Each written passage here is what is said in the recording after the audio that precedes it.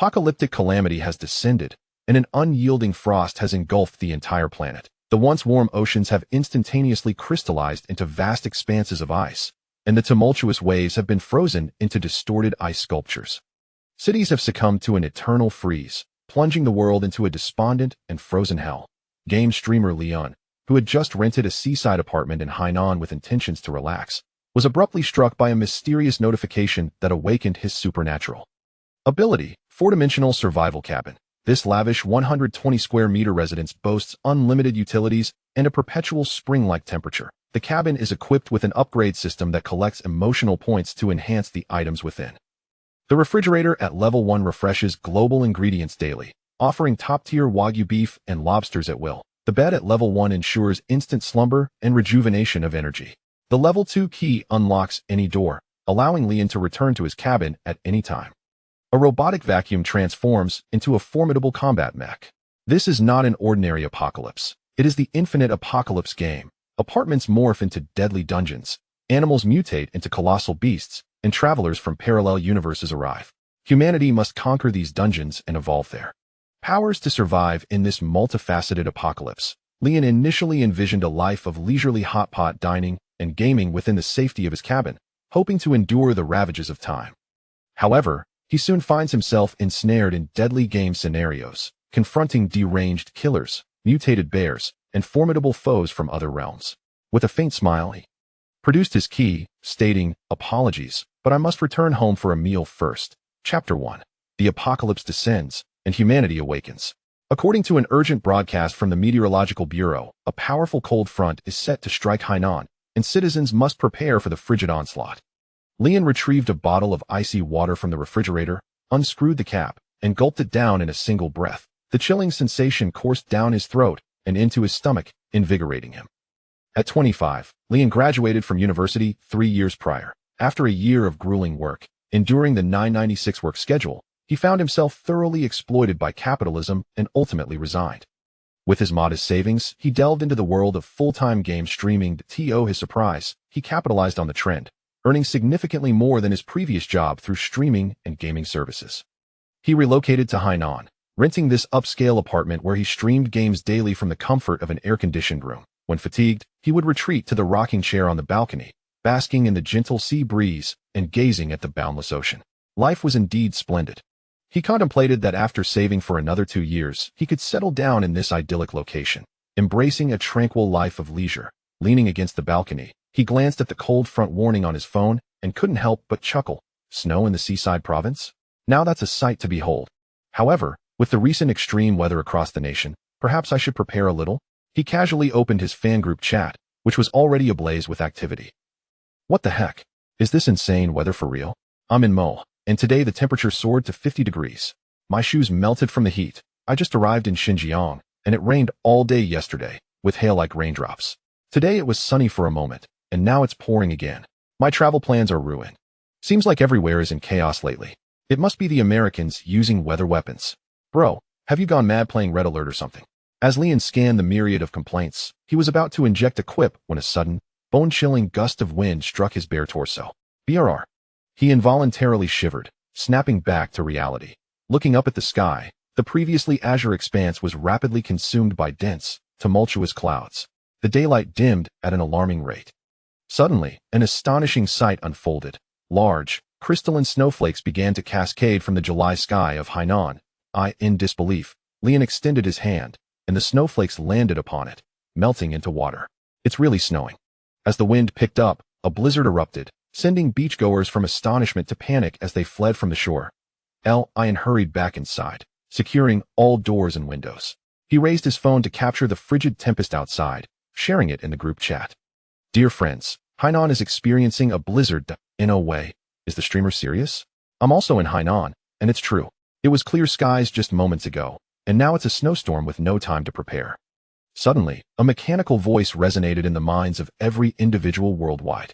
Infinite apocalypse has descended, and the survival challenge has commenced. As Leon remained momentarily stunned, a wondrous energy began to coalesce within him. Ability awakened. Four-dimensional survival cabin. Cabin generating. Generation complete. Before he could fully comprehend the situation, He felt a whirlwind of sensations as the scenery around him rapidly transformed. Ability description. The cabin spans 120 square meters, comprising one bedroom, one living room, one kitchen, and one bathroom, fully furnished. Collecting negative emotional points from others will allow for upgrades to the cabin and its furnishings. Furniture upgrades may yield unforeseen abilities. Please explore at your leisure. Taking a deep breath, Leon regained his composure. The room was dim, and he activated his phone's flashlight to search for the light switch in the living area. Click, click. Is there no power? Cabin level must be upgraded to LV1 to unlock unlimited utilities and smart features throughout. Current cabin level, LV0. 100 emotional points required for upgrade. Current emotional points, 100. Would you like to upgrade? Utilities are essential, so please upgrade me. Cabin upgrading. Upgrade complete. Smart home. Let's turn on the lights. Leon attempted to command. Lights have been activated. Instantly, the room illuminated, and upon witnessing the full scope of his surroundings, Leon couldn't help but exclaim in awe. The room was exquisitely decorated.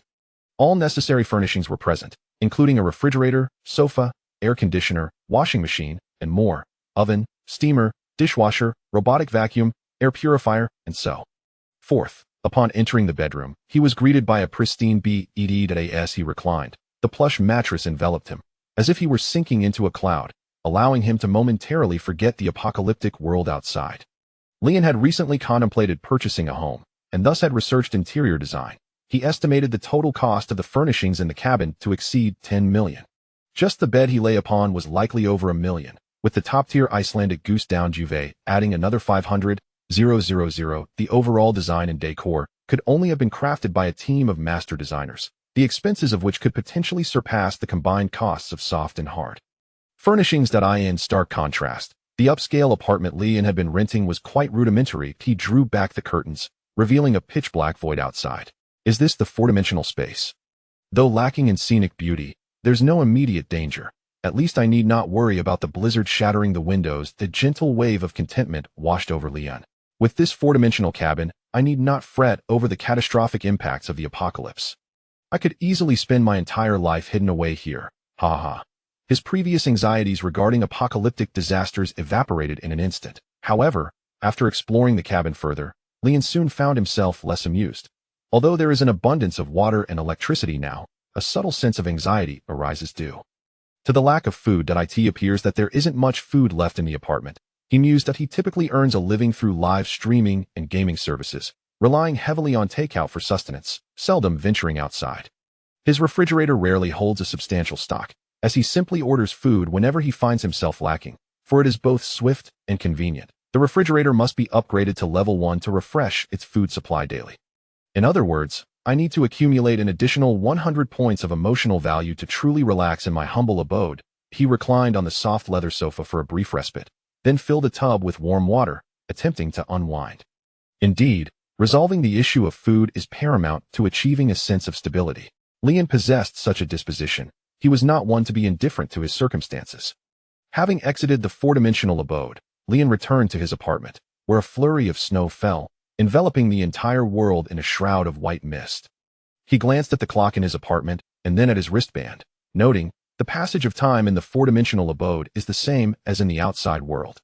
Remarkably, my phone still has a signal, Leon remarked as he retrieved his mobile device for inspection. Chapter 2. Roast chicken and beer. Less than an hour after the ominous doomsday alert sounded, a fierce blizzard engulfed the nation. An extreme chill descended upon this fertile land of Earth. Everyone heard that eerie doomsday notification. Leon set down his phone and approached the refrigerator. As he opened the cabinet door, a wave of despair washed over him. Indeed, there was hardly anything left. Just a few bottles of mineral water and a bucket of instant noodles. Outside the window, snowflakes danced wildly in the air, and the howling cold wind echoed like the lament of death itself. Leon pondered for a moment. The supermarket was merely 200 meters away. If he could seize a bag of rice, he could endure until he amassed enough emotional points to upgrade his refrigerator, and thereafter, he would no longer need to worry about food. Having lingered too long in his four-dimensional abode, Leon understood that the early stages of the apocalypse were a battle against time, a struggle for resources. With every passing second, the supplies in the supermarket dwindled. Resolutely, he steeled himself, donned the thickest clothing he could find from his wardrobe, and rushed out. Residing on the 25th floor, he unhesitatingly opted for the stairs. No one knew if the apartment would lose power in the next moment, and being trapped in the elevator would be a dead end. The stairwell was bustling with activity. Many people carrying rice and flour, their bodies and heads covered in snow, clearly having just returned from a frantic shopping spree. At that moment, a middle-aged man, with rice on his left shoulder and flour on his right, brushed past Lee and in the narrow stairway, causing the bag of rice to inadvertently collide with him. The bag then slipped from the man's shoulder.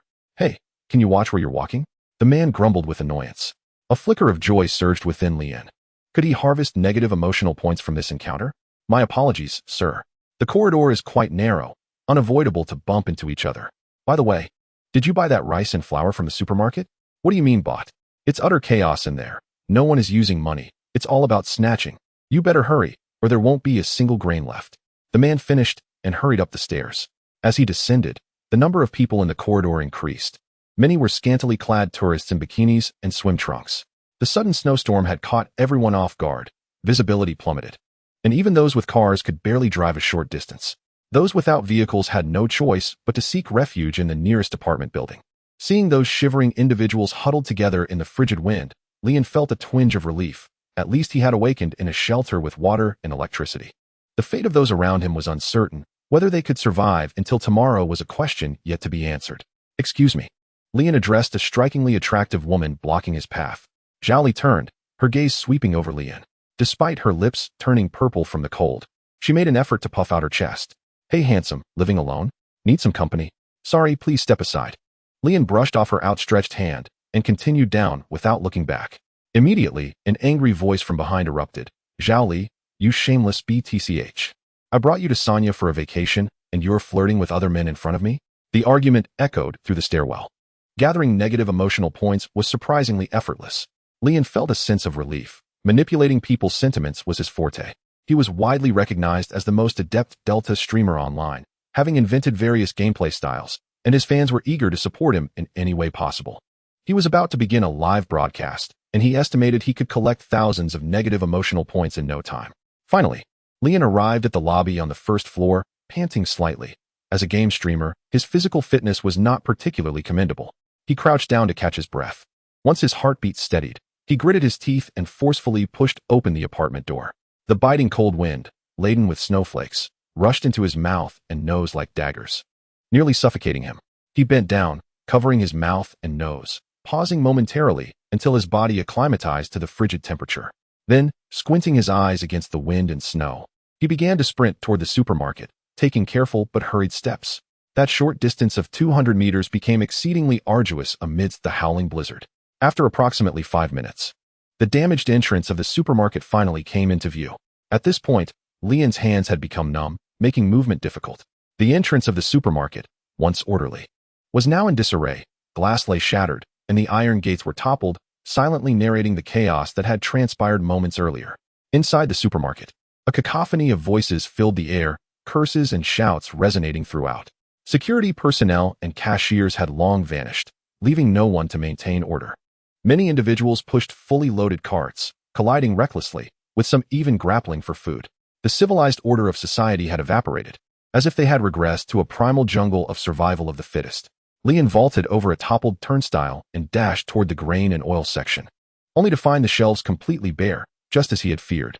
His heart sank, and he turned toward the instant food aisle, which met with the same disheartening result.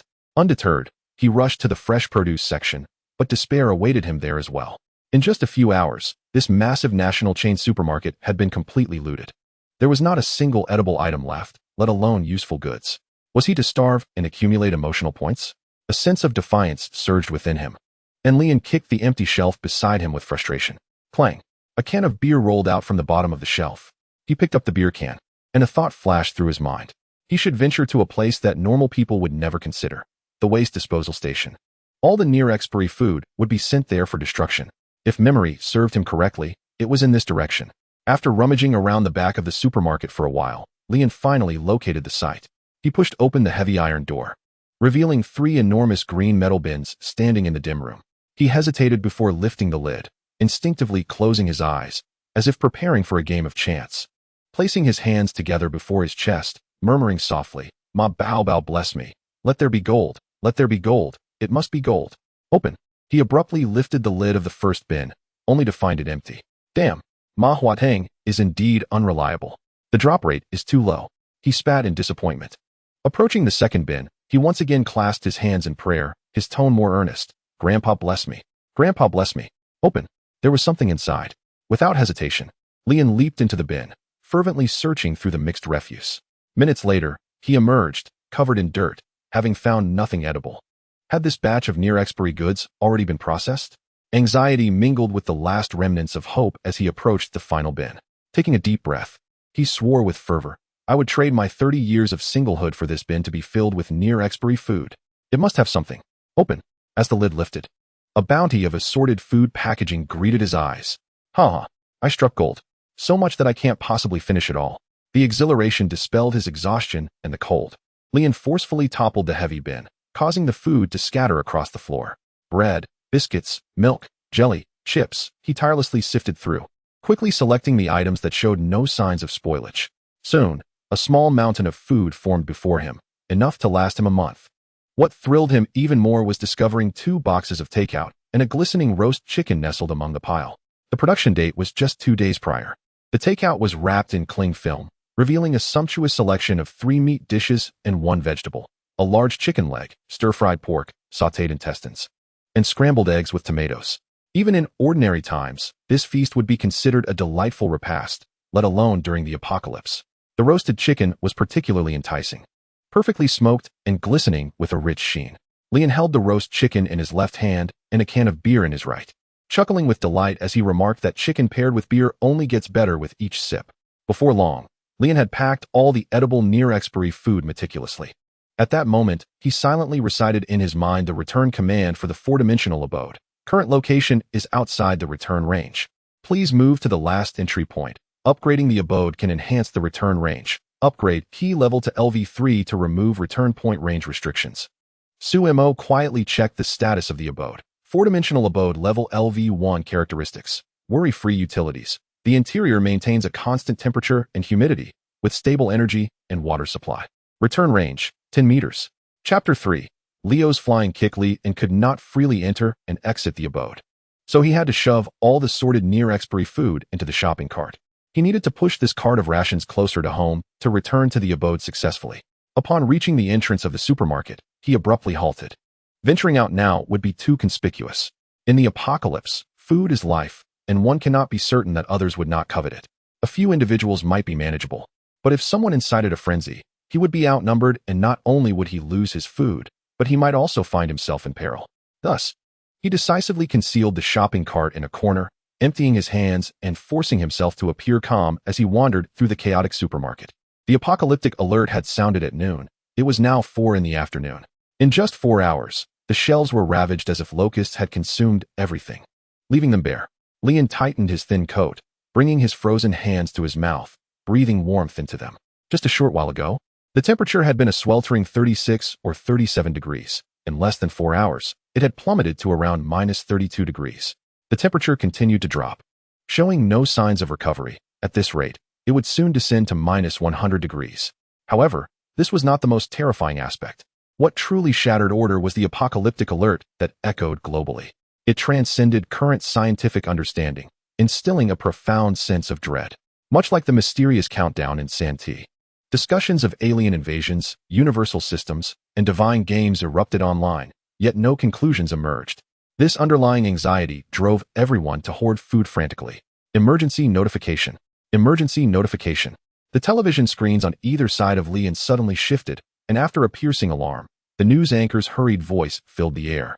Our nation is facing an unprecedented severe cold storm. The disaster is swift and devastating, with significant damage to communication, transportation, and power infrastructure in certain areas. The entire country has now entered a state of level 1 alert, mobilizing all efforts to respond to this catastrophe. Every citizen is urged to protect themselves and their families. Remain calm and maintain confidence. The nation is taking action. Rescue forces are gathering, and the light of hope will never extinguish. Citizens, please remain composed. Do not panic. Trust the nation. Follow official instructions and take proactive measures to ensure safety. The wartime broadcast station in Hainan province has been fully activated.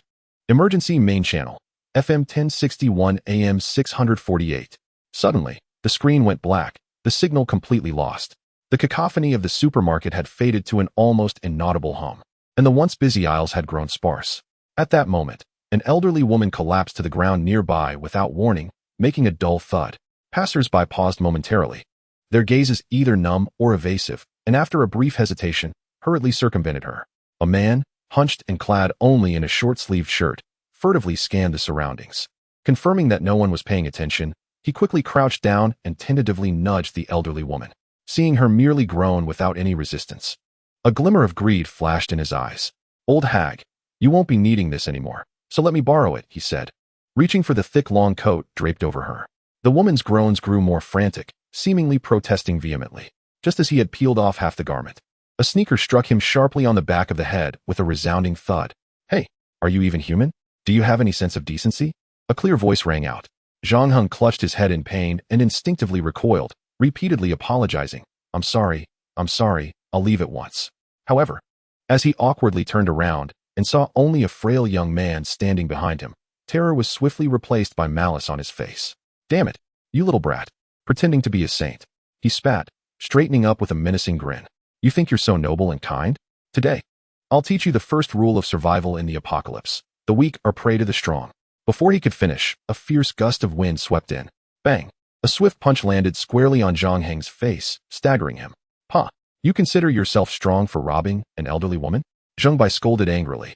"You are nothing but a coward who only dares to strike the defenseless. Bullying an unconscious old woman. This is your strength? This is your survival strategy? In the face of the apocalypse, we must not lose our humanity. What you are stripping away is not just a piece of clothing. It is the last remnant of your dignity. Do you think that by stealing a garment, you can survive? Let me tell you, if everyone were like you, focused solely on plunder and harming their own kind, we wouldn't need a natural disaster to obliterate ourselves. We would do it to ourselves."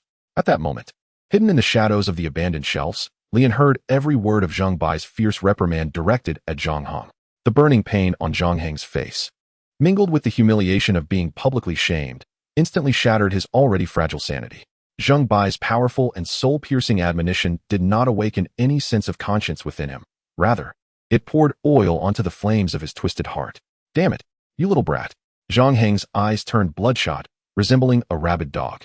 His voice hoarse and distorted with rage as he spat. "You preach your nonsense. Today, I'll kill you first, then strip this old hag of her clothes. Let you all go underground and preach your principles." Before he could finish, he lunged forward, seizing Zhang Bai's wrist with a violent grip.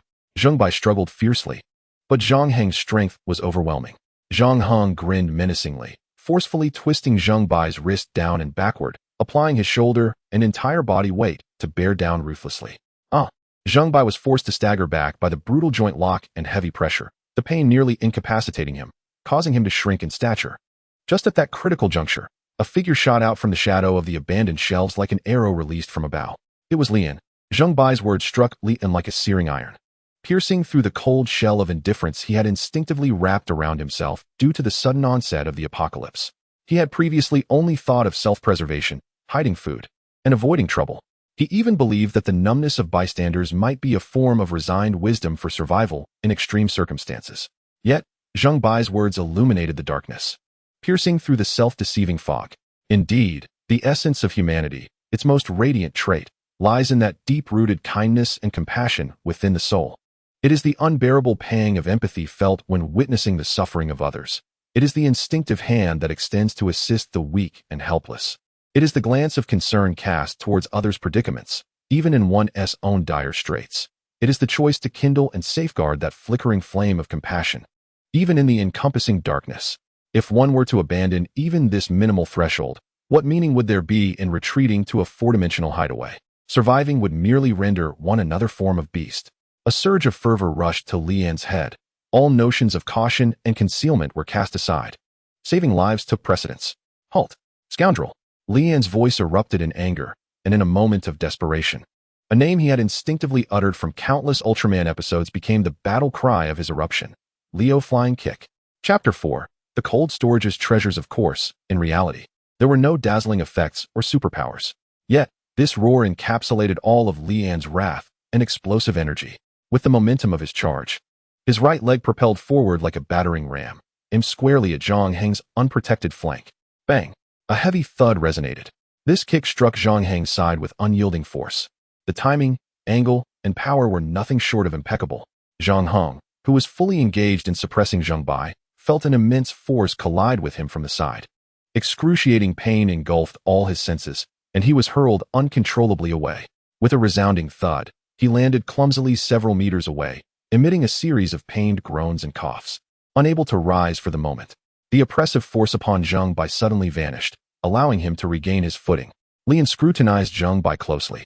He was a handsome young man, seemingly under 30, who wore golden-rimmed glasses that lent him an air of refinement. "Thank you, brother," Zheng Bai expressed his gratitude. "It's nothing. I couldn't stand idly by when I saw injustice," Lian replied. "Could you help me turn the old lady over? She's in a precarious condition." "Certainly." Together, they managed to flip the old lady onto her side. Zheng Bai leaned down, green light emanating from his palm and flowing into her body. The green luminescence circled within her before settling at her heart. "You have awakened a special ability?" Lian exclaimed in surprise. "Yes, indeed, a healing superpower." Zheng Bai's awakened ability was in the realm of surgical domain. This power allowed him to perform diagnoses, excisions, sutures, and repairs at the microscopic level, transcending physical limitations. With speed, precision, and reach far surpassing conventional surgical methods.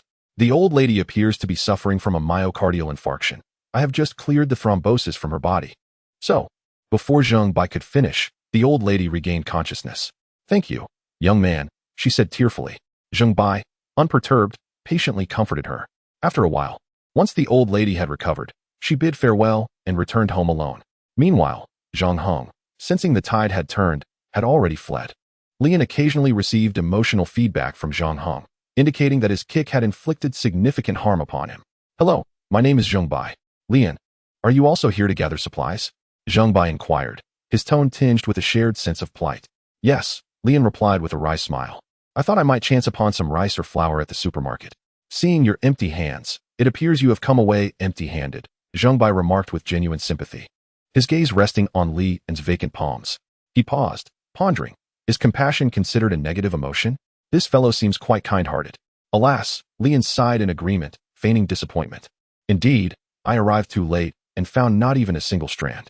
Just then, Zheng Bai glanced around to ensure no one was watching before cautiously leaning closer to Li Yan, lowering his voice with an air of excitement as if sharing a secret. "Brother, how about we collaborate? I have discovered a place teeming with valuable supplies. Help me transport them back, and we can split the bounty." Li Yan felt a sudden unease wash over him. This supermarket had been thoroughly searched. What valuables could possibly remain? He blurted out, lowering his voice. "It wouldn't be in a trash bin, would it?" Zheng Bai looked momentarily taken aback, regarding Li Yan as if he were an extraterrestrial. "Huh? What are you thinking? Who would rummage through a trash can for food?" He continued. "Besides, what good could be found there?" Li Yan was momentarily at a loss for words, yet relief washed over him, as long as it wasn't a trash bin. He pressed for details. "So where exactly is it?" Zheng Bai gestured deeper into the supermarket, the cold storage. "Come, follow me. If we linger, we might miss our chance." He beckoned and led the way toward the back of the supermarket. Li Yan quickly followed suit. They procured 2 shopping carts and wheeled them to a heavy iron door marked with a warning, "Authorized personnel only." The door was ajar, evidently having been forcibly breached. As they pushed the door open, a damp, chilling air rushed forth. The warehouse was spacious, divided into 2 sections.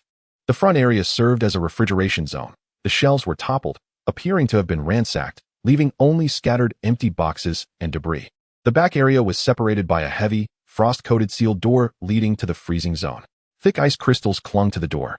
This was the core area for storing vast quantities of frozen meats, seafood, and other precious supplies.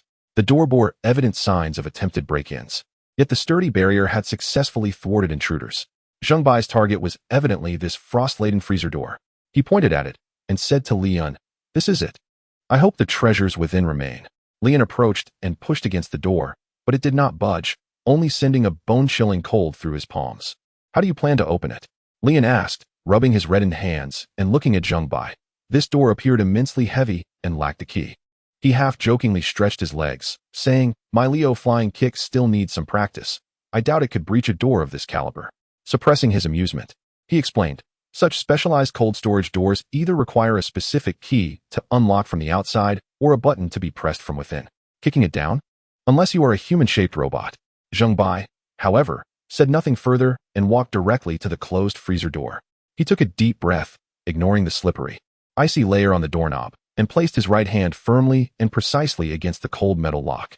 A green glow flickered at his fingertips as the surgical domain quietly unfolded. Click!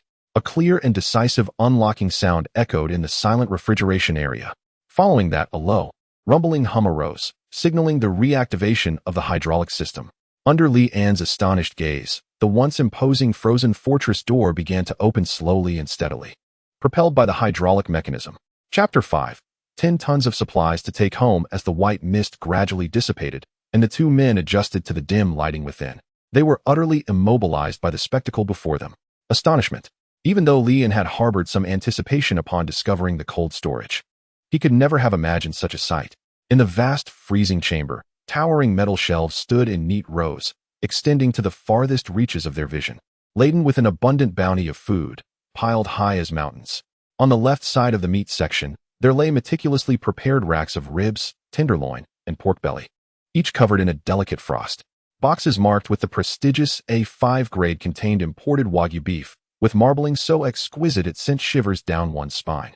The thick-cut tomahawk steaks and other premium ingredients, once of considerable value before the apocalypse, now appeared as ordinary goods, quietly slumbering in their frozen domain. Whole, plucked frozen chickens, ducks, and geese were also present, alongside neatly cut chicken wings, thighs, and breasts.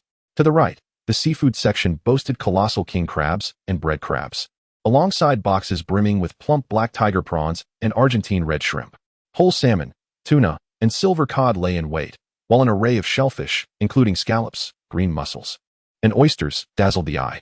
In the frozen section, an assortment of dumplings, wontons, tangyuan, buns, mantou, and huawan awaited. Various brands of frozen pizzas, pasta, chicken nuggets, fries, and spring rolls were so abundant they overwhelmed the senses. Even entire boxes of Häagen-Dazs ice cream were present. Li An felt as though his voice had been frozen. Yet he was overwhelmed by an exhilarating disbelief. He instinctively reached out to touch a box labeled with Australian grain-fed Wagyu M9 beef, while nearby, Zheng Bai's excitement manifested in rapid breaths and sparkling eyes. I knew it.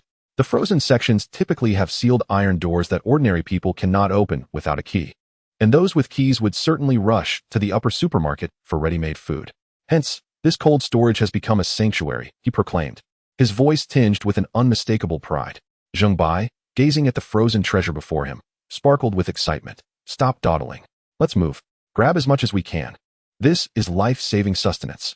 He turned to rush outside, exclaiming, I'll bring in more shopping carts. Wait. Li An grasped his arm. Speaking rapidly, he scanned the towering stacks of supplies. Using shopping carts is far too slow.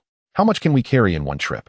The situation outside is uncertain, and the more trips we make, the greater the risk. Delays could lead to disaster. Zheng Bai immediately grasped the implication but hesitated. What should we do then? Find a vehicle? I live in the apartment across the street, just a 5-minute walk.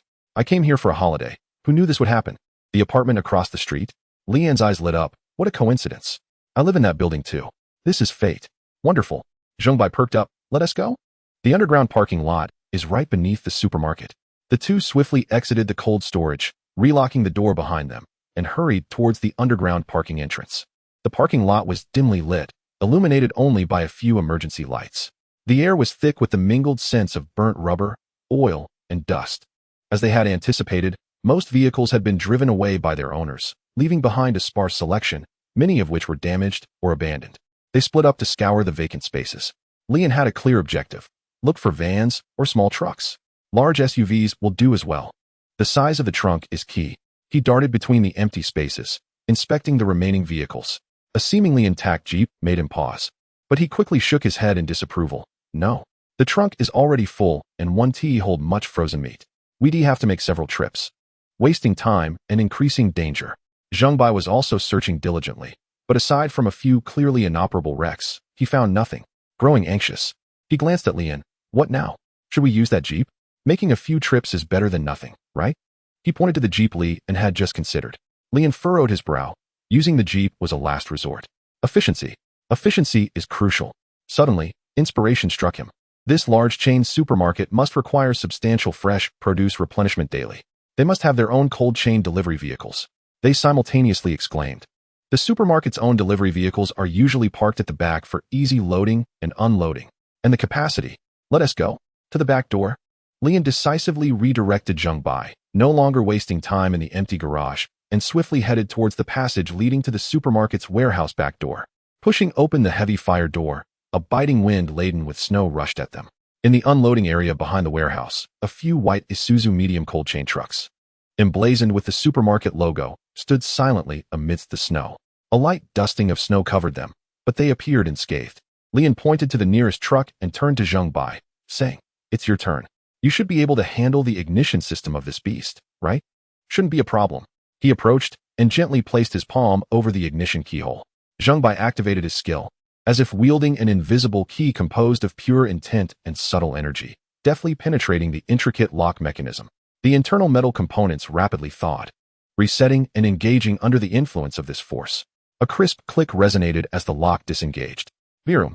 The engine roared to life, and Zheng Bai joyfully looked at Lian. It worked. Brilliant. Lian cheered, his heart lightened. With this truck, their plan was already halfway to success.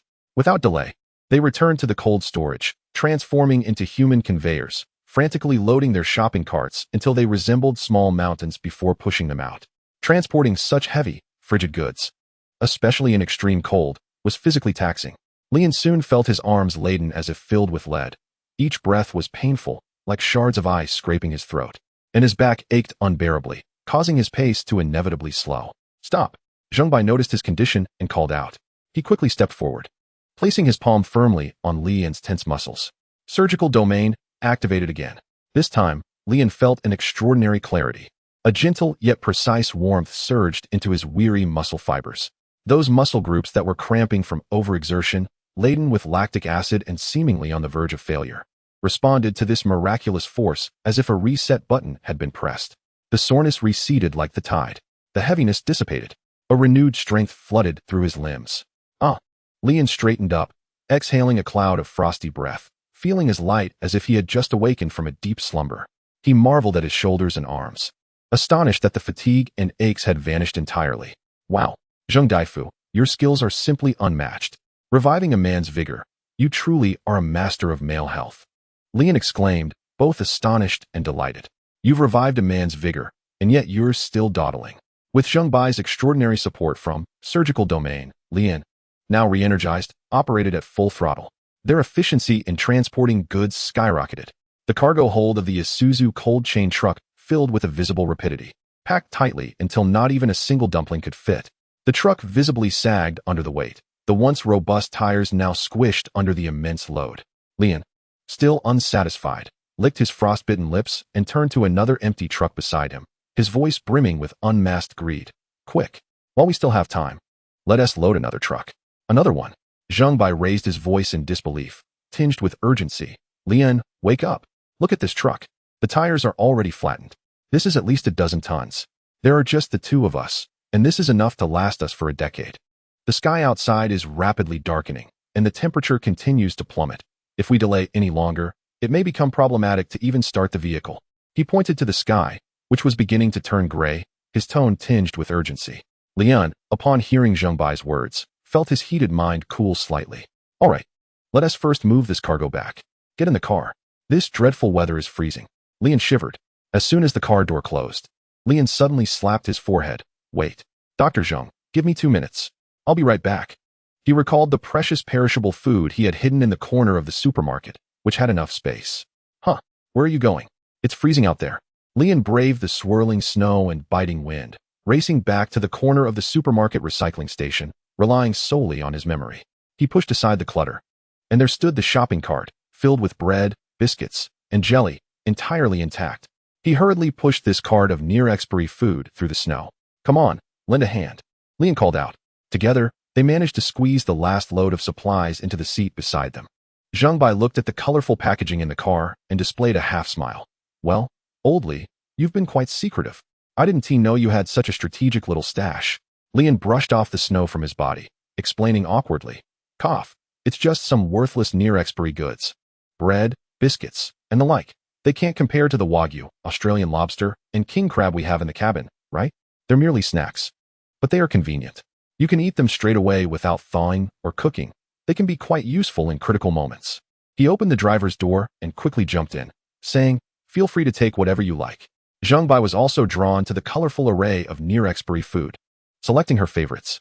"Buckle up, we're about to set off," Lian reminded as he fastened his seatbelt. It was now nearly 8 o'clock in the evening. The snow had lessened somewhat, transforming from large flakes to fine powder, allowing them to barely see the road ahead. Lian, relying on vague memories, gripped the steering wheel tightly, maneuvering the heavily overloaded Isuzu truck through the empty streets, the undercarriage occasionally scraping against snow-covered curbs or debris, producing a harsh grinding noise. After a bumpy ride, they finally arrived safely in front of the apartment building. Glancing at the tightly shut glass doors of the apartment and the broken access control, Lian steeled himself. No choice. He pressed the accelerator. With a loud crash, the heavy cold chain vehicle smashed through the glass doors and part of the door frame, shards scattering everywhere. The vehicle barreled into the lobby, coming to a sudden halt at the elevator entrance, its front nearly touching the elevator doors. Zhang Bai steadied herself from the impact and glanced at the elevator. Are we taking the elevator? But with so much frozen cargo, carrying it up the stairs could take ages, especially in the event of a power outage. Zhang Bai also expressed concern about a potential power failure. No way. Lian decisively interrupted her, jumping out of the car and pointing to an inconspicuous, heavy metal door adorned with yellow warning stripes in the corner. We'll use the freight elevator. This thing is designed for transporting building materials, sturdy and durable, with a weight capacity of at least 20 tons. But it is slow. Nobody usually wants to ride it, but it's very safe. He quickly ran over and pressed the elevator button. The doors slowly opened to reveal a spacious, yet rudimentary interior. Time is of the essence. The temperature had now plummeted to nearly minus 58 degrees. Each breath they took was accompanied by frost. Braving the biting cold, Zhang Bai and Lian hurriedly transferred box after box, bag after bag of heavy frozen goods from the cold chain truck into the expansive freight elevator. By the time the truck was completely emptied, both of them were nearly exhausted, their fingers red and numb from the cold. "Let us take the stairs," Lian gasped, pressing the button for the 12th floor. Watching as the elevator doors slowly closed, carrying their hopes for survival upward, the two ascended to the 12th floor with some difficulty. After moving Zhang Bai's share of the spoils into her guest room, Lian pressed the button for the 28th floor, continuing his ascent back to his home on the 28th floor. "Wow, Lian, living this high is really something else," he remarked, his voice trembling. Lian chuckled. "The view is great up here." Cough. Once the last bag of frozen goods was dragged through his door, Zhang Bai bid farewell, saying, "Contact me on WeChat if anything comes up. It's just too cold." "All right, take care." After watching Zhang Bai leave, Lian securely locked his door. He gazed at the mountain of top-tier Australian Wagyu, king crab legs, silver cod fillets, and black tiger shrimp, all ingredients he had only ever seen on high-end restaurant menus. An indescribable sense of immense satisfaction and security overwhelmed all his fatigue. This is not merely food. It is the very essence of survival. He first returned to his warm, cozy four-dimensional room and indulged in a long, hot bath, allowing his frozen limbs to gradually revive and the blood to flow freely once more. Once completely warmed up, a fierce hunger struck him. Rubbing his hands together, Lian entered the kitchen, gazing at the plethora of exquisite ingredients but opting for the simplest cooking method. He took out a lobster, measuring an arm's length, from the ice and tossed it into a pot of boiling water. Next, he sliced several thick pieces of A5 Wagyu, their marbled patterns resembling fine art.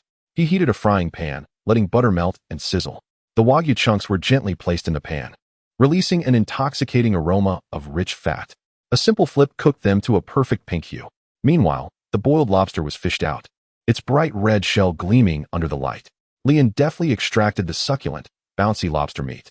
Finally, he tore open the last container of braised beef noodles, tossing the noodle cake and seasoning packet into the boiling water. 3 minutes later, the noodles were ready, poured into a large bowl. The cooked instant noodles formed a base, lavishly topped with thumb-sized, pink, juicy Wagyu chunks and generous portions of glistening white lobster meat. The steaming broth soaked into the beef and lobster, sending an aromatic wave that filled the entire room. A bowl of unpretentious yet exquisitely luxurious apocalypse Wagyu lobster instant noodles was thus born. Lian immediately took out his phone to capture this culinary masterpiece. After snapping a photo, he retrieved a can of beer, deftly pulling the tab. The rich scent of wheat wafted up to him. Lian tilted his head back and eagerly gulped down a large mouthful. The refreshing, icy liquid cascaded down his throat, instantly cleansing his palate and bringing an unparalleled sense of clarity and comfort. He quickly picked up a piece of Wagyu enveloped in broth and popped it into his mouth. Instantly, the melt-in-your-mouth richness of the premium beef, the savory depth of the broth, and the smooth texture of the noodles exploded in his mouth. Another bite of the firm, sweet lobster meat banished all traces of fatigue in an instant. After finishing the entire bowl, he sighed contentedly, then reclined on the sofa, enveloped in an infinite sense of bliss. After languishing in his cozy abode for half an hour, Leon returned to the outside of the apartment. Almost immediately upon stepping out of his warm sanctuary, a blast of icy air enveloped him. Achoo! He shuddered, feeling as if he had been thrown into an ice cave. The previous languid comfort vanished entirely. He resides in a building that epitomizes the blend of commercial and residential spaces. The first floor hosts street-facing shops. The second floor serves as the headquarters for Hongbang property, while the third floor accommodates various hotels and homestays, where Zhang Bai makes his home. The 13th floor is dedicated to rental and sale apartments. Trembling, he retrieves his phone and opens a WeChat group named Haiwan Jiyuan Owners United Against Advertisements, 415. The information within the group has already reached a fever pitch. His fingers, stiff with anxiety, scroll upward. 1301 Ed Zhang. What is happening? There is not a single drop of water from the faucet. Manager Zhao from Hongbang property, please send someone to check. How can we live without water? 1502 Grandpa Lu. Indeed. The toilet 1T flush. This is unbearable. We paid our property fees in full. Hongbang property Zhaoda, 701, 502, my esteemed colleagues. Open your eyes and look outside. It's the apocalypse. Temperatures are plummeting below 50 degrees. The pipes have burst from the freeze. Where do you expect me to find a superhero repairman? 1503 Wang Chao. Hongbang property Zhaoda, who are you talking to? What does it matter if it's below 50 degrees? In our place, we still manage to relieve ourselves even when it's 30 to 40 degrees below zero. You're ignoring our lack of water. What is the point of having you as property management? Zhaoda immediately replied with a voice message. Wang Chao, you fool. If you want to live here, fine. If not, leave. If you're so capable, fix it yourself. 1503 Wang Chao, fine. Just wait. I'm going to the second floor to kick down your office door. I'll make sure you regret it. Hongbang property Zhaoda, 1503 Wang Chao, come on. You think you're tough? I'll be waiting for you in the lobby. Whoever doesn't show up is a coward. 1503 Wang Chao, fine. You'd better prepare for your funeral attire. The atmosphere in the group crackles with tension, as if ready to ignite the very screen of their devices. The other owners remain silent, too intimidated to interject in this impending showdown. Just as the situation teeters on the edge, an incongruous ID bubbles to the surface. Shushu Lai La. Oh, a duel? How exciting. 1503 Wang Chao Hongbang property Zhaoda, can I come to watch? I'd love to be a spectator. The message from Leon, eager for drama, was like ice water poured into a cauldron of boiling oil. The group fell into a profound silence. Just moments ago, Wang Chao and Zhaoda were at each other's throats, now rendered mute as if their voices had been simultaneously stifled. Leon, feeling a twinge of boredom, inadvertently scrolled to his photo album. He stumbled upon an image featuring instant noodles with lobster and beef. An audacious yet fittingly mischievous idea sparked within him. With a sly grin, he selected the image and clicked send. Shushu Lila. Friends, have you had dinner yet? It's cold outside. Let us warm up with something hearty. Boom. The image detonated like a nuclear bomb among the group members. Instantly, Leon collected 135 points of emotional value. Astonished, he nearly dropped his phone. Was there such a collective resentment simmering beneath the surface? Indeed, human nature can be so envious, unable to bear the sight of others thriving while one suffers. The previous stillness shattered, and a flurry of messages erupted forth, vibrant yet tinged with an unsettling undercurrent. 1418 Hey Nyo Car Rental. Bro, your meal looks lavish. Which floor and unit are you in? Smile, come visit me sometime. I have good tea. 1611 Bingo. Brother, just eating noodles, isn't nutritious. I have a box of goji berry juice. Where are you? I'll deliver it to you. Luan Nan Lily. Friend, can we be introduced? I cook exceptionally well. I'd love to share recipes with you. Wink. 1911 Gaming Wolf. Bro, what is up with Doubao? Leon's WeChat was soon inundated with friend requests. Each avatar a kaleidoscope of identities, notes ranging from pitiful to outright menacing. Yet the most blunt was a request from a user named Luan Nan Lily. With a straightforward note, young man, one meal for one meeting, you understand, right? Shy. Leon scoffed, tapping on her profile. The photo depicted a strikingly attractive young woman, clad in scant attire, posing against a sunlit beach backdrop, exuding a deliberately provocative allure. He raised an eyebrow and clicked accept. The chat window popped up, and she almost instantaneously replied, Wan Nan Lily. Brother, I've been waiting for you. Luan Nan Lily. Your lobster and beef looks so tempting. I've been starving since noon. It's so cold, and I'm so hungry. Luan Nan Lily. Which room are you in? I could come over to thank you right away. Lian, is that you in the profile picture? Luan Nan Lily. Yes, it's really me, young man. No fakes here. Lian, oh, Lian, I bet even your mother wouldn't recognize you. You've filtered yourself so much that your features are barely visible. And your chin could plow the fields. Your fake chest is even higher than the snow outside. Ugh, truly unappealing. As soon as he sent the message, Lian swiftly executed his moves. Long pressed the avatar, add to blacklist, delete contact. The actions flowed seamlessly, like water. From Zhao Li's anger Tenha? Zhao Li? The name rang a bell. He recalled the group of tourists he had encountered in the hallway earlier, shivering like quails. They had approached the hotel front desk on the 3rd floor, desperate for shelter, but the place was fully booked due to the peak season, leaving them with no space even for their belongings. In their desperation, they sought assistance from the property management on the 2nd floor. Manager Zhao Da, likely overwhelmed, perhaps fearing someone might freeze to death in the apartments, had, out of humanitarian concern, tossed them the keys to several unrented, unfurnished units, providing them with at least 4 walls to shield against the wind. He had also added them to the owners group, under the pretense of facilitating communication. Now, within the frigid confines of the bare apartment, Zhao Li stared at the glaring red exclamation mark on her phone. The message had been sent but rejected, and Lian's venomous taunts, trembling with rage. Her meticulously manicured nails nearly piercing the screen. Damn it, she cursed vehemently, her chest heaving, as she glanced at the corner where another frozen figure lurked. Chen Ji, their group's leader, his expression a mask of fury. Jigu. Zhao Li's voice wavered, rife with desperation and bitterness. We can't go on like this. We'll end up starving or freezing to death in this wretched place. The property management hasn't even provided beds or blankets. The water has stopped. You saw that idiot in the group. He surely has a stockpile of food at home. What do you suggest we do? She fixed her gaze firmly on Chen Ji. Chapter 8. I'm sorry, I just want to live. Chen Ji, a second-generation rich kid born with a silver spoon, had once known only sunshine, beaches, yachts, and the constant company of beautiful women. His trip to Sanya was merely a whim, drawn by the allure of seeking out aspiring influencers like Zhao Li, hoping to indulge in a yacht party. Who could have imagined that the moment Sanya, once a paradise for vacationers, would transform into a frozen hell? Just a few hours prior, he had attempted to barter a hotel room for 100,000 yuan with someone in the hotel below. Yet, the guest, swathed in thick blankets, merely regarded him with a look of disdain as if he were a fool, before slamming the door shut. That gaze pierced him like a knife tempered in ice, shattering the worldview he had painstakingly constructed over the past 20 years. Everything had changed. What was once an unimpeded flow of wealth had turned into worthless paper, too rough even for wiping his backside.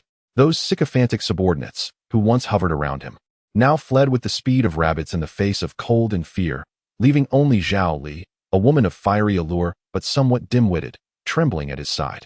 The bone-chilling cold and gnawing hunger consumed him like a venomous serpent. The shadow of death had never felt so tangible. A cold, dark thought sprouted like a vine in his heart, spiraling out of control, entwining notions of gentleness and morality. To survive, one must be more ruthless than anyone else. The last glimmer of humanity in his eyes extinguished, leaving only the ferocity of a beast and the primal instinct to survive. He seized Zhao Li's phone, the cold light of the screen reflecting his twisted visage. Jigu, what are you going to do?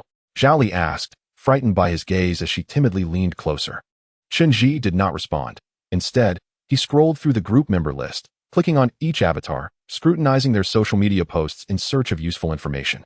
This user, Hai Tian Kong, and these 2 avatars resembling single men. Add them on WeChat. Find out if they are home alone. Chen Ji commanded with an authoritative tone. Huh? Why? Shut up. Chen Ji snapped, his eyes, red with rage, fixed on her as if they were drawn from the abyss. If you want to walk out of this icy hell, do as I say. Not a word more. Zhao Li shivered in fear, nodding vigorously. Okay. Trembling, she began to send friend requests and probing messages. Having years of experience chatting with the top-tier brother, she found it exceedingly simple to flirt with a few rough men. Soon, they had zeroed in on user 2408, a 55-year-old man named Lu Ping, who was home alone. Chen Ji approached the makeshift iron bed in the corner of the room, grasping a steel pipe that supported the bed frame.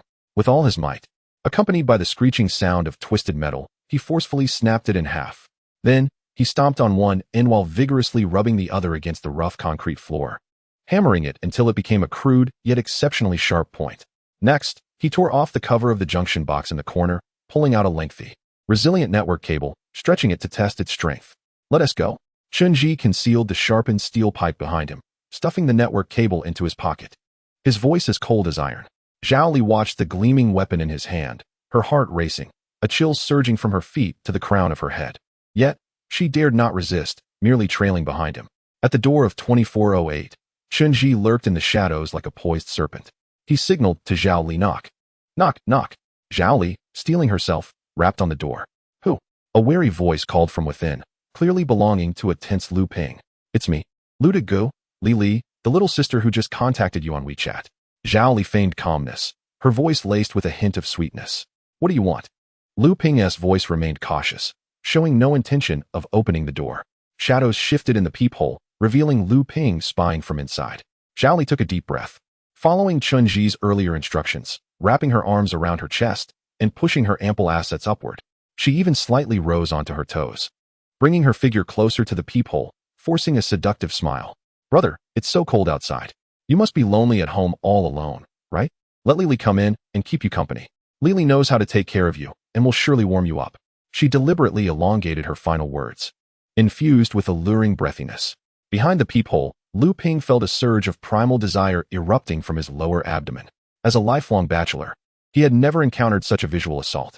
Morality, caution, and fear were swiftly obliterated by raw instinct. All right. Amidst a flurry of clumsy unlocking sounds, the door clicked open. The tiniest crack appeared. This was the moment. Chunji burst forth from the shadows like a crouching cheetah, striding forward with purpose. Lu Ping's lecherous grin hadn't fully unfurled before it was replaced by sheer terror. All he saw was a shadow and a blinding flash of cold light. With a sickening thud, Chunji plunged the sharpened steel pipe mercilessly into Lu Ping's unprotected side, targeting his kidney. The tremendous impact propelled them both into the room. Lu Ping let out a heart-wrenching scream, the agony surging through him like a high-voltage shock, draining his strength instantly, leaving him a quivering heap on the floor. But this was merely the beginning. Chunji displayed no trace of mercy, disregarding Lu Ping's death throes and gasping breaths. As he retrieved the resilient network cable from his pocket, swiftly wrapping it around Lu Ping's bulging neck. Then, with his knee pressing against Lu Ping's back, he yanked with all his might. Lu Ping's eyes rolled back, his hands instinctively clawing at the deadly noose around his neck and at Chunji's face. Chunji endured the scratches that drew blood, seemingly impervious to the pain, bearing down with all his weight and strength to tighten the cable. The line dug deep into Lu Ping's flesh. He leaned in close to the dying man's ear and whispered, "I'm sorry, old man. I just want to survive. So you must die quietly." Lu Ping's legs flailed like a fish out of water, thumping against the floor with dull thuds, his body convulsing violently. Gradually, the strength of his struggles waned. Finally, those bloodshot eyes, filled with fear and despair, lost their last flicker of light. His body lay limp on the ground, silent. In the icy room, only Chunji's heavy breaths and the overwhelming scent of blood lingered. "Come in." Chunji seized Zhao Li, who stood frozen at the doorway, and forcefully dragged her into room 2408. The door slammed shut behind her with a resounding bang. The strong metallic scent enveloped Zhao Li instantly. She stumbled, her gaze landing on Lu Ping's contorted body sprawled on the floor, his eyes wide open, a lingering expression of extreme fear and suffering. A dark pool of blood slowly spreading beneath him. The bloodied steel pipe was half embedded within Lu Ping's body. Ugh! The intense visual and olfactory assault churned Zhao Li's stomach, and she clamped her mouth shut, gagging violently, her body trembling uncontrollably. A paralyzing fear gripped her heart, nearly robbing her of breath. No. She raised her head, tears streaming down her pale cheeks, gazing at Chunji with an expression filled with indescribable horror and pleading. Before him, Chunji's face was splattered with vivid crimson droplets, his gaze imbued with a strange and chilling ferocity. Gone was the vestige of the once frivolous scion, who indulged in the pleasures of life. "Do not kill me, I beg you. Jigu, please, do not kill me. I will obey your every command. I will do anything." Zhao Li's voice was fractured, laced with sobs and an uncontrollable tremor. She slumped against the cold wall, sliding down to the floor, her hands clutching tightly to Qinping's thigh. "Go clean up the blood, then prepare something to eat for me." At that moment, an eerie prompt echoed in Chunji's mind. Chapter 9. Apartment Murderer, detecting high-intensity malice and survival instinct coalescing. Qualifies as a hunter. Scene anchoring. Enclosed survival unit. Instance generation in progress. Instance name. Apartment murderer. Synchronization rate. 123578. Synchronization complete. Wishing you a pleasant hunting experience. The cold, emotionless prompt resonated with the apocalyptic announcement that had reverberated across the globe that morning. It was no mere illusion. Chun-Ji abruptly lifted his head, his heart's confusion instantly supplanted by a tsunami of information flooding his mind. Ha ha ha. Following a brief silence, a nearly maniacal laughter erupted from the depths of Chun-Ji's throat. He laughed so violently that his body trembled, tears streaming down his face. The blood splatters on him, twisting and dancing grotesquely in the dim light. Heaven will not forsake me. Heaven will not forsake me, Chun-Ji.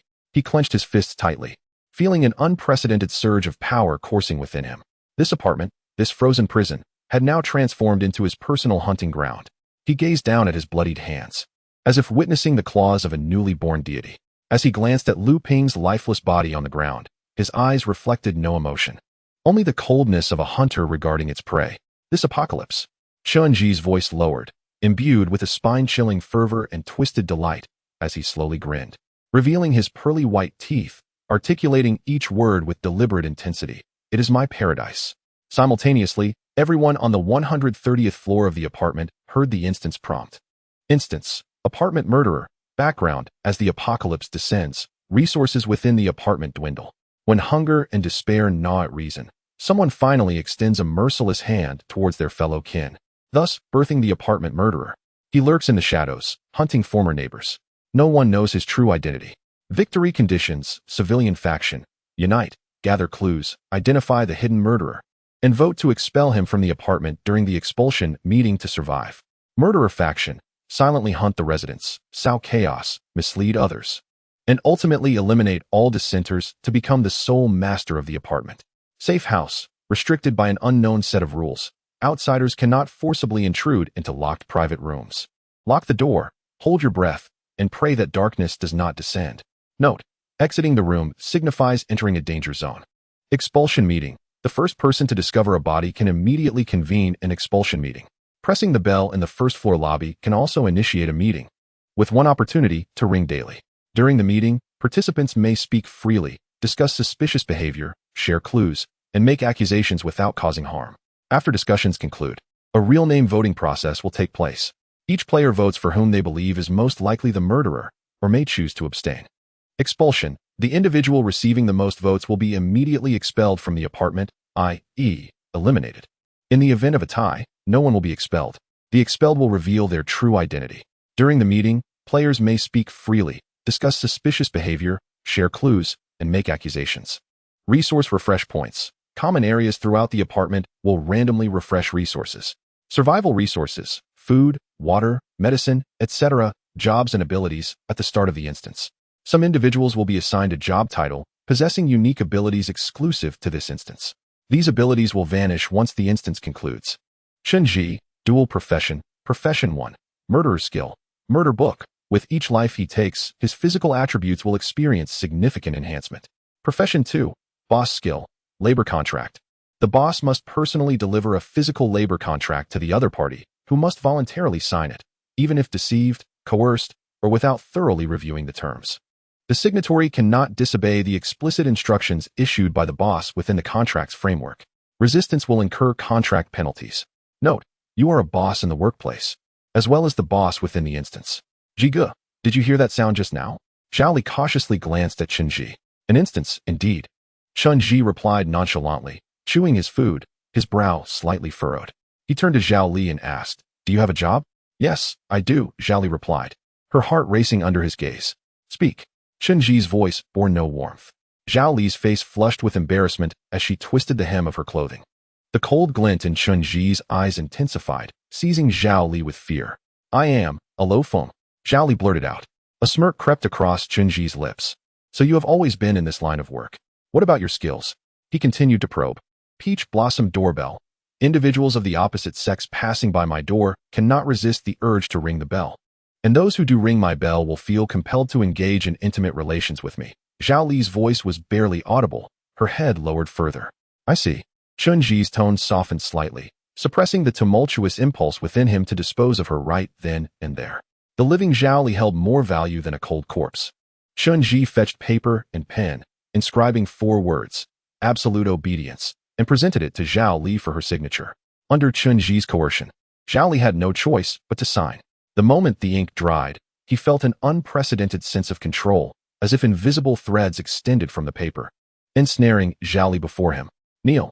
Zhao Li found herself utterly unable to resist, collapsing to her knees. The atmosphere grew heavy as they silently consumed their meager meal. We cannot linger here, Chun Ji declared decisively after setting down his bowl and chopsticks. Clean up and let us leave.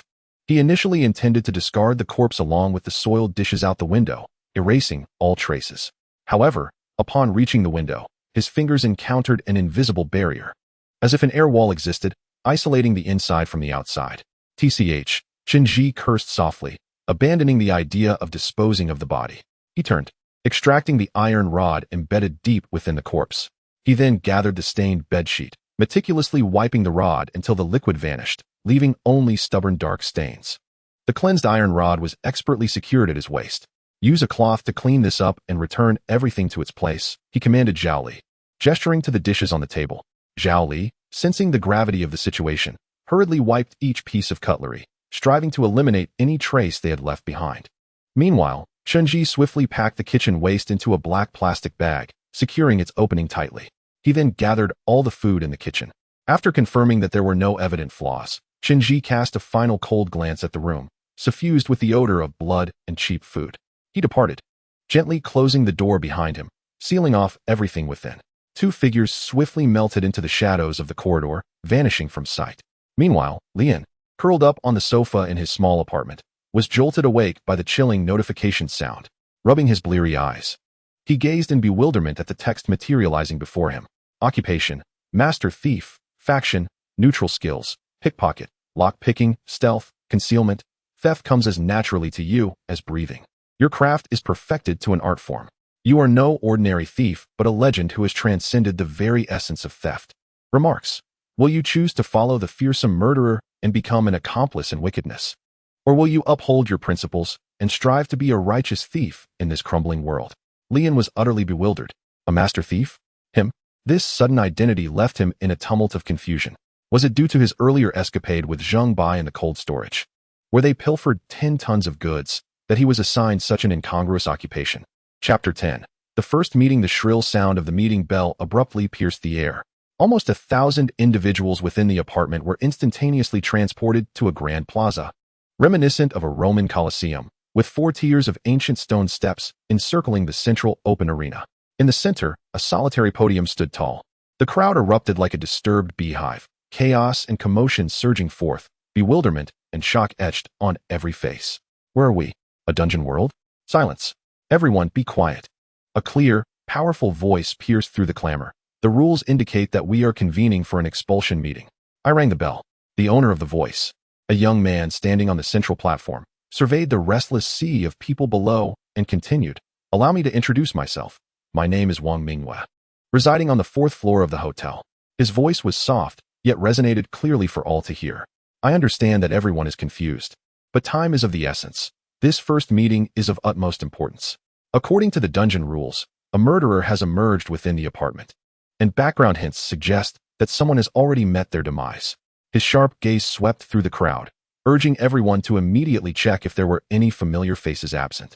Lian caught sight of Zheng Bai not far away, and their eyes quickly met, silently exchanging glances. However, identifying the missing among nearly 1,000 unfamiliar, fear-stricken, and bewildered faces was no easy task. The apartment housed both hurried hotel guests and long-term tenants like Lian. After a tense survey, no one could confirm any obvious anomalies. Are there any professionals among us? Wang Mingyue asked directly, urgency lacing his tone. Can anyone assist in the investigation with their abilities? The response was a heavy silence. The concealed professionals were evidently apprehensive, none daring to reveal themselves at this moment. Wang Mingyue took a deep breath, deciding to lead by example to break the deadlock. My occupation is radio host, and my ability is broadcast radio. My voice can reach every ear in the apartment. His proactive disclosure produced results. A middle-aged man, calm and steadfast as a rock, slowly descended the steps to stand beside Wang Mingyue. His gait was steady, exuding a reassuring presence. Ladies and gentlemen, his voice boomed like a drumbeat. I am Zhang Lei. My occupation is sheriff. As he spoke, a brilliant golden police badge materialized above his head, illuminating the air. This highly symbolic and authoritative scene instantly captured the attention of most, garnering initial trust. I admire Wang Mingyue's courage. He dared to step forward first. Zhang Lei's gaze swept through the crowd like a spotlight, radiating undeniable strength. I understand your concerns about exposing your professions and inciting the murderer's wrath. But with me here, there is no need for fear. My ability can swiftly subdue the murderer, though I shall not disclose its specifics for confidentiality reasons. Our immediate priority is to unite and face the external threat. Together, we are strong enough to unearth the lurking murderer and bring him to justice, ultimately securing victory in this dungeon. Cheers and applause erupted from the crowd, the fear momentarily dispelled by this newfound solidarity. In the corner, Chunji clapped along with the others, a subtle, inscrutable smile playing at the corners of his lips. Who is the hunter? Who is the prey? Ultimately, who will be subdued? Zhang Lei swiftly took action, summoning the hotel manager and the apartment property manager to form a small core meeting circle to discuss countermeasures. Soon, several rules were established and announced. 1. No one is allowed to leave their doors unaccompanied. 2. Absolutely do not open the door to any outsiders, except to those whose identities as good people have been verified. 3. Establish a patrol team, led by Zhang Lei, to check the number of residents in each unit daily. 4. The patrol team is responsible for collecting randomly refreshed survival resources within the apartment and ensuring fair distribution. There was little dissent regarding these rules, and the meeting concluded. However, many remained indifferent to the meeting and the rules themselves. Upon returning to their rooms, they resolved that until the murderer was apprehended, they would not step outside even once. After all, the rules of the safe house served as their shield. As long as they kept their doors tightly shut, the murderer would be powerless.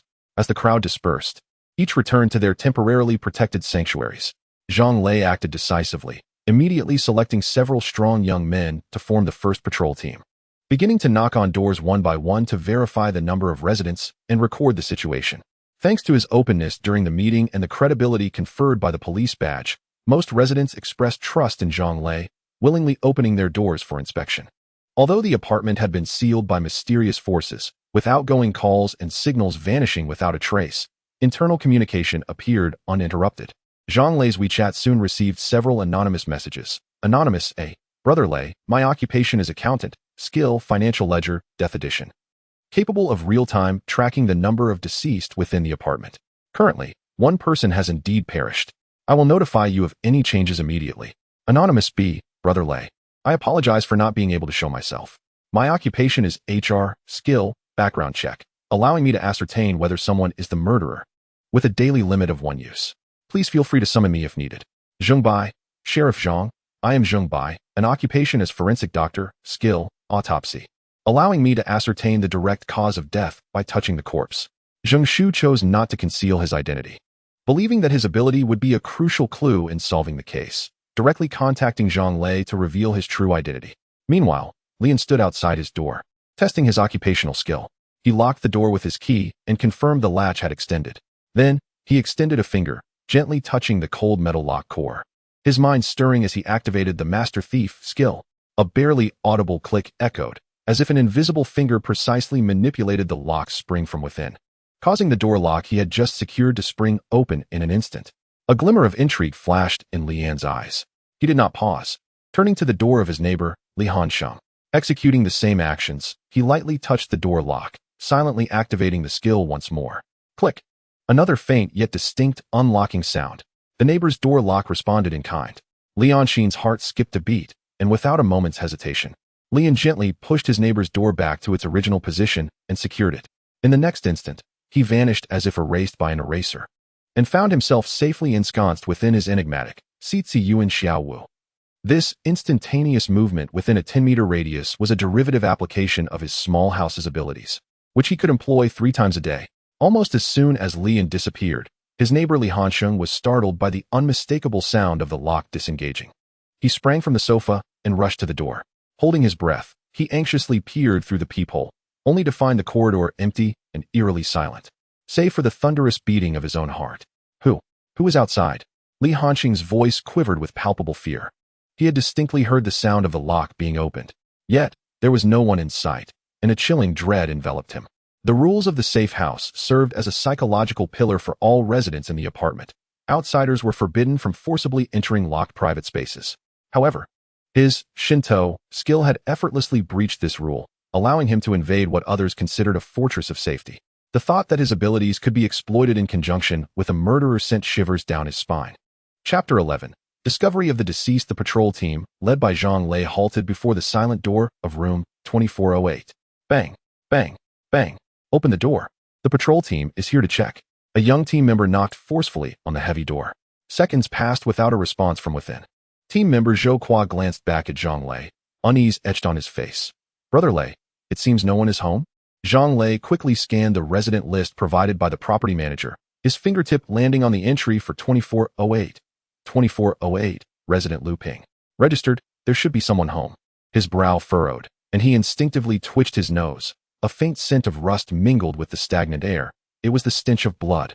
Not good. Zhang Lei's expression changed abruptly. Something might have happened inside. Break down the door. Zhou Qua and the other two team members exchanged glances. Zhou Qua hesitated. Brother Lei. The rules state that outsiders cannot forcibly enter locked private spaces. The rules are meant to protect the living. It is very likely that there are no living souls inside. Only a corpse. The order was firm. The three young team members no longer hesitated, took a deep breath, stepped back, and then charged at the door lock with all their might. Bang, bang, bang. The apartment door lock could not withstand the relentless assault. The door flew open.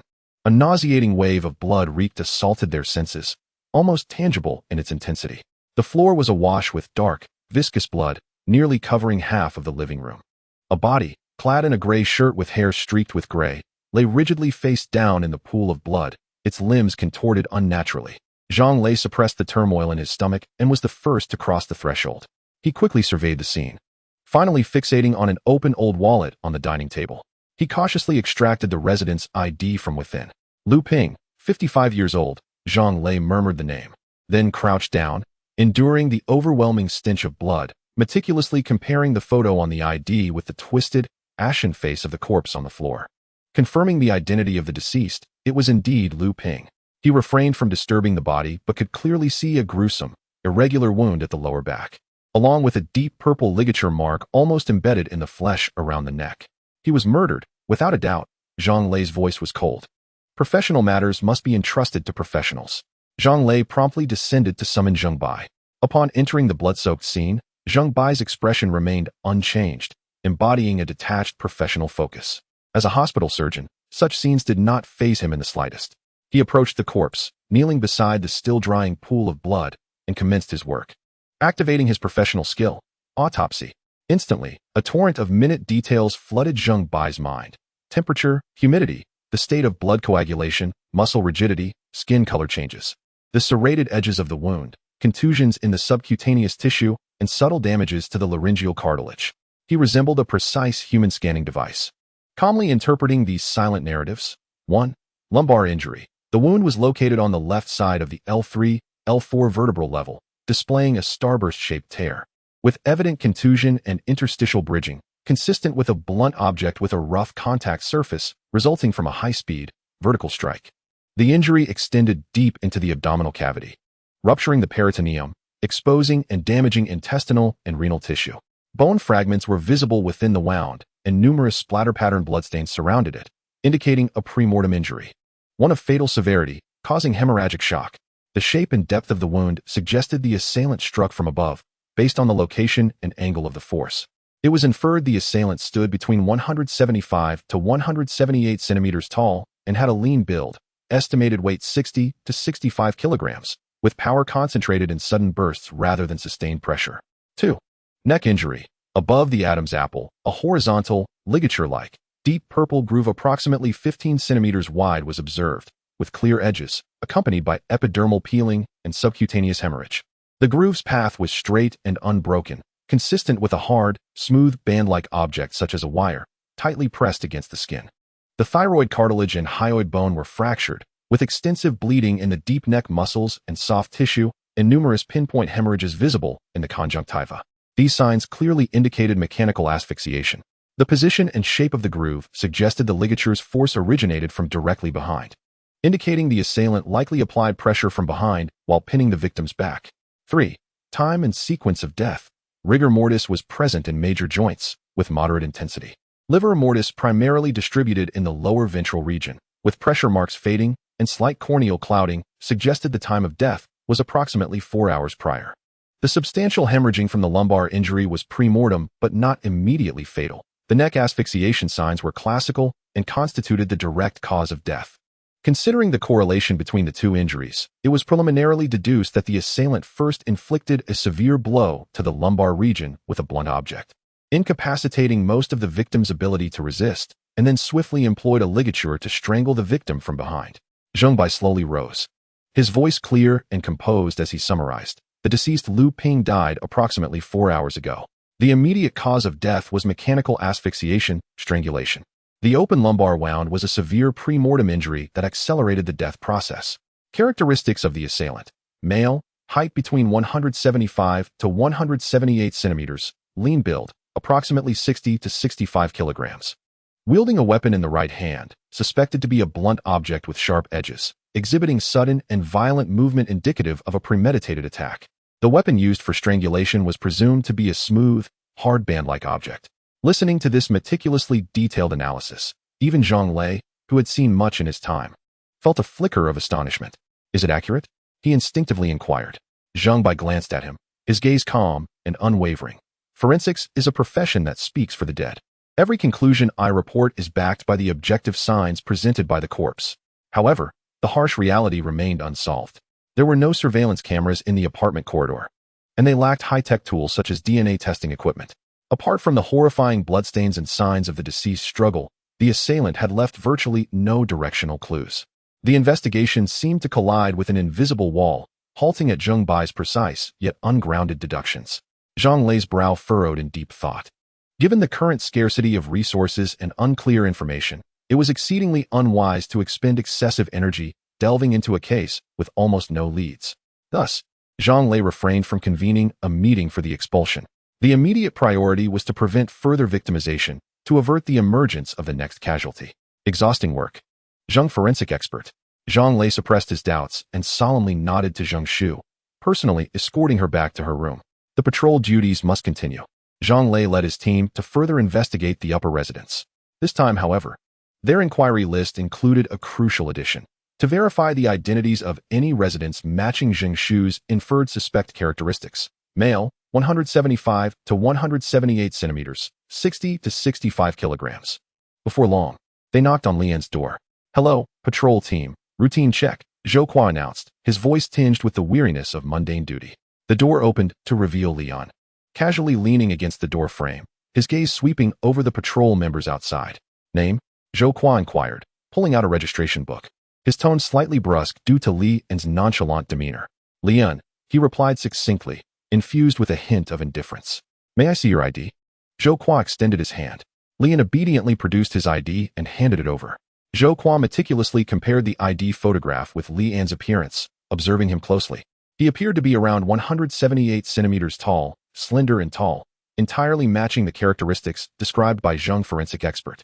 He closed the book and said sternly, "I'm sorry. Your physical traits closely resemble those of the murder suspect. I need to conduct a search inside." Lian's expression immediately turned cold.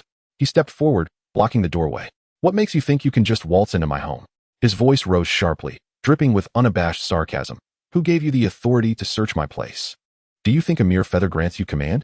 Do you really consider yourself so important? Please cooperate with our work." Zhou Qua was taken aback, his face flushing red with indignation, his voice rising an octave. "Get lost." Lian's response was a single, sharp word, delivered with unyielding decisiveness. Before he could finish speaking, he swiftly raised his foot and delivered a fierce kick to Zhou Qua's abdomen. Ugh! Zhou Qua was caught off guard, crying out in pain as he stumbled back like a ragged sack, crashing heavily onto the cold tile floor of the corridor. In that fleeting moment of bodily conflict, no one noticed Lian's other hand, like a phantom, deftly brushing against Zhou Qua's waist, activating the thief, skill silently. Zhou Qua's phone, along with the patrol team's specialized list of critical resident information tucked within the registration book, had seamlessly transferred into Lian's possession. "Damn it," Zhou Qua groaned, clutching his abdomen as he struggled to rise, a mixture of shame and anger flooding him. He immediately rushed to Lian's closed door, raising his foot to kick forcefully. "Open the door. Come out." The muffled sound echoed through the corridor. However, the authority of the apartment's safety rules manifested silently. The seemingly ordinary door remained unyielding. Rebounding with tremendous force, Zhou Qua lost his balance, stumbling backward and falling again, even more humiliated. Brother Lei, this Lian is definitely problematic. He violently resisted the inspection and even assaulted someone. He must be expelled during tonight's meeting. Better to mistakenly kill an innocent than to let this dangerous individual go. Zhou Qua pointed at the closed door, his voice laced with fury. Zhang Lei's face turned ashen. He gazed at the closed door, then glanced at his humiliated team member on the floor. As the de facto organizer and spiritual leader of the patrol team, he was accustomed to residents responding with respect and cooperation, often with a hint of flattery. Yet this Lian not only openly challenged the patrol team's authority, but also dealt a humiliating blow to his reputation, casting a pall over the entire team. A wave of offended anger churned within him. Although reason told him that condemning someone solely based on physical resemblance and refusal to comply was overly hasty, the embarrassment of being challenged and the urgent need to assert his dominance within the team subtly eroded his judgment. He remained silent, not immediately responding to Zhou Qua's impassioned outburst, but his grim countenance spoke volumes. Chapter 12, Exile of Lian. The cold stone steps surrounded the spacious venue as the expulsion meeting commenced. Zhang Lei stood at the central podium, his voice steady as he reported the patrol team's findings and the circumstances surrounding the deceased, Lu Ping. When the details of the victim were mentioned, the audience reacted with indifference. The death of a stranger failed to stir much emotion in the face of their own fears for survival. During the routine patrol inspection, Zhang Lei shifted his tone, scanning the crowd. One individual had openly refused to cooperate with the inspection, and his physical characteristics bore a striking resemblance to the forensic expert's professional deductions regarding the murderer. He did not name names directly, yet the pressure he exerted was palpable. I hope this person can provide a reasonable explanation in front of everyone. After concluding his report, he stepped back, directing the invisible pressure towards the crowd. What is there to explain? Non-cooperation indicates guilt. Zhou Qua immediately echoed loudly from the steps, his face still flushed with the humiliation of being kicked earlier. His voice sharp and inciting. Just expel him. End of story.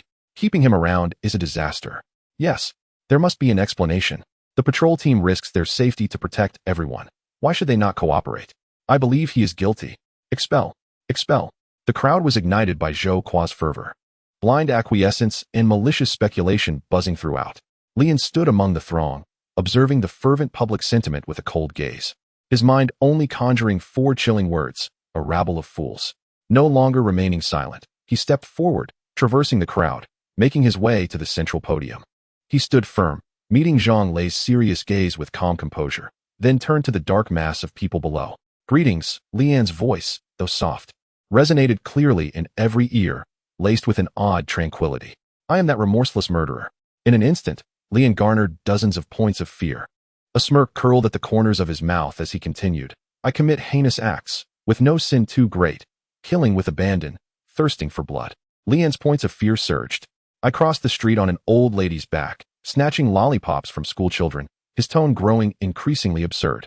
I played tricks on the evacuation points while blocking the bridges. That indeed sounds beastly, a voice from a corner of the audience murmured, unable to suppress a chuckle, triggering a wave of suppressed laughter. The initial shock receded like a tide, and the crowd realized they had been played. This was no confession, but a blatant mockery. That concludes my self-statement. Lian spread his hands, his gaze piercing like a blade directed at Zhang Lei and the indignant Zhou Qua. I believe this testimony aligns perfectly with the script the patrol team has preordained for me, correct? The reasoning is simple. I kicked them. Why did I kick? Because this elite of the patrol team, he pointed at Zhou Qua, attempted to force his way into my home. The reason? Simply because I am 178 centimeters tall and weigh approximately 65 kilograms, fitting the forensic expert's suspect profile. His voice escalated, filled with intense questioning. 175 to 178 centimeters tall, weighing 60 to 65 kilograms. With such a physique in the apartment, one could easily hit several just by tossing a brick. There are no witnesses, no physical evidence, no motive pointing to me. Are you truly going to exile me based on such a ludicrous pretext? Arbitrary, tyrannical, disrespectful. Is this what you call a patrol team? Lian's inquiry struck like a hammer, echoing in the hearts of all present. Under the guise of safeguarding the apartment's security, they abused their power, trampling upon rules, and intended to force their way into private residences. Is this the protection you promised? He surveyed the crowd, his gaze piercing. Ladies and gentlemen, tread carefully. Sometimes, the insidious erosion from within is far more lethal and elusive than any external foe. Today, they may coerce me to open the door under the pretense of a similar physique. Tomorrow, will anyone who defies the patrol team be branded as guilty and sent to exile? Shall this apartment become the domain of a single voice? Each word was a dagger to the heart, each sentence bleeding truth. Zhang Lei's countenance darkened significantly, his lips pressed tightly together, momentarily at a loss for words. Many who had been incited now displayed expressions of contemplation and doubt. Lian's words had stripped away the seemingly righteous facade of the patrol team, revealing the inherent tyranny and peril beneath their actions. The seeds of suspicion were quietly sown. However, not all could be swayed by reason. Among the crowd lingered eyes that purely craved chaos and bloodshed. They cared not for the truth, only for the spectacle. Much like the onlookers in tales who clamored for entrails to be spilled, they were eager to witness Li An's downfall, indifferent to the trivialities of his existence. This faction continued to murmur calls for exile. Wang Mingyue sighed, sensing the subtlety and danger of the situation. He hurried to Li An's side, lowering his voice. Earnest and urgent. "Brother, I believe in you." Yet, Zhang Lei's authority looms large. He cast a glance at the malevolent faces in the audience. Many were unreasonable, believing only what they wished to believe. If this stalemate continues, you may truly find yourself voted out. He paused, proposing a seemingly compromising yet perilous solution. The best way to prove your innocence now is to open the door. Allow Zhang Lei, myself, and a few trusted neighbors to enter and inspect. I assure you on my character, I will keep watch and will not permit any underhanded tactics to frame you. This is the swiftest means to quell the unrest and clear your name. Wang Mingyue's gaze was sincere, genuinely concerned. Lian's mind raced. The 10 tons of frozen goods in his apartment were his greatest worry. Such a colossal amount was ideally suited for the apartment's inherent cold storage, far beyond the capacity of his 4-dimensional refrigerator. However, he caught sight of the nearly 500 emotional points accumulated in his consciousness and swiftly made a decision. Spend 100 points to upgrade the refrigerator. Henceforth, food would no longer pose a problem. With that, Lian donned a nonchalant expression, his voice resonating clearly throughout the assembly.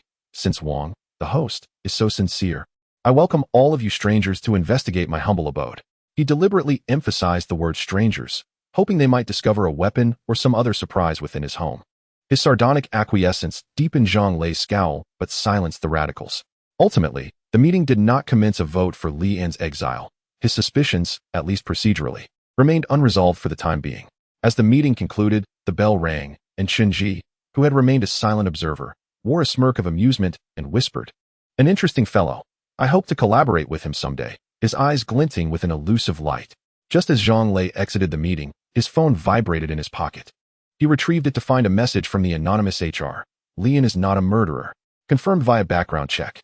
Please be informed." This message pricked at Zhang Lei's heart like a thorn. Yet, he found himself in a predicament. To uphold the patrol team's authority, the investigation must persist. Without allowing Lian time to react, a group had already gathered at his doorstep, comprised of the stern-faced Zhang Lei, the justice-seeking Wang Mingyue, several neighbors chosen as witnesses, and Zhou Qua, whose face bore resentment and eagerness to witness Lian's misfortune. Zhou Qua stepped forward, reveling in a vengeful delight, and banged on Lian's door with force. "Open up." Inspection. Chapter 13. Struggle for Resources Welcome. A faint, enigmatic smile graced Lian's lips. As the door swung open, Zhou Qua and his companions were taken aback by the towering pile of frozen goods inside, gasping in astonishment. "So much. Where did this come from?" Zhou Qua blurted out. "Ladies and gentlemen, are you here to investigate a murderer or to inspect frozen goods?" "Search." Ignoring Lian's sarcasm, Zhou Qua commanded, and the group surged into the cramped space like ravenous wolves, commencing a thorough search. Cabinets were yanked open with brute force, drawers turned upside down, and even the cracks in the floor were pried into, as if they would unearth hidden secrets. In the blink of an eye, what had once been a reasonably tidy abode had descended into chaos. Wang Mingyue frowned, his gaze fixating on the heap of frozen goods, then turned to Zhang Lei. "Sheriff Zhang, the context of the case is clear. The murderer acted for resources against old Liu. Lian's possession of such a vast amount seems unnecessary, does it not?" The group searched for a considerable time, but found nothing of value. Zhang Lei's eyes flickered, hesitating before finally raising his hand. "Withdraw." Zhou Qua and the others reluctantly ceased their search, leaving the room in disarray. Items lay scattered across the floor, but fortunately, Lian did not reside there. "Wait." Lian swiftly stepped in front of the door, his gaze piercing as he locked onto Zhou Qua. hand it over. What did you say? I can't comprehend. Zhou Kua's eyes darted. Lian raised his hand, his fingertip precisely pointing at the bulging front of Zhou Kua's shirt. Brother, those pectorals are quite impressive. In the presence of Lian, who possessed the thief skill, such petty theft was akin to ringing a bell while covering one's ears.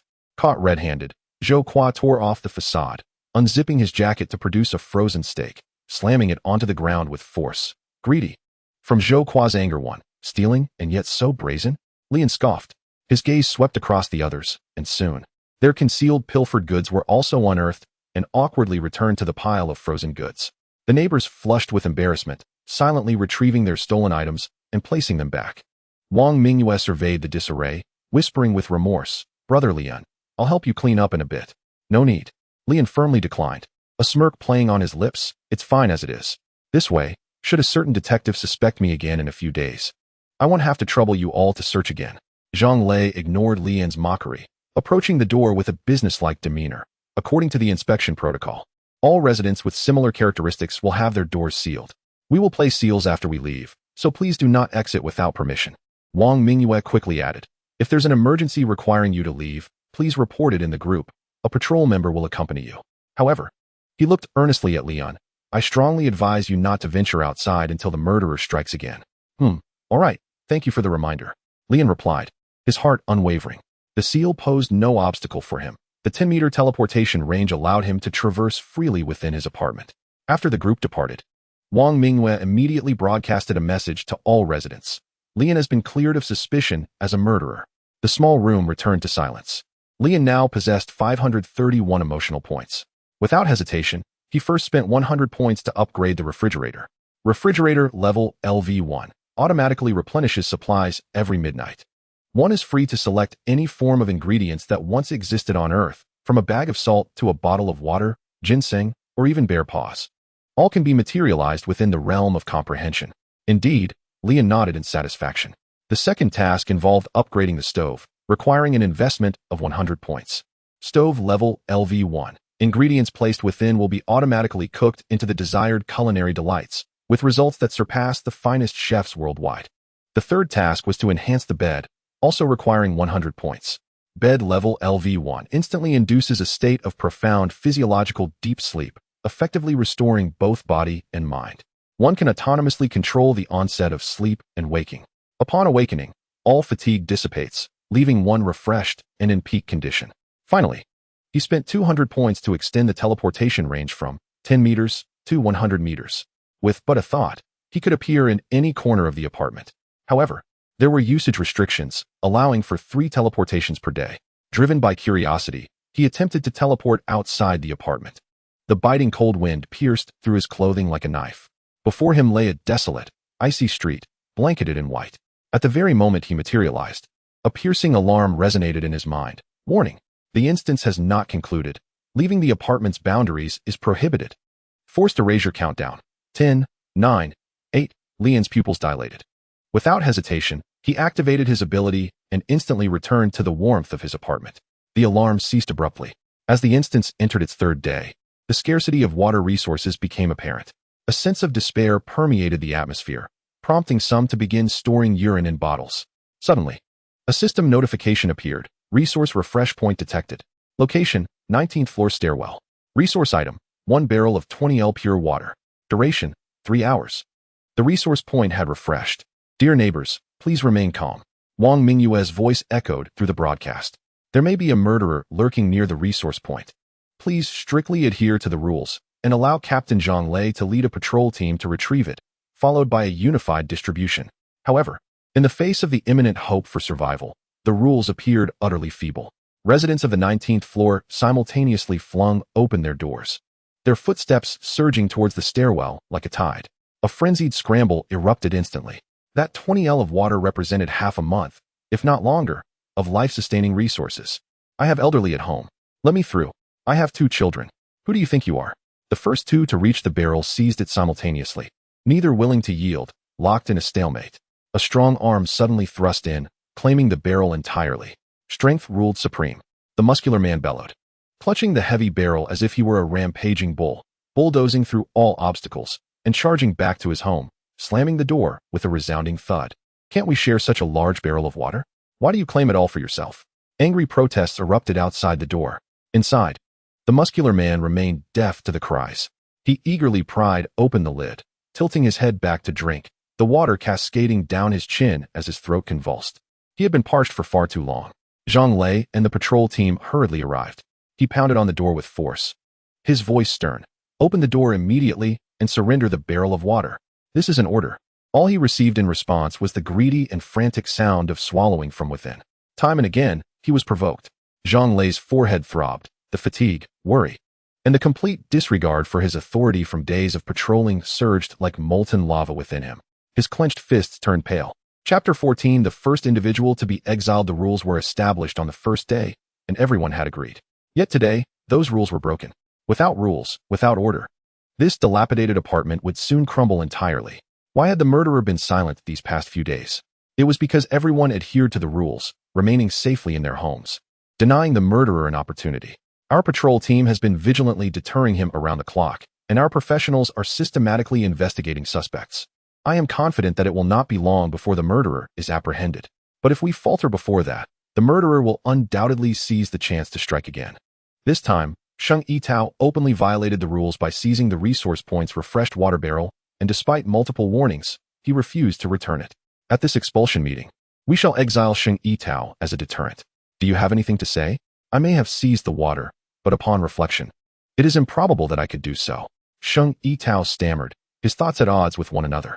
Then let me ask you, you dare to speak such words? All right, do you have anything further to say? Zhang Lei interrupted his disorganized defense with impatience. Whether to exile him is for everyone to decide. Wang Mingyue on the platform seemed to want to intervene, for passing a death sentence for a barrel of water was exceedingly harsh. Yet the furious residents, especially those from the 19th floor who lived alongside Sheng Yitao, were already seething with rage, giving Wang Mingyue no opportunity to argue in his defense. Sheng Yitao himself failed to seize the last chance to garner sympathy. His foolish remarks had utterly exhausted everyone's patience. The voting results were announced. Exile 70 votes, non-exile 19 votes, with the remaining majority choosing to abstain. Sheng Yitao, exiled. The authoritative voice of the expulsion meeting resonated like a judge's gavel. The ground beneath Sheng Yitao's feet crumbled into a bottomless black void. He hardly had time to scream before an unseen force yanked him into darkness, and in the blink of an eye, he was teleported outside the apartment. The extreme cold outside consumed him instantly. The air, nearing -60 degrees, sliced against his exposed skin like countless icy blades. Bewildered, he instinctively turned to flee toward the apartment, but after only a few steps, his legs felt as if they were filled with ice and lead, losing all sensation. And he collapsed heavily into the snow. Without the shelter of concrete and steel, the cold swiftly enveloped him, consciousness fading rapidly. He lay rigidly in the thick snow, unable to move any longer. Sheng Yitao, deceased. The barrel of water from which he had taken but a small sip, along with all his possessions, was swiftly divided among the residents of the same floor. All of this was overseen by Zhang Lei, who ensured distribution to the 19th floor residents. The loss of a life seemed to evoke little ripple of emotion. Some even pondered, does the death of one person seem so dire? Resources have instead become more available. The resource points within the apartment refresh 4 times daily, primarily consisting of vital survival supplies. To gain immediate control over these lifelines, Zhang Lei decided to expand the patrol team. The team grew from an initial 3 members to a substantial 30. 3 members were assigned to patrol every 3 floors, covering all 30 floors, with members carefully selected as young and strong men, excluding those whose physical characteristics resembled those of the suspects. The benefits of joining the patrol team were evident. Priority allocation of survival resources. Consequently, Zhang Lei quickly filled all positions, including the families of the team members. Nearly 200 individuals rallied under his command, granting him absolute authority during the expulsion meeting. Time passed quietly beneath the surface calm. A week went by. The murderer had not acted, and no one within the apartment had perished. Lian's days were quite prosperous, filled with eating and sleeping and eating. Every day, using a secondary account, he shares delectable dishes in the group. Oil-exploded prawns, clay pot rice, sweet and sour pork tenderloin, spicy crab, candied sweet potatoes, charcoal grilled oysters, boiled beef, molten chocolate lava cake, garlic butter baked lobster, crispy roasted duck with mouth-watering chicken, caramel pudding, baked creme brulee, typhoon shelter stir-fried crab, typhoon shelter stir-fried shrimp, braised pork, and more. This consistently garners a wave of envy and jealousy, restoring his emotional value to the threshold of 500, yet it remains stagnant at this point. The reason is that after a while, everyone began to believe that the culinary delights shared by Li and were generated by AI, and now they regard him merely as an electronic pet. Recently, the group leader, Zhang Lei, has found himself in a state of distress. His intention to expand the patrol team was to stabilize morale, but managing a team of nearly 30 individuals far exceeds the capabilities of a former security captain like him, who had only overseen a dozen people at most. In his exhaustion, the issues within the team began to surface. Some members, emboldened by their status, abused their authority to trespass into residents' homes and steal items. There were even instances of them targeting solitary women. To maintain the patrol team's reputation, Zhang Lei forcefully suppressed these scandals, compensating victims with supplies to temporarily quell the uproar. However, the most pressing threat is no longer the lurking murderer, but the imminent scarcity of resources. A week has passed, and apart from a few households with ample supplies, most residents have exhausted their resources. The randomly refreshing resource points provide only a trickle, utterly insufficient for the needs of the entire apartment building. Each exile meeting is filled with the desperate complaints of residents. There is no food left. We will starve. They direct all their frustrations toward Zhang Lei, blaming him for his inability to capture the murderer, ultimately condemning everyone to starve in the apartment. Just as Zhang Lei felt suffocated by the shadow of resource scarcity, Zhou Kuo silently approached him. Lei Gu, Zhou Kuo's voice was low. I know what troubles you. Resources are running low, aren't they? Zhang Lei wearily rubbed his temples, not denying it. Zhou Kuo leaned in closer, a glimmer of insight flashing in his eyes. Don't forget, Lian's household is stocked with a mountain of food. A mere trickle. Zhang Lei shook his head heavily. With over 1,000 mouths to feed, what use is that little bit? It's not even enough to fill the gaps. Lei Gu, you are still too kind. Zhou Kuo smirked. This world is no longer what it used to be. Survival of the fittest. If it weren't for your efforts to maintain order, some individuals would have been eliminated long ago, according to natural law. Zhang Lei looked up in confusion. What do you mean? Zhou Kuo pressed his thin lips together, his voice cold and clear. We must face reality. Not everyone is qualified to live until tomorrow. Just think, what if only 100 people remain in this apartment? He deliberately paused, allowing the chilling figure to permeate the air. First, wouldn't it be easier to root out the murderer hiding in the shadows? Secondly, Zhou Kuo's eyes sparkled with an unknown fervor. We could choose not to exile the murderer, but rather confine and domesticate him, allowing the scenario to continue indefinitely. Utilizing the apartment's mechanism of periodic resource refreshes for sustenance. Resources would accumulate like a snowball, growing ever larger, and we would live longer. Zhang Lei's heart sank. This notion was too insane, too inappropriate. He instinctively retorted, though his voice carried a hint of uncertainty. Inappropriate? Zhou Kuo chuckled lightly. Lei Gu, you are too kind. Don't forget, there are quite a few elderly individuals in this building. What use are these old folks? They merely waste resources. He spread his hands, his tone casual. Moreover, it's quite normal for elderly individuals to have high blood pressure, diabetes, or heart disease.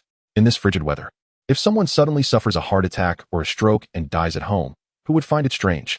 Zhang Lei fell silent. Chapter 15. Three's Company, an urgent notification. No significant matters. Daily exile meetings are suspended. Zhang Lei posted a message in the WeChat group, feeling overwhelmed by the incessant complaints during meetings. Most residents expressed understanding. Apart from the initial 2 meetings, subsequent gatherings proved meaningless, devoid of any valuable content, filled only with complaints and dissatisfaction, rendering the meetings a waste of everyone's time. At this moment, in Chunji's room, Zhaoli knelt before him, her hands kneading his thigh. Jigu, the food we got from Lu Leihan's place is all gone, though not particularly clever. This week had been sufficient for her to realize that this man was the murderer Zhang Lei had been searching for in the apartment. However, having signed a labor contract with Chunji, she had no choice but to comply. Chunji had been unusually quiet this week, remaining indoors, waiting for the patrol team to make a mistake. Indeed, the opportunity arose. Zhang Lei had increased the number of patrol members, ensuring 3 individuals were stationed on every 3 floors at regular intervals. This was akin to delivering a treat right to Chunji's door. After discerning the patrol team's routine, he began to devise his own plan. His physique had been enhanced through the killing book. Although the improvement was subtle, it was sufficient for him to gain an upper hand in one-on-one combat. However, facing 3 armed young men in a direct confrontation presented a challenge. In the evening, Chunji disclosed his entire plan to Zhaoli. A surge of resistance churned within her, yet she dared not show a hint of it on her face, only managing a stiff nod in agreement. Deep into the night, at 3 a.m, the entire apartment plunged into silence. Chunji tore away half of the seal on the door. Zhao Li was positioned behind the door, ready to spring into action with her ability, Peach Blossom Doorbell, to lure one of the patrol members inside as soon as they appeared. Meanwhile, he concealed himself deep within the wardrobe, awaiting the perfect moment to strike. Although a classic beauty trap, it remained effective as long as it worked. The patrol team on the 19th floor, comprising De Fei, Chong, and Xiao Chun, trudged along, fatigue evident in their steps. All three appeared drowsy, yawning continuously. Hurry up and finish the patrol so we can get some sleep. De Fei, leading the group, let out a massive yawn. He was exceptionally burly, weighing an estimated 200 pounds, and held a baseball bat in his right hand. The beam of their flashlights swept across the closed doors of each apartment. Upon encountering any seals, they inspected their integrity. Soon, the light beam landed on Chunji's door. De Fei, this seal is broken. Xiao Chen's voice instantly dispelled their drowsiness. Should we report this to Lego? Chong suggested cautiously. Just then, Zhao Li activated her Peach Blossom Doorbell. An indescribable allure instantly enveloped the three men at the door, their gazes irresistibly drawn to the doorbell, as if it were the sole focus of their attention. What's the rush? De Fei interrupted gruffly. Why report every little thing to Lego? That makes us look cowardly. Let us ring the bell and ask first. His mouth stretched into a wide grin, a primal, urgent impulse flickering in his eyes, as if the doorbell's allure had amplified within him. Exactly, what are three grown men afraid of? Chong perked up. Right, no investigation, no right to speak. Xiao Chen chimed in. De Fei extended his finger and pressed the doorbell. A silence of over 10 seconds followed, just as suspicion began to creep in among the three. The door opened a crack. Zhao Li peeked out, her appearance evidently carefully arranged. Her long hair cascaded messily over her shoulders, accentuating her delicate features. In a soft, charming tone, she asked, Is there something you need, patrol team brothers? How did the seal break? De Fei fixed his gaze on her, his Adam's apple bobbing slightly, his voice tinged with gravity. Zhao Li immediately lowered her head, her shoulders quivering slightly, as tears cascaded down like pearls from a broken string. Her voice trembled with sorrow. I'm so sorry, truly sorry. We've run out of food at home for 2 days. My boyfriend, he couldn't bear the hunger any longer and took the risk of going downstairs to borrow some food from a friend. We didn't want this.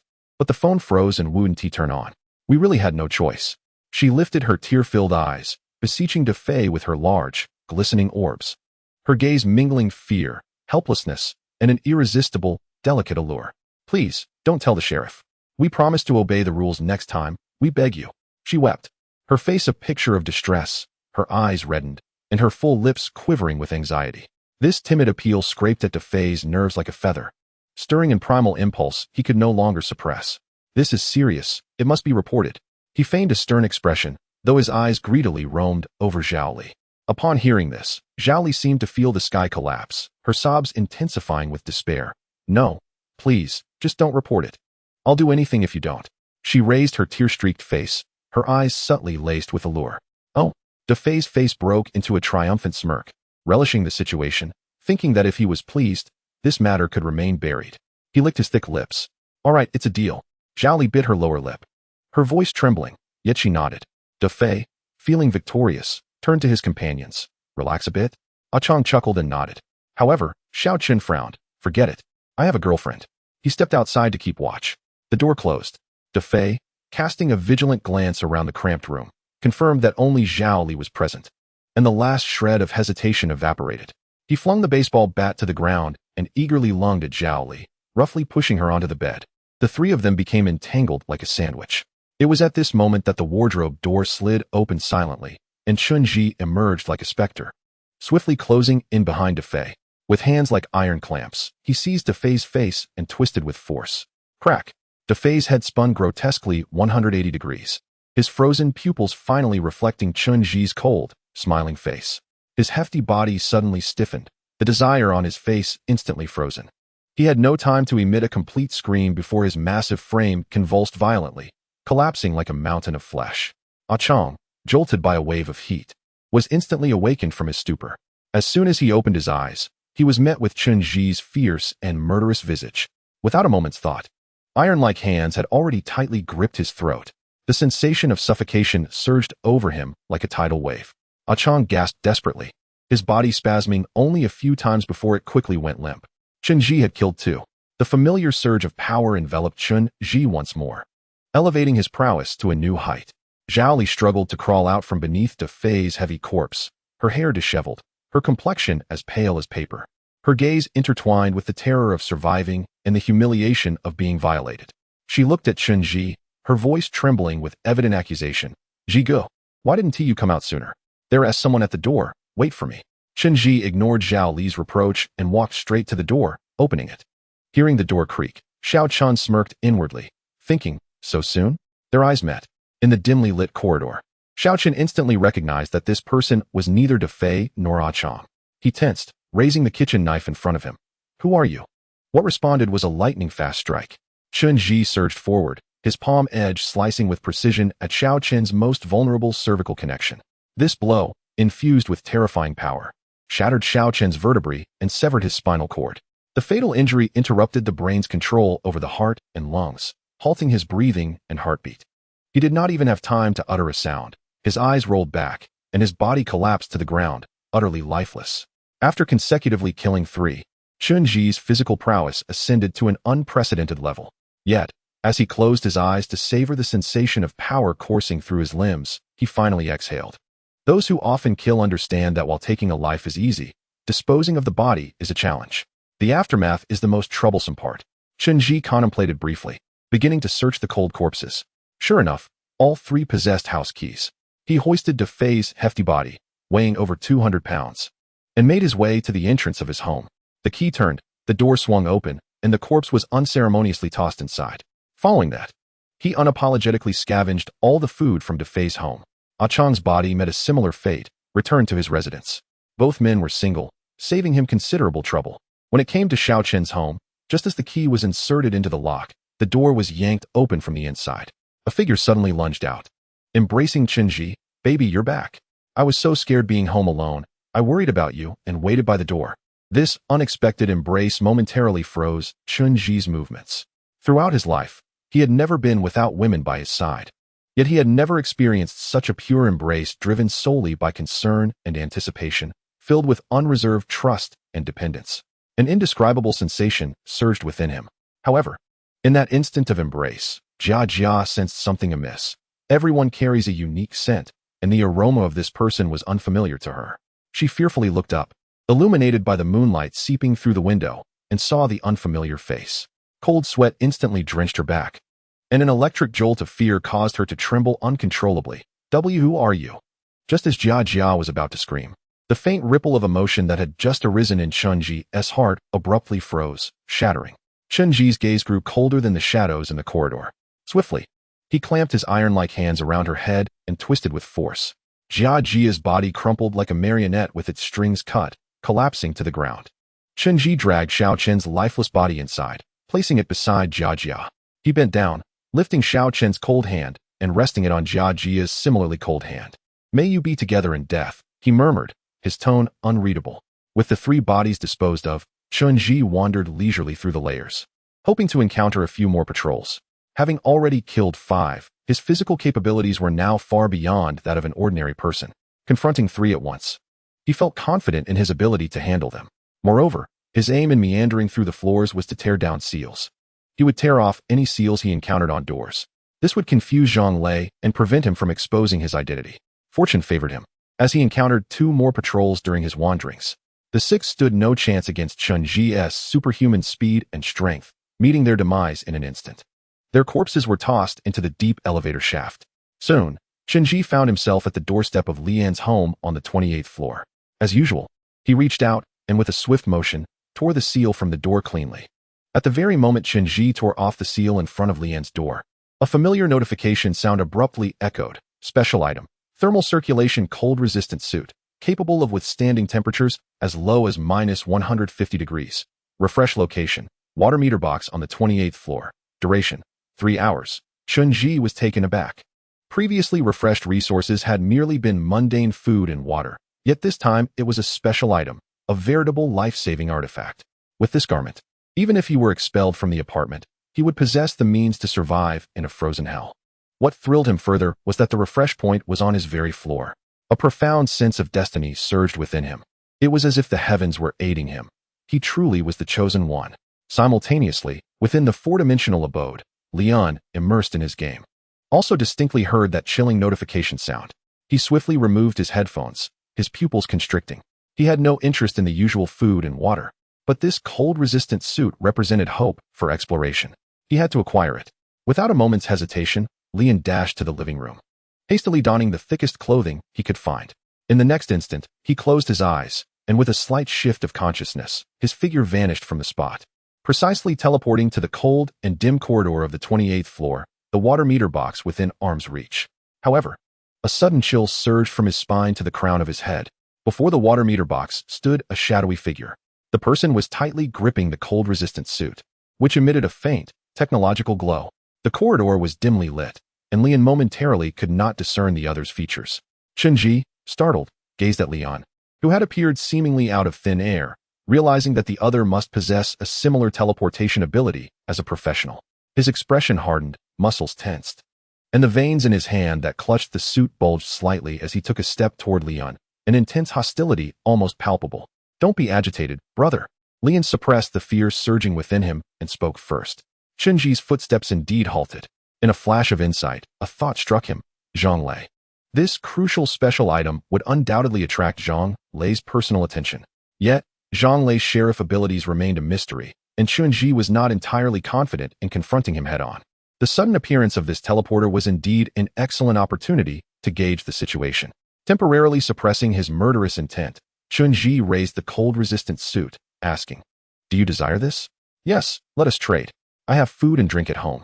Holding onto this cold-resistant suit here in this unescapable building is of little use, isn't it? Why not exchange it for something substantial to fill our bellies?" Leon instinctively regarded him as a neighbor on the same floor. For ordinary residents, food was indeed far more practical than a suit that would not be used.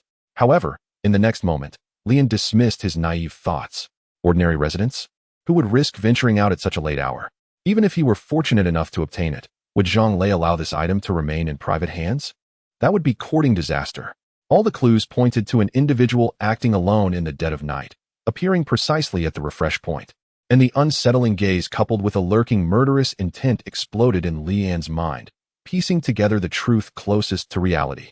The person before him was indeed the murderer of the apartment. Chapter 17. The gun of justice. You are the so-called professional mentioned by Wang Mingyue, aren't you? Chunji initiated a probe. Given your sudden appearance, your ability must be teleportation?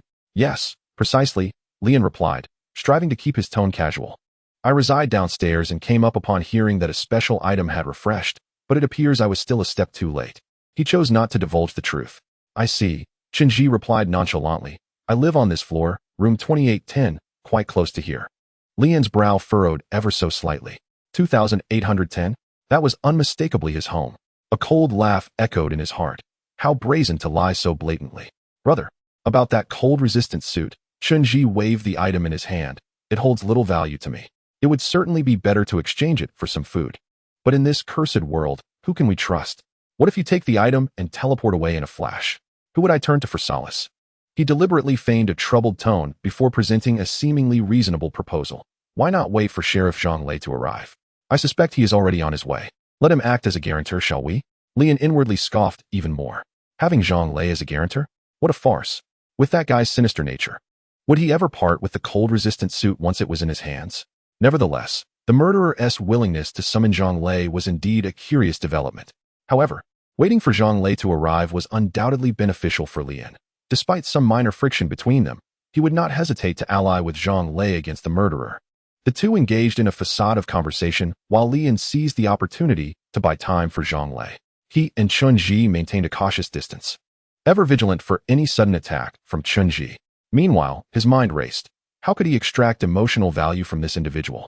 Doing so would reveal his name, allowing him to cross-reference it against a list and uncover his lair. Directly insulting him? Too abrupt. It would only bewilder the other. Approaching to deliver a punch? That would be tantamount to seeking death, as he would likely be dispatched in an instant. A flash of inspiration struck. Burp. Leon let out a loud belch. From Chunji's negative emotion. 1. Apologies. I consumed a whole clove of raw garlic this evening. The aroma is rather strong. Leon offered an apology. Though inwardly he mused, Chunji, such a familiar name, yet too common. If only I could see his face clearly. After contemplating, Leon suggested, Could you let me see the cold-resistant suit? Of course, you can hold it. I'll just shine my flashlight on it. As he spoke, he pretended to reach for his phone. Just as Lian's fingers were about to activate the flashlight on his phone, Chun-Ji swiftly tore a button from his own clothing and flicked it with his fingers. The small hard object flew like a bullet, striking precisely beside the flash on Lian's phone's rear camera. With a sharp crack, the flash's glass shattered. Lian felt a tremendous force slam into his hand, causing his phone to lurch and nearly slip from his grasp. He looked down to see the flash reduced to fragments. I'll handle this. Chun-Ji's voice carried a subtle undertone of mockery.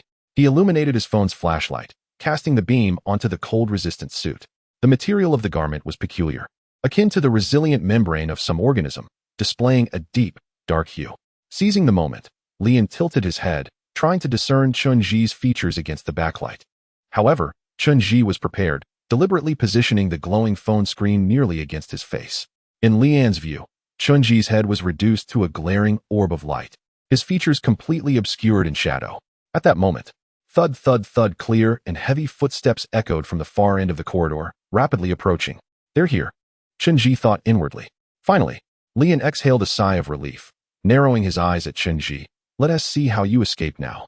Several flickering beams of light pierced the darkness. Zhang Lei, accompanied by his trusted subordinates, finally arrived at the 28th floor. The instant Zhang Lei and his entourage appeared, Chun-Ji raised his hand without hesitation, pointing directly at Lian with a voice brimming with panic and urgency. Sheriff Zhang, quickly seize him. He is the murderer. The swiftness of his framing left Lian utterly unprepared. His intent was simple, to use Lian as a stepping stone, compelling Zhang Lei to act, thereby revealing Zhang Lei's abilities. Zhang Lei's spirit was instantly taut with tension. The distance was still great, and he could not discern the specific features of the two adversaries. With a fierce glint in his eyes, Zhang Lei's right hand clenched in the air, and a silvery metallic sheen materialized out of nowhere. A grimly styled revolver appeared in his grasp. This was indeed his professional ability, Jingyi Jichang. With infinite bullets, each loading took 5 seconds. And the fewer the bullets loaded, the greater their power. Regardless of who they were, he decided to unleash a volley first. As for collateral damage, fatalities, he was utterly indifferent to such concerns. Without a moment's hesitation, Zhang Lei raised his gun and fired. The gun's muzzle did not aim directly at Lian, but rather enveloped the area where the two stood. Bang, bang, bang, bang, bang. The deafening gunfire shattered the corridor's silence. The immense flames spewing from the barrel illuminated the dim corridor in a stark white light. In that fleeting moment of fire, Chun-Ji's enhanced body exhibited inhuman reactions. Like a wraith, he darted forward, precisely positioning himself behind Lian. Meanwhile, Lian, an ordinary person, could scarcely react in time. As the gun's fire blazed and the gunshots rang out, the lethal bullets were already upon him. Pooh, pooh, pooh. He felt as if a heavy hammer had struck him with great force. The first bullet tore through his side, followed by 2 searing metal projectiles piercing the base of his thighs. Zhang Lei intentionally avoided vital areas, aiming instead for a live capture or severe injury. The other 2 bullets aimed at Chun-Ji were narrowly evaded, grazing his clothing before embedding into the wall. An intense pain surged through him, akin to a current coursing through his body. Lian's vision darkened, his legs lost all strength, and he collapsed heavily to the ground. The wounds on his abdomen and thighs seared with a tearing agony, blood rapidly saturating his clothing. At death's door, an overwhelming will to survive eclipsed all else. Lian bore through the excruciating pain, summoning all his strength to activate his ability just before his consciousness faded. His figure vanished in an instant. Seeing his objective achieved, Chun-Ji chose not to continue engaging Zhang Lei. He swiftly stuffed his cold weather gear into his arms and turned to sprint toward the staircase at the other end of the corridor. With numerous residents in the apartment, there were multiple escape routes. Zhang Lei pursued closely, but Chun-Ji's speed was astonishing. In a few leaps, he disappeared into the darkness around the staircase corner, leaving only the sound of his hurried footsteps echoing down the hallway. Upon reaching the staircase, Zhang Lei found only darkness. Where could the figure have gone? Brother Lei, are we pursuing? Zhou Kuo inquired quietly. Zhang Lei gazed into the pitch-black corridor and slowly shook his head. The corridor is narrow. My gun's advantages cannot be fully utilized. Recklessly pursuing could easily lead to an ambush. Chun-Ji's inhuman speed instilled a sense of caution in him, and he was unwilling to take risks in such an unfavorable environment. The thunderous gunfire roused countless residents from their slumber, their phone screens lighting up as messages exploded in the resident group chat. Who fired the gun? What happened? Is there a murderer? On which floor? Help. Officer Zhang. Is Officer Zhang there? Zhang Lei observed the flurry of inquiries in the group and slowly typed. Zhang Lei. Everyone remain calm. There is no cause for alarm. I encountered a murderer on the 28th floor, resulting in a brief exchange of gunfire. He followed up with another message. Zhang Lei. The assailant has been repelled by me. We are temporarily safe. Please do not panic, lock your doors, refrain from venturing outside, and rest assured, I am here. This message served as a calming balm, reassuring the group members. Wonderful. With Officer Zhang here, we can rest easy. Thank you, Officer Zhang. Please ensure your safety. Gratitude to Officer Zhang. You are our guardian. Hero. Officer Zhang is a true hero. 1719. In front of Zhang Bai's door, Lian materialized out of thin air, expending his final ounce of strength to knock on the door. After the knock, Lian, having lost too much blood, collapsed to the ground. Hearing the knocking, Zhang Bai approached the door, peering through the peephole to find Lian lying pale on the floor, unconscious, with a dark red stain spreading beneath him. The area outside was deserted, with only Lian lying alone in a pool of blood. Without a moment's hesitation, he flung the door open and, summoning all his strength, dragged the unconscious Lian inside, swiftly locking the door behind him. Time was of the essence. Zhang Bai quickly knelt beside Lian, exhibiting the calm demeanor of a professional doctor. He leaned in close to Lian's mouth and nose to confirm a faint breath, then began to slap his cold cheeks. Lian, wake up. No response. His gaze swiftly scanned Lian's body, searching for the source of the bleeding.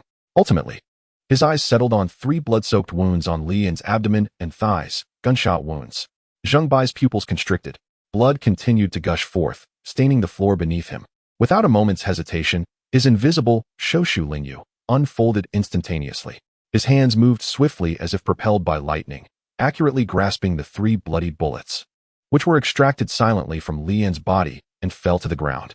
Following this, the torn muscles and severed blood vessels began to reconnect at a visible speed. The gruesome wounds on the skin rapidly closed, smoothing out until only faint red marks remained. However, despite the bullets being removed and the wounds healing, Lian remained unconscious from blood loss, his breathing faint as a whisper. Zhang Bai's ability could mend tissues but could not conjure the lost blood. Seeing Lian's face as pale as a sheet, a flicker of determination ignited in Zhang Bai's eyes. He did not hesitate to draw a quick line across his wrist. Crimson blood surged forth. Boldly, consider this a debt you owe me. Taking a deep breath and focusing his mind, he directed the blood from his wrist into a thin crimson line, continuously pouring into Lian's arm veins. The sensation of blood loss felt cold and burdensome. Zhang Bai's complexion faded rapidly as the transfusion progressed, becoming paler than the unconscious Lian, cold sweat soaking his temples. When the final drop of blood flowed into Lian's body, he could no longer sustain himself. Darkness enveloped him, and he collapsed to the floor, completely losing consciousness. After the transfusion, Lian's chest gradually rose and fell more robustly, his face miraculously regaining a hint of color, and his breathing steadied. Approximately half an hour later, Lian's eyelids trembled violently before he struggled to open them. The intense headache and deep-seated aches throughout his body compelled him to groan involuntarily. He fought to rise from the cold floor, expending every ounce of strength. His vision was exceptionally blurred as it scanned the surroundings, finally resting on Zhang Bai, who lay lifelessly beside him, his face devoid of color. Old Zhang, wake up. A jolt surged through Lian. He crawled over, trembling fingers searching for a pulse. Fortunately, although weak, there was still a breath. Yet, he remained in a deep coma. A profound sense of crisis and indescribable gratitude flooded his heart. Lian dared not delay. Enduring extreme discomfort, he summoned the last vestiges of his strength to lift Zhang Bai. With concentrated intent, the space slightly warped, and their figures vanished from sight. Entering the safe haven of his Sijiuan Xiaowu, he carefully placed Zhang Bai on the soft bed in the master bedroom. Gazing at that bloodless face, Lian did not hesitate to pour all of his remaining 500 emotional points into the bed. Bed level increased. LV2. Effect. Rapidly restores stamina, accelerates self-healing, alleviates abnormal physical states. A warm current instantly spread from the bed, greatly alleviating Zhang Bai's weakened body. The aftermath of blood loss and severe injuries was overwhelming, and dizziness engulfed Lian like a tide. Unable to hold on any longer, he collapsed onto the bed beside Zhang Bai, succumbing to a profound slumber.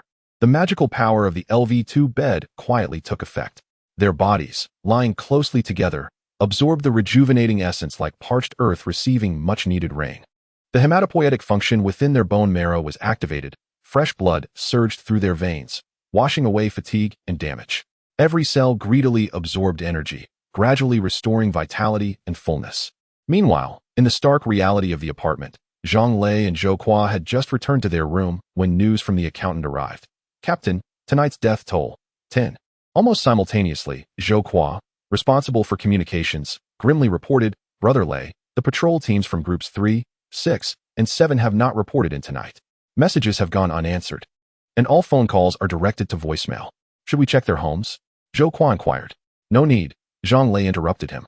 A flicker of realization crossed his eyes.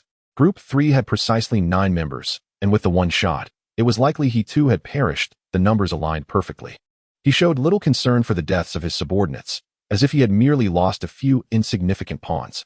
Urgently, Zhang Lei commanded the accountant to seal the death reports to prevent panic from spreading within the apartment.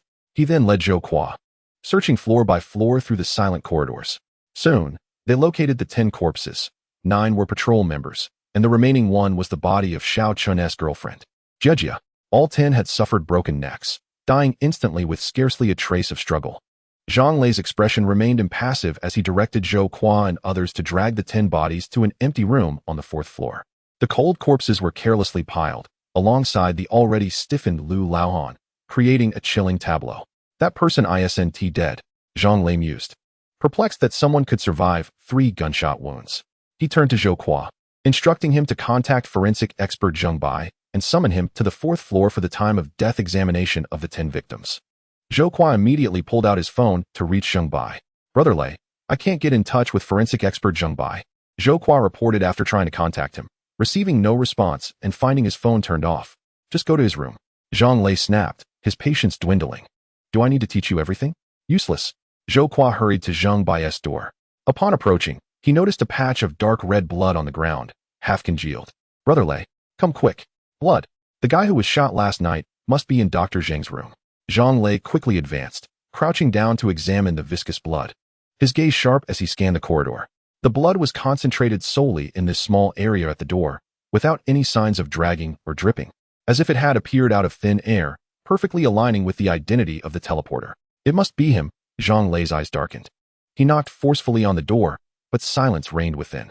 Pressing his ear against the cold door, he heard nothing.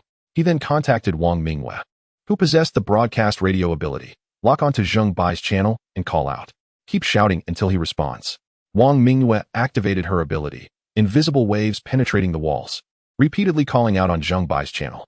However, all he received was an overwhelming silence. Strange, why is my ability failing? Wang Mingyue's voice brimmed with confusion. Keep shouting. Zhang Lei commanded, his mind racing. After returning, he gathered the remaining residents, inciting them with lies. The murderer was severely wounded last night. He sustained 3 gunshot wounds. Now is our time to retaliate. The patrol teams will be expanded immediately. 3 members per floor, patrolling round the clock. Report any abnormalities at once and encircle him. We outnumber him and will surely capture him. Chunji glanced at the messages, feeling both love and hate for Zhang Lei. He worried that if too many were killed, everyone would be too frightened to leave their homes. That very day, the patrol team grew rapidly to 90 members, with eyes and ears spread across every floor. Zhang Lei's strategy was simple and brutal: overwhelm the enemy with numbers. If any one point detected the target, they could swiftly form a pincer movement across the floors. Even if it only delayed him for a few minutes, it would be enough for him to arrive. At that moment, he stroked the grip of his gun at his waist, filled with confidence. In the 4-dimensional room, Lian gradually opened his eyes after an unknown duration. His consciousness was remarkably clear, his body light and strong. The gunshot wounds, blood loss, and excruciating pain felt like a distant nightmare. He turned his head to see Zheng Bai, breathing steadily, his cheeks restored to a healthy hue, clearly out of danger. Just then, an irresistible wave of intense hunger, as if it would hollow him out, surged over him. Glancing at the wall clock, he noted it was 7 p.m., time for dinner. He sprang up and made his way to the kitchen. The refrigerator stood wide open, ingredients being retrieved. The first dish, Mama's pig trotter. Large pig trotters and plump mung beans were tossed into a large pot, which was left to the automatic cooking prowess of the pot. Next, he prepared the second dish, braised lamb. The delicately marbled lamb, fatty as snow, was sourced from the top-grade grass-fed sheep of Ningxia Salt Pond, devoid of any unpleasant odor. Chopped into pieces, it was added to the pot. The third dish, Typhoon Shelter King Crab, followed suit, also cut and tossed into the pot. The fourth dish, garlic hollow vegetable, rounded out the meal. 3 dishes and a soup, enough for 2. For the staple, Lian opted for rice. The grains in the rice cooker glistening and emitting a tantalizing aroma. This was premium Wuchang rice, rare in production, with plump, oily grains that could not be bought even with money. The fragrant rice mingled with the scents of meat and seafood wafting through the kitchen, gradually permeating the master bedroom. Zheng Bai sniffed the air. Chapter 19.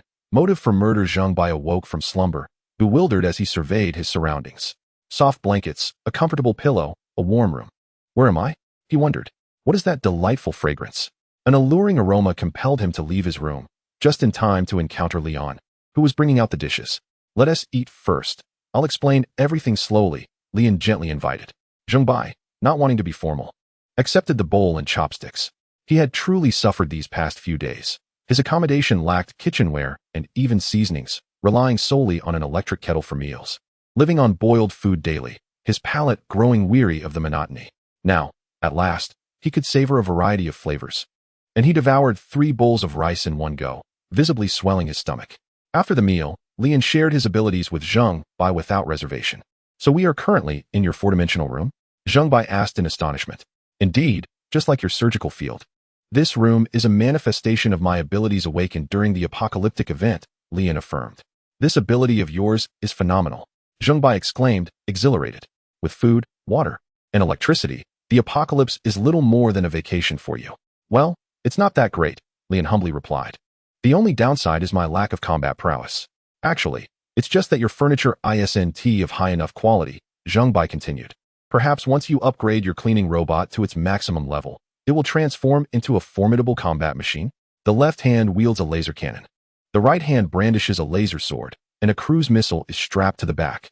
Upon hearing this, Lian directed his gaze toward the diligent sweeping robot in the corner, perhaps contemplating the emotional currency required for an upgrade. Suddenly, Zheng Bai noticed the gunshot wound on Lian's body. What happened? He inquired. Last night, I encountered a mysterious man. If my deductions are accurate, he is the murderer, Lian recounted. We were discussing the matter of thermal suits when Zhang Lei appeared out of nowhere and opened fire on us without hesitation. A look of indignation crossed Zheng Bai's face. We must remain vigilant against this individual. He has completely taken on the role of a tyrant in the apartment, treating other residents with utter disdain. Zheng Bai nodded in agreement. Lian's heart was already ablaze with a desire for vengeance. Had it not been for Zheng Bai's selfless intervention, he might have perished under Zhang Lei's gunfire. Let us collaborate, Lian proposed earnestly, putting down his utensils. You and I are not only endowed with abilities, but also serve as professionals within this realm. Instead of passively awaiting Zhang Lei's next move to capture the murderer, we should actively join forces to investigate. During this time, if it suits you, you should stay here with me, rather than return to your inn. I have water, electricity, and food. It will be safe and convenient until the mission is concluded. That sounds reasonable. It would be a torment to go back, Zheng Bai readily assented. After their meal, the two set off to retrieve items from Zheng Bai's inn. As the mobile signal resumed, Zheng Bai's phone was inundated with dozens of missed call notifications. He showed the screen to Lian. It was Zhang Lei requesting him to verify the time of death of a body. Ignore him, Lian replied decisively. From now on, do not contact Zhang Lei. He should be aware that you saved me. If you approach him again, I fear you may face retaliation. Chen Ji of room 1720 is now a prime suspect, but we currently lack concrete evidence. The residents will not easily believe us. Our focus should be solely on him. I know an HR professional whose ability is background checks. She can investigate Chen Ji's identity. Zheng Bai promptly reached out to the HR contact, and fortunately, the query count had reset that day, yielding results swiftly. Chen Ji, male, occupation, boss. Boss, a professional as well. Is he not the murderer? Zheng Bai lamented, sensing a dead end in their inquiry. However, Lian found it peculiar. Had he misjudged? Reluctantly, he decided to temporarily set aside Chen Ji and first examine the body to uncover any clues. The corpse lay in an empty room on the 4th floor. But the key was in Zhang Lei's possession, Zheng Bai noted.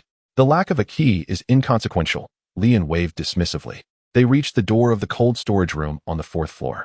Lian lightly touched the lock with his fingertip and employed his thief skill, causing the door to swing open with a click. Zheng Bai swiftly entered, while Lian cautiously scanned the surroundings, ensuring no one was following before he too stepped inside. Zheng Bai immediately set to work, meticulously examining each corpse. He soon concluded, The initial murderer had required a weapon to slay old Liu. But these 10 corpses had all succumbed to their necks being violently snapped by sheer force. The murderer was growing stronger. Does killing grant strength? Lian felt a chill run down his spine. They had discovered the motive for the killings, yet it was far from good news. There could be no delay. They must identify the murderer swiftly, lest his strength escalate beyond comprehension. That fool Zhonglei. Lian couldn't help but exclaim, deploying so many patrols is practically inviting disaster. He promptly retrieved his phone and sent 3 urgent messages to the apartment group. Attention, all patrol members. Do not go outside. Do not go outside. Do not go outside. As soon as the messages were dispatched, dissent arose. Hey, who do you think you are? Why should we take orders from you? Negative emotion from Li Jinsheng. 1. Immediately following, Lian shared photos of the deceased in the group. Zheng Bai added beneath the images, upon examination. All 10 victims were found to have their necks broken by immense force. Furthermore, analysis of the neck distortion and fracture severity indicates a linear increase in the murderer's strength. The group erupted in chaos. The gruesome sight of 10 bloody corpses was shocking to many who had never witnessed death before. Those with weaker constitutions were retching on the spot. Negative emotion. 452. Lian was taken aback.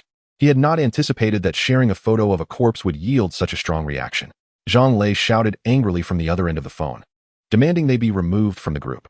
The administrator acted swiftly, and in an instant, Lian and Zheng Bai's avatars vanished from the member list.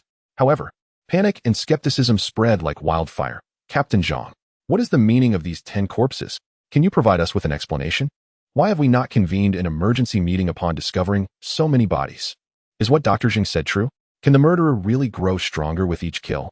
At this moment, Zhang Lei found himself at a loss for words, hastily defending. I shot the murderer 3 times last night. He is gravely injured. And we will apprehend him soon. The group erupted with sharper inquiries. Are you certain you shot the murderer? How do you know his identity? Did you see his face? How could he run after being shot 3 times? Was it intentional or accidental?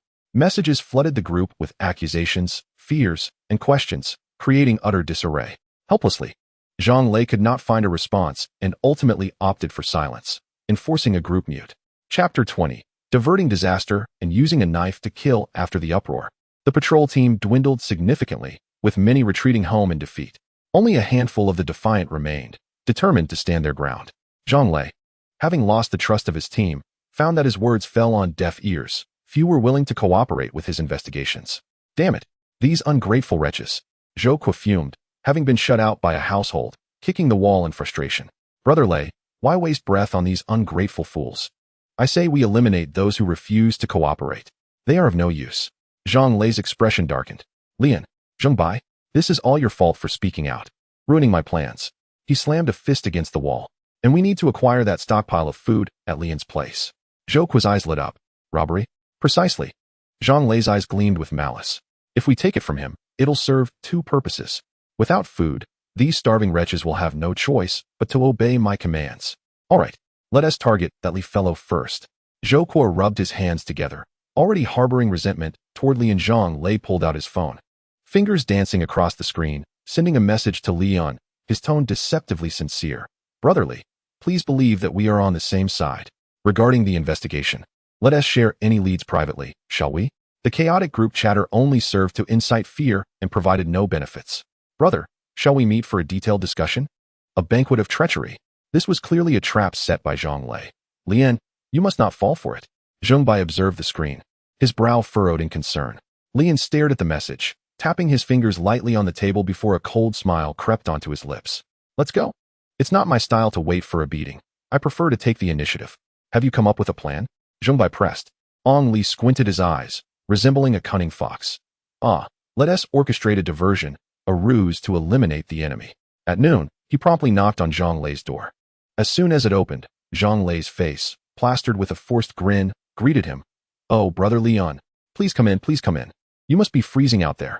Stepping inside, a wave of warmth enveloped him. Upon raising his gaze, he was taken aback, for small suns blazed, turning the room into a steamy sauna, utterly devoid of the frigid atmosphere of a post-apocalyptic world. Wow, Captain Zhang, your setup is impressively complete. Lian raised an eyebrow, curiosity lacing his tone. In this desolate place, such small suns were quite a rarity. It's all from the kind-hearted residents of the building, insisting on it for me. Zhang Lei chuckled, pretending to brew some unknown tea leaves, You know, as we age, we suffer from chronic ailments. It's nice to warm up a bit. Brother, have a seat, enjoy some tea. He discreetly surveyed Lian out of the corner of his eye, carefully assessing this rebellious figure. Lian, not one to be rude, let his gaze traverse the various supplies piled like mountains within the room. Though not as extensive as his own stockpile, Zhang Lei was undoubtedly a local magnate in this apartment. After a few sips of the insipid tea, Zhang Lei delved into the crux of the matter. His tone earnest. Brother Lian, you needn't concern yourself with that murderous fiend. Leave it to our patrol team. It's far too perilous, truly. He set down his cup, leaning forward slightly, lowering his voice. Imagine if one day you were to unknowingly fall in the corridor, with no one to collect your remains. What a waste, wouldn't you agree? The underlying menace in his words was palpable. Hey now, Captain Zhang, what are you saying? Lian suddenly slammed his thigh, his booming voice startling Zhang Lei, who quickly stiffened as Lian affectionately threw an arm around his neck, the force causing him to freeze. You've called me brother. How can you be so harsh? I'll heed your words. From now on, I, Lian, will not meddle in this matter. I rely entirely on you, Captain Zhang. He patted Zhang Lei's shoulder with a hearty thump, exuding the carefree demeanor of a simpleton. Zhang Lei, feeling the pressure on his neck, was taken aback. Was he truly this easy to persuade? This was entirely different from his expectations of a hard-nosed individual. The intimidation tactics and dramatic declarations he had prepared crumbled in an instant. He set down his cup and poured another, continuing, Brother, there's one more matter. Our apartment is currently facing a severe food shortage. Many residents have gone hungry for days. I hope you can be generous and share some of your frozen goods with everyone. Lian slammed a key onto the table with a resounding thud. What attitude is this? If you're lacking food, feel free to send someone to collect my frozen goods tomorrow. Here's the key. With that, he pretended to rise, asking if that was all, ready to take his leave. Zhang Lei was utterly bewildered. Was that it? Had he just been handed the key? The enormous opportunity left him slightly dizzy. With food, he could tighten his grip on the starving residents. He suppressed his overwhelming joy, quickly rising, his face radiating exaggerated gratitude. Oh, brother, you are too benevolent. I must see you off personally. He rushed ahead, eagerly opening the door for Lian. As the door swung open, 3 burly men lurking outside nearly stumbled in, glaring at Lian with hostile intent. Zhang Lei quickly gestured for them to step aside, and they reluctantly made way. Zhang Lei escorted Lian to the entrance, even using the newly acquired spare key to unlock Lian's door right in front of him. The sight of the mountain of frozen goods inside stung his eyes with excitement. Once confirmed, he left with satisfaction, leading his companions away. Brother Lei, is it really that simple? Zhou Kuo looked at the key in Zhang Lei's hand, still in disbelief. Humph, this Lian is nothing but a spineless coward. Zhang Lei grinned widely. Tomorrow, let us bring a few more people and clear his house of everything. As the door closed, the affable expression on Lian's face vanished in an instant, his eyes shifting with intent. He leaned towards the peephole, confirming the corridor was empty before leisurely extracting a small black card from his pocket, a card he had stealthily pilfered from Zhang Lei while embracing him. Zhang Lei's home employed a fingerprint lock equipped with NFC functionality. This black card was the key to his door. The thief skill proved to be remarkably effective. The knife was now in hand. Next, he would seek out the individual most suited to wield it, the prime suspect, Chunji. Despite the background checks conducted by HR, Lian trusted his instincts. Chunji was indeed the murderer, likely possessing dual occupations. In a flash, Lian vanished from sight. The next moment, he found himself at the cold door of Chunji's residence. He bent down, quietly placing the card and a folded note at Chunji's doorstep. After knocking twice, he seamlessly blended into the air, as if he had never existed. Inside, the ever-vigilant Chunji heard the knock. He silently approached the peephole, finding the corridor deserted. Abruptly, he yanked open the door, only to find nothing but emptiness. Lowering his gaze, he noticed a card and a note quietly resting at his feet. He swiftly picked them up, retreating inside to shut the door tightly. Unfolding the note, he found a single line printed. Key 1422, Zhang Lei's home. Wishing you a pleasant hunt, Mr. Murderer? A jolt coursed through Chunji's heart. As if struck by a heavy hammer, his blood surged to his head, only to freeze in the next moment. His identity had been exposed. Who was it? The one who vanished into thin air last night. How could he know my identity? What does this key signify? A trap? A test? Or a collaboration? Countless thoughts raced chaotically through Chunji's mind. Chapter 21. Tyrannosaurus meat and the stirring stick. Chunji sat in his room, lost in thought for a considerable time. His fingers unconsciously rubbing the card, his mind preoccupied with the words on the note. Exposed. Finally, He exhaled a deep breath, carefully concealing the card and note in his inner pocket. Impulsiveness was a devil. He needed to await a more opportune moment. Zhang Lei remained blissfully unaware. He hummed a tune as he returned home, never considering the need to check the card. In this era of fingerprint locks, who would keep a close watch on that flimsy plastic piece? His mind was filled with visions of clearing out all of Lian's food the next day, excitement causing his smile to stretch nearly to his ears. That night, the apartment experienced an eerie tranquility, a long-awaited calm. There was no death, no unrest. Only the cold creeping through the corridors. However, Lian felt particularly fulfilled that evening. He had consumed 100 points of emotional value, upgrading the unassuming little medicine cabinet in his room. The level 1 cabinet unlocked a new ability: refresh any medication that has ever existed on Earth. Done. Lian examined several boxes of potent laxatives in his hands, a sly grin creeping across his face. Nearby, Zhongbai knowingly passed him a mortar and pestle, meticulously grinding the tablets into a fine powder. That should be sufficient to induce dehydration. Zhongbai clapped off the remaining powder on his hands, a hint of satisfaction in his tone. Old Zheng, will heating this diminish its effectiveness? Lian asked, carefully applying the powder to a beautifully marbled piece of prime beef. Fear not, Zhongbai replied confidently, raising an eyebrow. The molecular structure of this laxative is exceptionally stable, impervious to cooking methods. Its potency remains intact. That's reassuring. Lian looked content as he surveyed the premium meats, now enhanced, planning to treat Zhang Lei and the others to a lavish feast the following day. After preparing the special ingredients, the two returned to their cozy four-dimensional abode. What do you want to eat tonight? Lian inquired as he washed his hands. Anything will suffice, perhaps some dragon liver or phoenix marrow. I'm not picky. Zhongbai patted his sunken belly. Dragon's liver and phoenix's marrow. How audacious you are. I might as well stuff some boneless chicken feet into your mouth. Lian paused mid-sentence, his eyes sparkling with excitement. Wait, dragon meat? That might actually exist. Suddenly, he recalled his refrigerator, which could refresh any ingredients that had ever existed on Earth. Surely, ingredients from the Cretaceous period could be refreshed as well. He promptly approached the fridge and input Tyrannosaurus Rex hind leg meat into the touchscreen. To his astonishment, a confirmation sound chimed, and the screen indeed displayed the message. Opening the fridge, a colossal piece of pale meat, adorned with peculiar white membranes, lay within the chilled compartment, its texture reminiscent of chicken breast.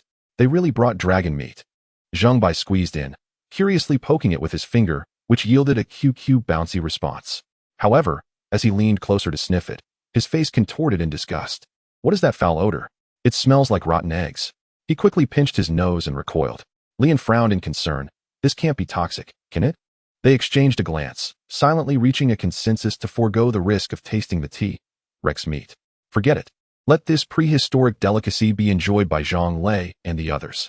Lian decisively closed the fridge door. Let's stick to Sichuan cuisine. That's always a crowd pleaser. Zhongbai suggested.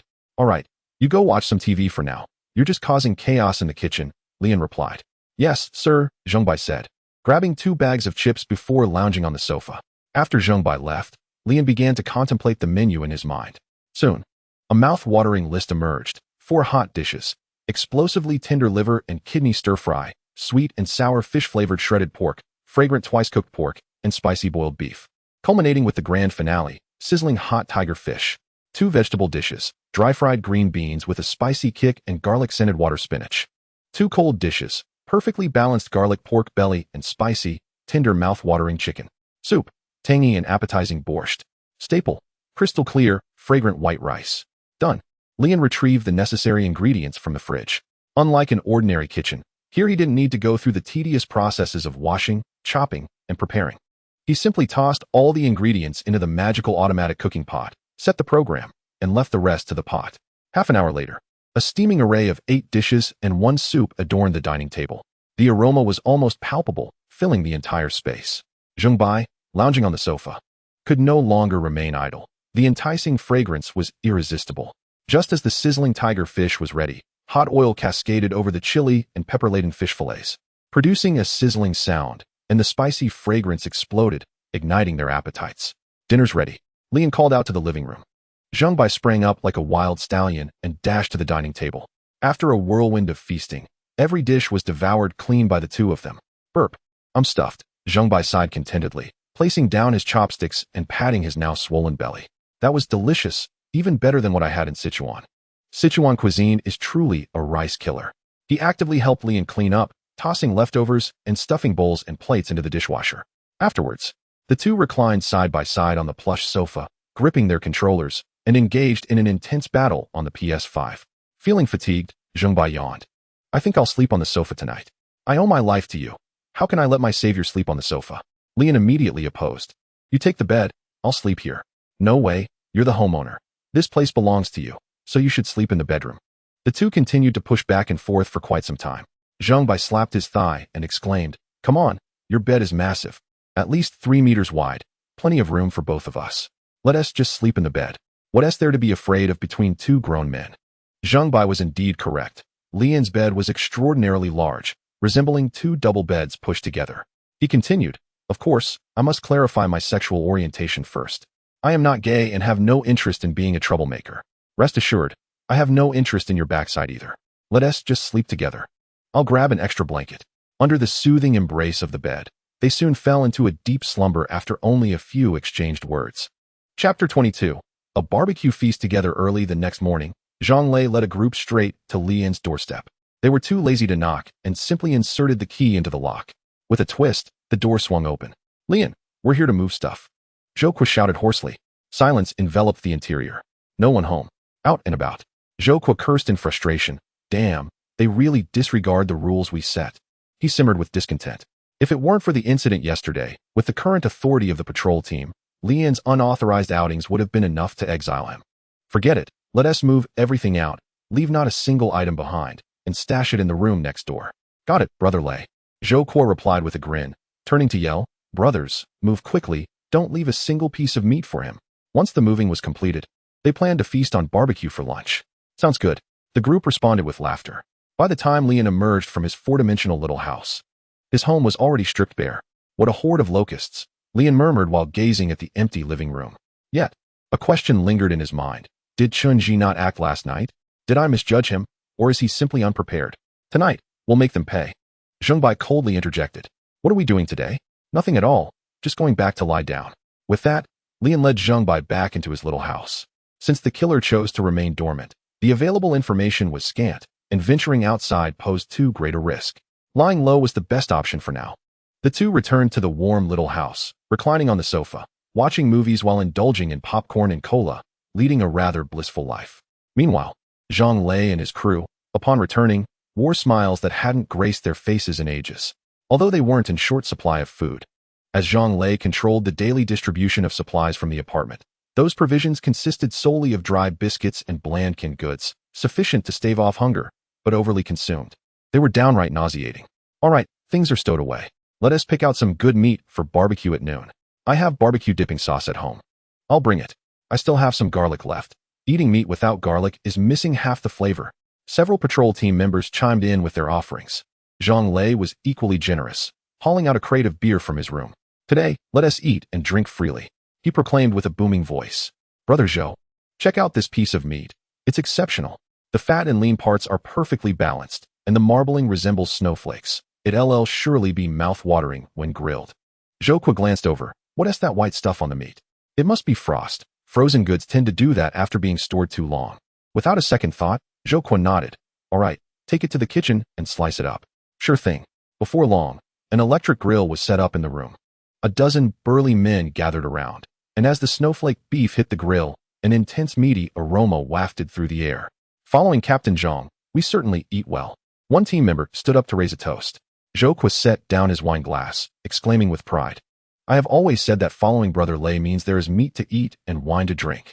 As for those cowardly deserters, let them hide under their blankets and regret their choices. Indeed, I should take a photo and share it in the group. Let them die of envy. Let's not, Zhang Lei interjected, waving his hand to halt the man's intention of reaching for his phone. Let us enjoy our meal today, and once we step out of this door, let us forget this matter. After all, if the other residents find out, some may become envious. Rest assured, Brother Lei, this matter will remain buried deep within, Zhou assured, casting a warning glance around the room. The others hastily set down their chopsticks and vowed, Officer Zhang, if this matter gets out, may my entire family perish. Yes, let us eat while it's still warm. It won't taste as good if it gets cold. Zhang Lei nodded in agreement. The enticing aroma of meat wafted through the air, slipping quietly through the door's crack. In the adjacent room, A frail mother held her little boy close, curled up under the covers. They had been lying there for 3 days without a drop of water or a grain of rice. "Mommy, I'm so hungry," the little boy whispered weakly. "Be quiet. Speaking makes you even hungrier." The mother's voice was barely audible. As she spoke, she tightened the waistband of her pants. At that moment, the scent of roasted meat wafted into the little boy's nose. "Mommy, it's barbecue," the boy exclaimed, suddenly invigorated. However, the woman holding him had already fainted, unable to respond to her son. The little boy struggled to crawl out of his mother's embrace. "It must be Officer Zhang's house roasting meat. I will go ask for some." "Mommy, wait for me." He put on his shoes and staggered out of the house.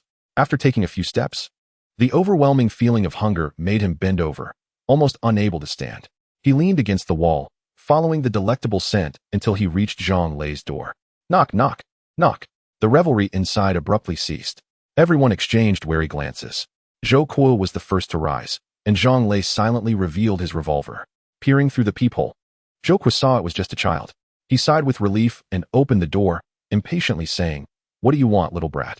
Don't you know you can't go out freely? Be careful not to freeze into an ice sculpture."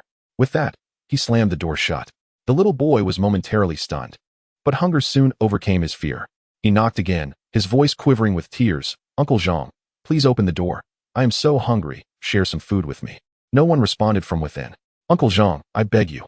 I haven't eaten anything for 3 days, please share some." The boy began to cry. His cries echoed through the corridor, painfully piercing. Zhang Lei frowned and glanced at Zhou Kuo. Zhou Kuo understood, cursing under his breath as he stood up. "Damn it, kid. You're ruining my mood." He yanked the door open, causing the little boy, who was leaning against the door, to stumble inside. Zhou Kuo roughly grabbed the boy by the collar, lifting him up. "Why are you crying? It's deafening." "I'm hungry. Please give me something to eat," the boy sobbed.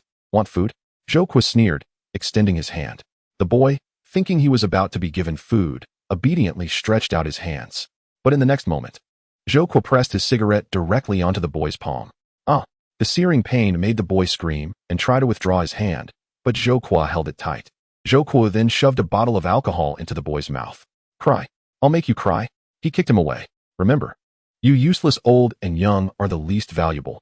Wasting resources on you is a sin. In the apocalypse, you should be the first to die. Consider yourself lucky that I am not killing you today. Now scram." Wiping away his tears, the little boy struggled to stand and turned to flee. But in that instant, a gunshot rang out. The boy fell to the ground, blood seeping slowly from him. Chapter 23. The apartment roster. Everyone froze in place, unable to fathom that Zhang Lei would shoot a little boy without hesitation. From this day forth, anyone who violates the rules, regardless of age or gender, shall be executed. Zhang Lei's tone was calm, yet each word cut like a knife. Brother Lei is right. Without rules, chaos ensues. Now, even the most insignificant dare to trample upon us. A few must be killed to establish authority. Zhou Kuo briskly wrapped the boy's body in a bedsheet and tossed it aside. "Everyone, continue eating. Do not let this trivial matter spoil the mood." He resumed his seat, feigning nonchalance. However, the smiles around him had turned forced, and the atmosphere had grown palpably cold. Each person deeply shaken by the earlier scene. Before long, those at the table began to feel something was amiss. Their stomachs grumbled ominously as the effects of the laxative took hold. "Ugh, is this meat spoiled? My stomach hurts." Zhou Kuo clenched his legs, squirming as beads of sweat formed on his forehead. "I can't hold it any longer." A team member dashed towards the restroom, followed by a cacophony of sounds, mingled with loud flatulence. Others were unable to contain themselves and rushed towards the door. "Hurry. I need to go too." Zhang Lei also hunched over, clutching his stomach, making slow progress towards the restroom, gritting his teeth as he cursed. "Damn it, can't you just go at your own pace?" Only then did everyone realize what was happening, and they all rushed out, making a beeline for their respective units. Some couldn't hold it and soiled their pants. Others, living further away, resorted to relieving themselves in the hallway. Soon, everyone realized that the meat was the problem. Lian put laxatives in the meat. While watching a movie, Lian received the notification and smirked slightly. "The effects are quite rapid. What's wrong?"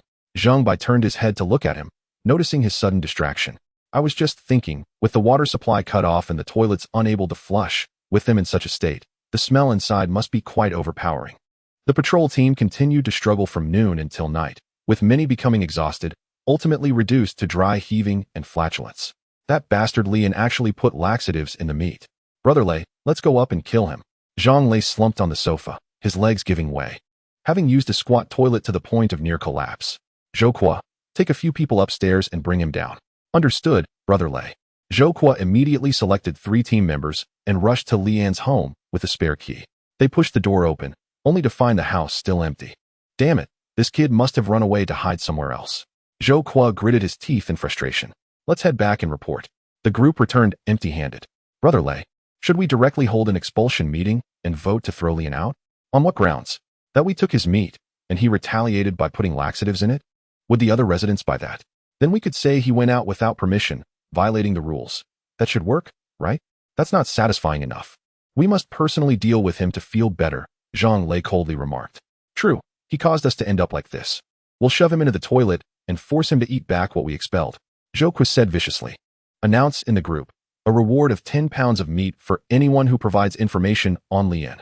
What a waste of that meat, the piece with the laxative. What if the others were poisoned? Poisoned? Where would he get poison? Zhang Lei exclaimed in surprise. Have you forgotten? He is quite close with Dr. Zheng. Perhaps Zheng Bai has some, Zhou speculated wildly. Each piece of meat was to be cut into small portions for the residents to test for poison. Zhang Lei sighed, reminding himself to keep meticulous records. Understood, Lei Gu. I will prepare a table to note down who received each piece of meat and their subsequent reactions. Yes, that would be the most prudent approach. Ultimately, Zhang Lei was reluctant to discard the meat. Having seized the frozen goods from Lian, he had intended to enjoy a comfortable life as the king of the apartment, relying on the ample food to outlast the murderer without stepping outside. Little did he anticipate that the meat had been tampered with, thwarting his plans and leaving him increasingly vexed. In a small room, Zheng Bai stretched his body and inquired, Lian, I suppose the patrol team is scouring the entire building for you now? If they manage to find me, I would consider it an accomplishment on their part. What if they are waiting for you at your doorstep? That would be inconsequential. Within 100 meters of my home, I can teleport at will. Blocking the revival point would be futile. And what if they vote to exile you? That too is of no concern. I can instantly return to my 4-dimensional abode. Lian's calm demeanor stemmed from the fact that no one could truly restrain him. The hunt for the murderer was merely a subplot. The true objective was to harness the negative emotional energy from the apartment's residents. Merely a dozen patrol members had already contributed over 300 points of negative energy that afternoon. Presently, his emotional energy balance stood at 372. Elevating the key to level 2 required 600 points of emotional energy. At that point, he could create a door to return to his 4-dimensional sanctuary anytime, free from distance constraints, thereby maximizing his safety. The following morning, Zhou swiftly gathered his team to slice the remaining meat into strips, taking small samples from the center and ends, marking them appropriately before distributing them to each household. Upon hearing that the patrol team would be distributing meat, the residents eagerly crowded behind their doors, eyes glued to the peepholes, anxious not to miss out.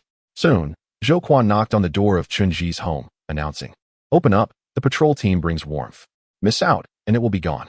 Without hesitation, Chunji opened the door. Zhou pushed past him and surveyed the room, noting only Chunji and Zhaoli were present. 2 people, 1 pound of meat. Just sign here, and it's yours.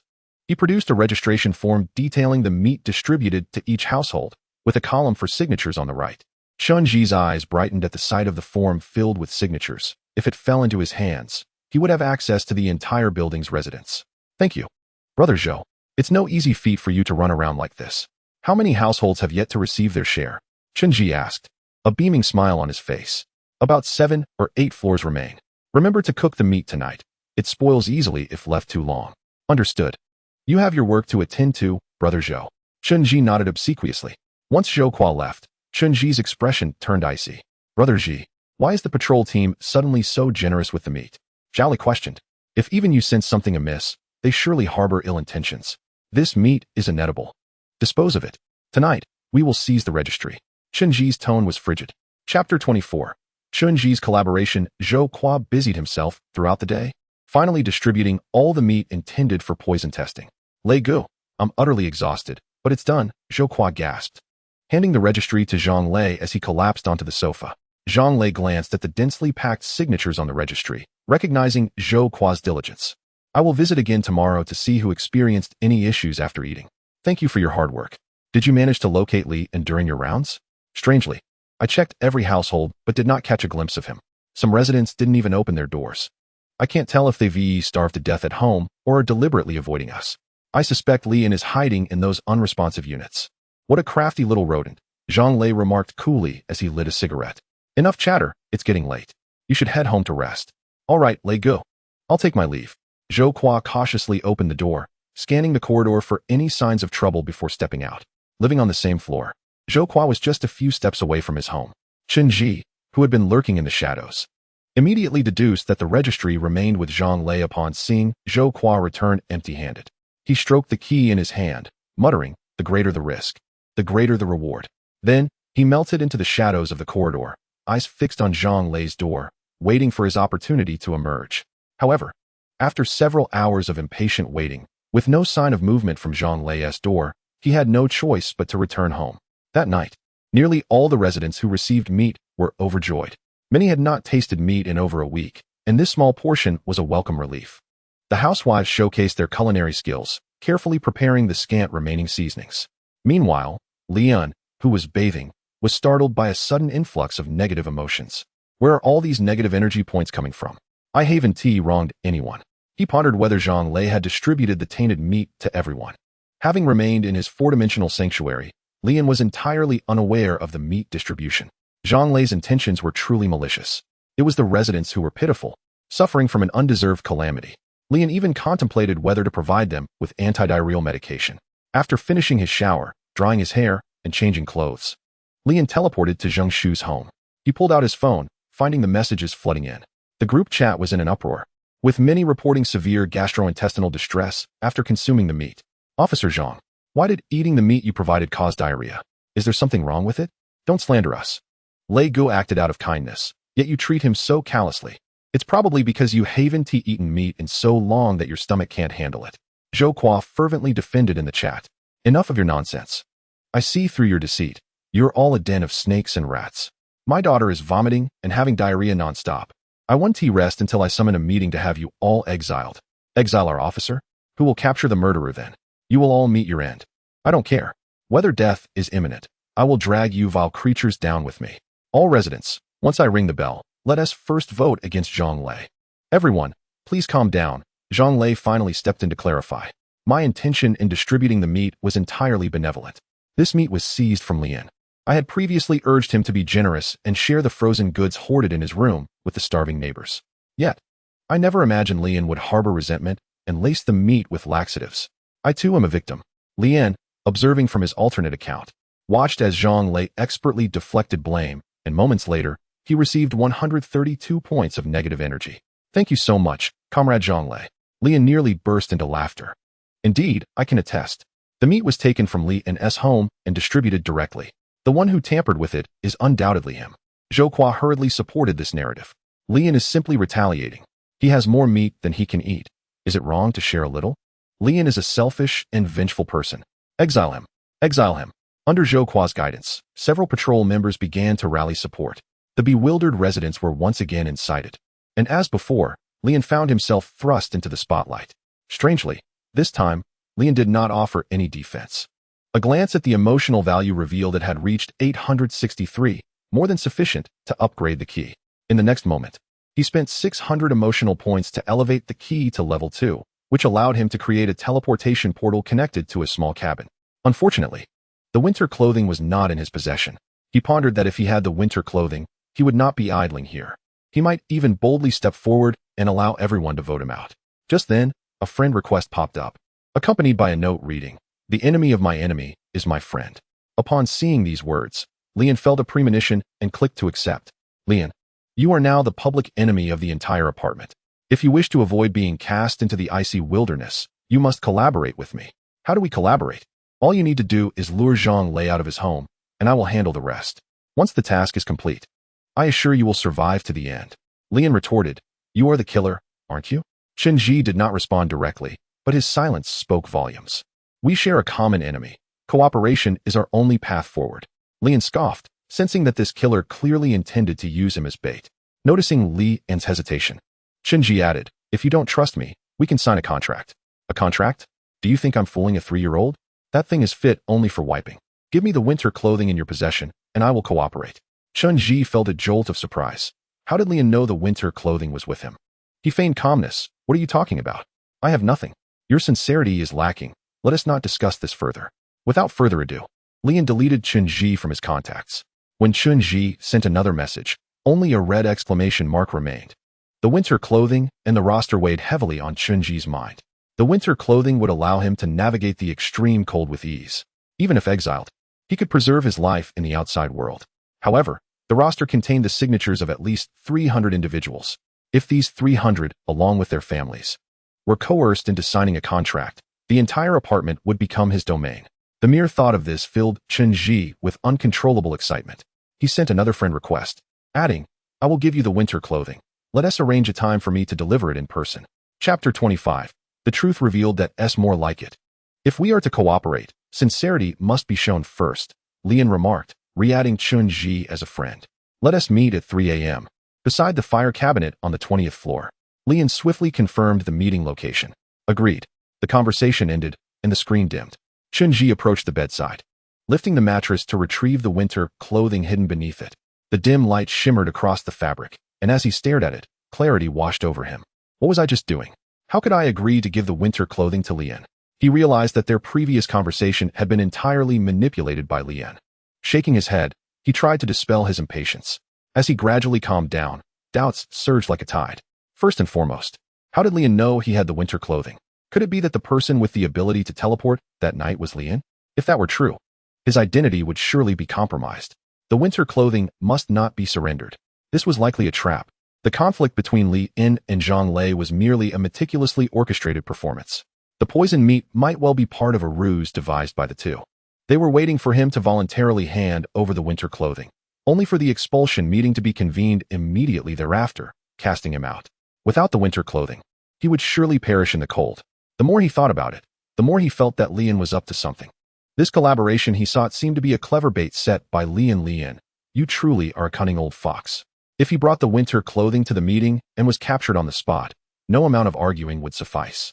However, if he went empty-handed, even if ambushed, he would still retain some room for maneuvering. All of this was speculation on Chunji's part. He needed to meet Lian in person to gauge the situation. Resolute, he handed the winter clothing to Zhao Li, stating, "I will be going out tonight. Keep an eye on it." Understood, Zhigu. Meanwhile, Lian was deep in thought. Why did he need to lure Zhang Lei out? Although the WeChat account contacting him was newly registered, his instincts told him that the person behind it was the killer, Chunji. He felt that he was on the cusp of uncovering crucial clues. Tonight's meeting could very well be the key to unraveling all mysteries. At 3 a.m., the entire building was enveloped in silence. Chunji quietly opened the door, glancing around to ensure no one was watching before cautiously making his way to the 20th floor. Unbeknownst to him, in the shadows of the corner, Lian was silently observing his every move. Utilizing his stealth skills, he blended seamlessly with the darkness, rendering him nearly undetectable to Chunji. "It really is him," Lian whispered. Chunji was empty-handed. Was the winter clothing left behind or concealed beneath his own garments? Now was the time to search his home. Lian pulled Zhongbai out from the small cabin. They had previously exchanged information, and now they shared a tacit understanding as they exchanged glances and stealthily approached Chunji's door. Lian reached out to touch the door lock, and with a soft click, the latch retracted. Inside, Zhao Li heard the noise and assumed it was Chunji returning, getting out of bed to turn on the light. The sudden brightness revealed two unfamiliar men standing at the door. She opened her mouth to scream, but Zhongbai acted swiftly, stepping forward to cover her mouth and nose tightly with his right hand while activating surgical domain, allowing anesthetic gas to seep from his palm into Zhao Li's nostrils. Zhao Li struggled fiercely, but a wave of overwhelming drowsiness washed over her, and within half a minute, she succumbed to unconsciousness. "Old Zheng, you didn't kill her, did you?" Lian asked, surprised. "It's just a bit of sevoflurane. She'll wake up in 20 minutes, Zhongbai replied calmly, though his gaze fell upon Zhao Li's attire, which was rather peculiar. This is the winter clothing. Lian had not anticipated that the target would be so close at hand. Chunji had entrusted Zhao Li with its safekeeping, and she had simply chosen to wear it. Time was of the essence. Without hesitation, Lian began to strip it off her. As the clothing slipped down to her chest, he suddenly halted. Zhao Li was completely unclothed beneath, her pale skin exposed without any concealment. The air became charged with tension. "Big white rabbit, so fair and pure," Lian murmured. "I'll fetch a blanket." Zhongbai immediately turned away. Lian swallowed hard, steadied himself, and continued to remove the winter clothing. Zhongbai wrapped the unconscious Zhao Li tightly in a blanket, securing her like a silkworm cocoon. "Let us go. We have what we came for," Zhongbai whispered. "Search again to see if there are any other clues. Perhaps a weapon or something." Just then, Lian's phone screen lit up. It was a message from Chunji. I have arrived. Where are you? Lian quickly replied. Sorry, I overslept. I'll be there shortly, in 3 minutes. Time was of the essence. He could return at any moment. Lian leaned in to speak softly. The two began to search separately, moving swiftly and quietly. Lian, look at this bed frame. It's missing a support beam. Zheng Bai suddenly whispered. Almost simultaneously, Lian discovered a rusty iron rod deep within the kitchen cabinet. He brought the iron rod to the bedside for comparison. This darkened area must be blood, Lian said gravely. Indeed, Lu Laohan met his demise at the hands of a sharp weapon. Zheng Bai's eyes narrowed. This was the murder weapon. Chen Ji was undoubtedly the killer. They exchanged glances and simultaneously arrived at that conclusion. Lian promptly retrieved his phone, directing it towards the room and the weapon for a series of photographs. Just then, a sudden chill crept up from behind them. They turned sharply. Chen Ji stood at the doorway, his piercing gaze locked onto them with an icy glare. Gentlemen, your uninvited presence is rather impolite, isn't it? Chen Ji remarked, eyeing the camera. Say cheese. Lian reacted swiftly, pivoting his phone towards Chen Ji. A whoosh pierced the air. In the next moment, a chopstick brutally penetrated Lian's wrist. Do not linger, Lian, flee now, Zheng Bai shouted, violently tearing the bedsheet and hurling it towards Chen Ji in an attempt to obscure his view. Chen Ji's eyes flashed dangerously as he hurled 2 more chopsticks, which flew straight at them. Lian gritted his teeth against the excruciating pain, seizing Zheng Bai tightly as he activated his teleportation. Their figures blurred and vanished in an instant. The chopsticks pierced through the bedsheet, embedding themselves deep into the wall. Indeed, it was you who teleported that night, Lian. Chen Ji stood rooted, his fists clenched, knuckles widening, his face etched with frustration. The thermal suit was gone, and his identity was fully exposed. He had lost both his lady and his men. His gaze swept over Zhao Li, tightly wrapped on the floor, igniting a surge of wrath, and he kicked her fiercely. Chen Ji turned on his heel and exited the room, lingering not a second longer. He found himself with no retreat.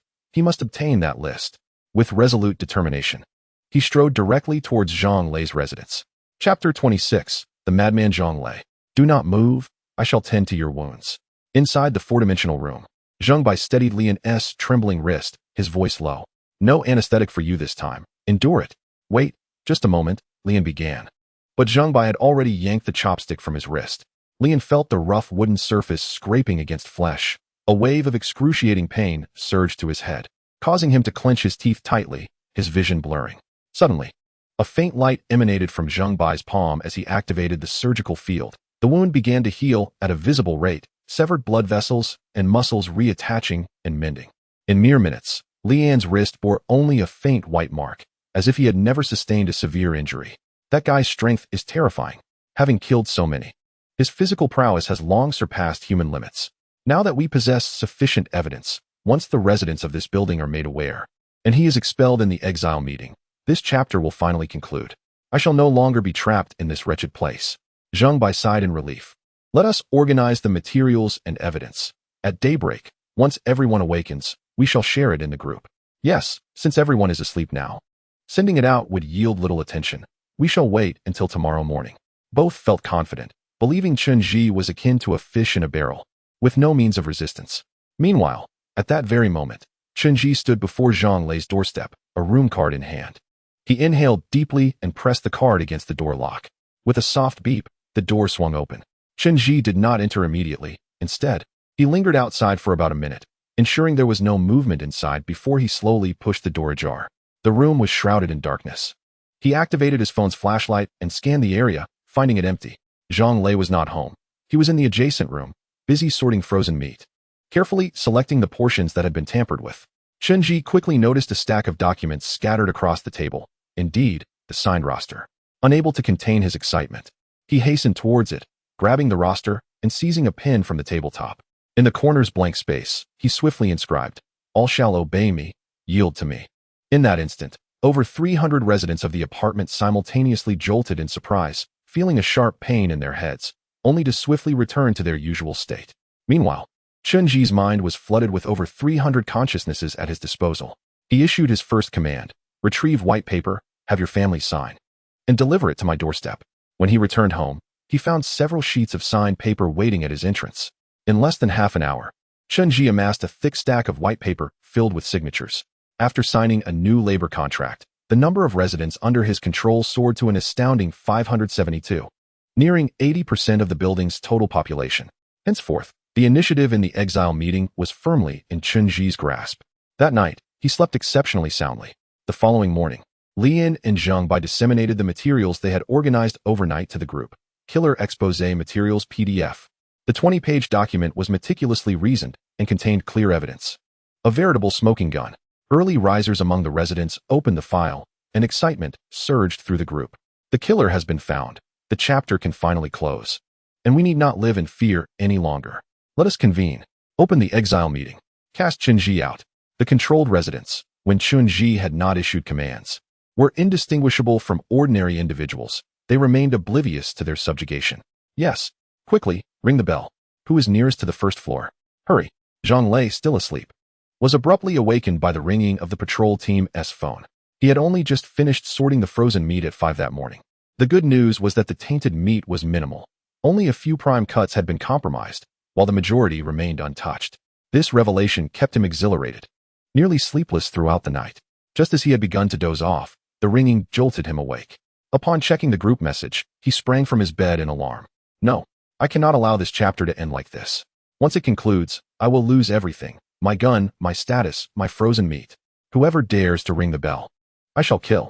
Zhang Lei swiftly rose, conjuring a revolver in his right hand, while clutching a cotton pillow in his left, charging directly towards the elevator. At this moment, he disregarded the potential risks of being trapped in a malfunctioning elevator, solely intent on reaching the first floor to ring the bell. Fortunately, upon his arrival at the lobby, he found it deserted. He was the first to arrive. As he approached the button, he suddenly heard footsteps behind him. An elderly man, gray-haired and visibly distressed, rushed down the stairs. He was a resident of the 4th floor. He could no longer endure confinement. His young granddaughter had gone 2 days without food. He was willing to stake his life on a chance to survive. Once the chapter ended, he could call for help from the outside and reach out to the military. His family would survive. As for himself, at his age, death held no consequence. Just as he turned the corner, he spotted Zhang Lei and breathed a sigh of relief. Officer Zhang, you arrived just in time. Please ring the bell. In the next moment, Zhang Lei used the pillow to muffle the gun's barrel and pulled the trigger. The bullet pierced the old man's forehead. You old fool, do not try to get close. Zhang Lei's eyes blazed with fury, his demeanor bordering on madness. He could not afford to lose everything before him. Reloading the gun, he aimed at the summoning button and fired with ferocity. The tremendous blast of the gunfire echoed as the powerful recoil sent him tumbling to the ground. Zhang Lei scrambled back to his feet, staring at the button, now utterly destroyed. The summoning button is damaged, a prompt echoed throughout the entire apartment. Within the group, a wave of confusion ensued. Is the button broken? Can a button even be destroyed? What on earth is happening? My old man just went downstairs to ring the bell. I thought I heard a few gunshots. Did anyone else? Yes, I also heard a loud bang. I thought something exploded, but I'm not certain it was gunfire. Sheriff Zhang Lei, did you fire that shot? What transpired? Zhang Lei directly sent a voice message, roaring, it was me. You worthless scoundrels, do not even think about ending this instance. You might as well stay here for eternity. Zhang Lei, you are truly despicable. So you have a gun, huh? Do you really think we fear you? Just wait. We will toss you out and let you freeze to death out there. The button has been destroyed by me. What meeting can you possibly hold now? Do you believe I might just take my own life? Let my wife hold a meeting with my corpse. A furious member of the group exclaimed. Aside from ringing the bell to convene the meeting, there is another method. The first person to discover a corpse can initiate the meeting directly. Zhang Lei had evidently forgotten this crucial detail. If you truly had the guts, you would have acted by now instead of wasting time here, Zhang Lei retorted disdainfully. Sheriff Zhang, please think carefully and do not do anything foolish. Once this instance concludes, we will be able to contact external rescue. Rescue? What gives the rescue team the right to save you? You lot should ponder your own worthlessness. Lian and Zhang Bai silently observed the group's conversation, exchanging glances. Has Zhang Lei completely lost his mind? Chapter 27. The entirety turns against him as noon approached. Chunji slowly awakened, somewhat surprised that the exile meeting had yet to be convened. After reviewing the group messages, he grasped that Zhang Lei had orchestrated this farce. However, the justice gun in Zhang Lei's possession posed a genuine threat. This individual was undoubtedly a hidden menace that required prioritization. After a moment of contemplation, Chunji made his decision. Zhang Lei must be exiled first. He summoned Zhao Li. Brother Ji, is there something you need? She inquired softly. Chunji approached her, gently caressing her hair, his tone unusually tender. In your next life, remember to find a good family. Brother Ji, what are you planning? Please, no? In the midst of Zhao Li's terrified gaze, Chunji suddenly exerted force with his fingers, swiftly and decisively crushing her windpipe. She could not even emit a final whimper before collapsing lifelessly. Chunji looked down at her body, remaining silent for a moment before slowly speaking. Summon the exile meeting. In the next instant, all residents were forcibly drawn into the meeting space. Oh no, that guy really committed suicide? Some bewildered residents gasped. Zhang Lei's complexion turned ashen. A crowd had already gathered around him, and had it not been for the meeting rules prohibiting harm among one another, he would have likely been torn apart by the furious mob. Sheriff Zhang, weren't you quite the big shot? Why not give it another shot? A resident provocatively challenged. Zhang Lei gritted his teeth, refusing to respond. At that moment, Lian and Zheng Bai strode towards the central podium. We do not know who initiated this meeting. But to keep it brief, Chen Ji is the murderer, and the evidence is irrefutable. Chen Ji, do you acknowledge this? Lian suddenly pointed at Chen Ji in the crowd. Chen Ji, unfazed, stepped forward, meeting the gazes of the crowd with composure. I do. You are correct. I am the murderer. The room erupted in uproar. Many residents covered their mouths, incredulous that he offered no defense whatsoever. Lian was also taken aback. He had not anticipated Chen Ji's candid admission. Was this a case of reckless abandon? Yet, the calmness etched on Chen Ji's face instilled a profound unease within Lian. It cannot be delayed any further. In that case, Lian declared loudly, everyone, vote for Chen Ji. The name and avatar of Chen Ji materialized in the void. Chen Ji glanced at it, casually remarking, I vote for Zhang Lei. In the next moment, Zhang Lei's name and avatar appeared alongside it. Chen Ji, do you truly believe this will disrupt the voting? Zhang Lei, though detestable, could certainly be dealt with after the instance concluded. The residents could discern the gravity of the situation. What you are doing is utterly pointless, Lian spoke in a low voice. Is that so? Chen Ji merely chuckled coldly. The anxious Zhang Lei shouted, Hey, why are you all staring at me? Who should we vote for first? Does it really need to be stated? Humph. We will settle the score with you once the instance concludes. A resident shouted in anger. The meeting is over. The voting begins. Lian announced with vigor. Just then, Chen Ji coldly uttered a few words. Everyone, cast your votes for Zhang Lei. In the next moment, over 500 residents on the podium simultaneously froze. Their intended votes for Chen Ji abruptly halted, and they unanimously chose Zhang Lei instead. Zhang Lei's vote count began to soar. 100 votes, 200 votes, swiftly surpassing 300. As Zhang Lei watched the frenzied rise in votes, panic consumed him, and he screamed hoarsely, Are you all fools? Why are you voting for me? If you have grievances, we can address them after the instance. But the controlled residents remained unresponsive. Zhang Lei's mental state collapsed entirely. You bastards. I will kill you all. Justice gun. He bellowed as he raised the suddenly materialized handgun, frantically pulling the trigger. The bullet screamed forth, piercing through the bodies of residents, crashing against the surrounding white walls. Combat was prohibited during the meeting. Warning, Zhang Lei has violated meeting rules. Confinement for 10 minutes. He was ensnared by an invisible force, unable to move. Left only to despairingly watch as his vote count exceeded 500. It was over. Everything was over. Lian abruptly turned to Chen Ji. Did you control these residents? He could not comprehend why so many would turn against him at such a critical moment. The only plausible explanation was that Chen Ji had employed some method to manipulate them. Considering the previous background check on Chen Ji by HR, it was an undeniable fact that he possessed dual professions. What, then, was the ability of his other profession? Hypnosis? Lian felt a shiver run down his spine. Voting concluded. Chen Ji, 276 votes. Zhang Lei, 592 votes. The target of this round of exile, Zhang Lei. Identity, sheriff, a portal reappeared, and Zhang Lei was pulled into it by an irresistible force, flung outside.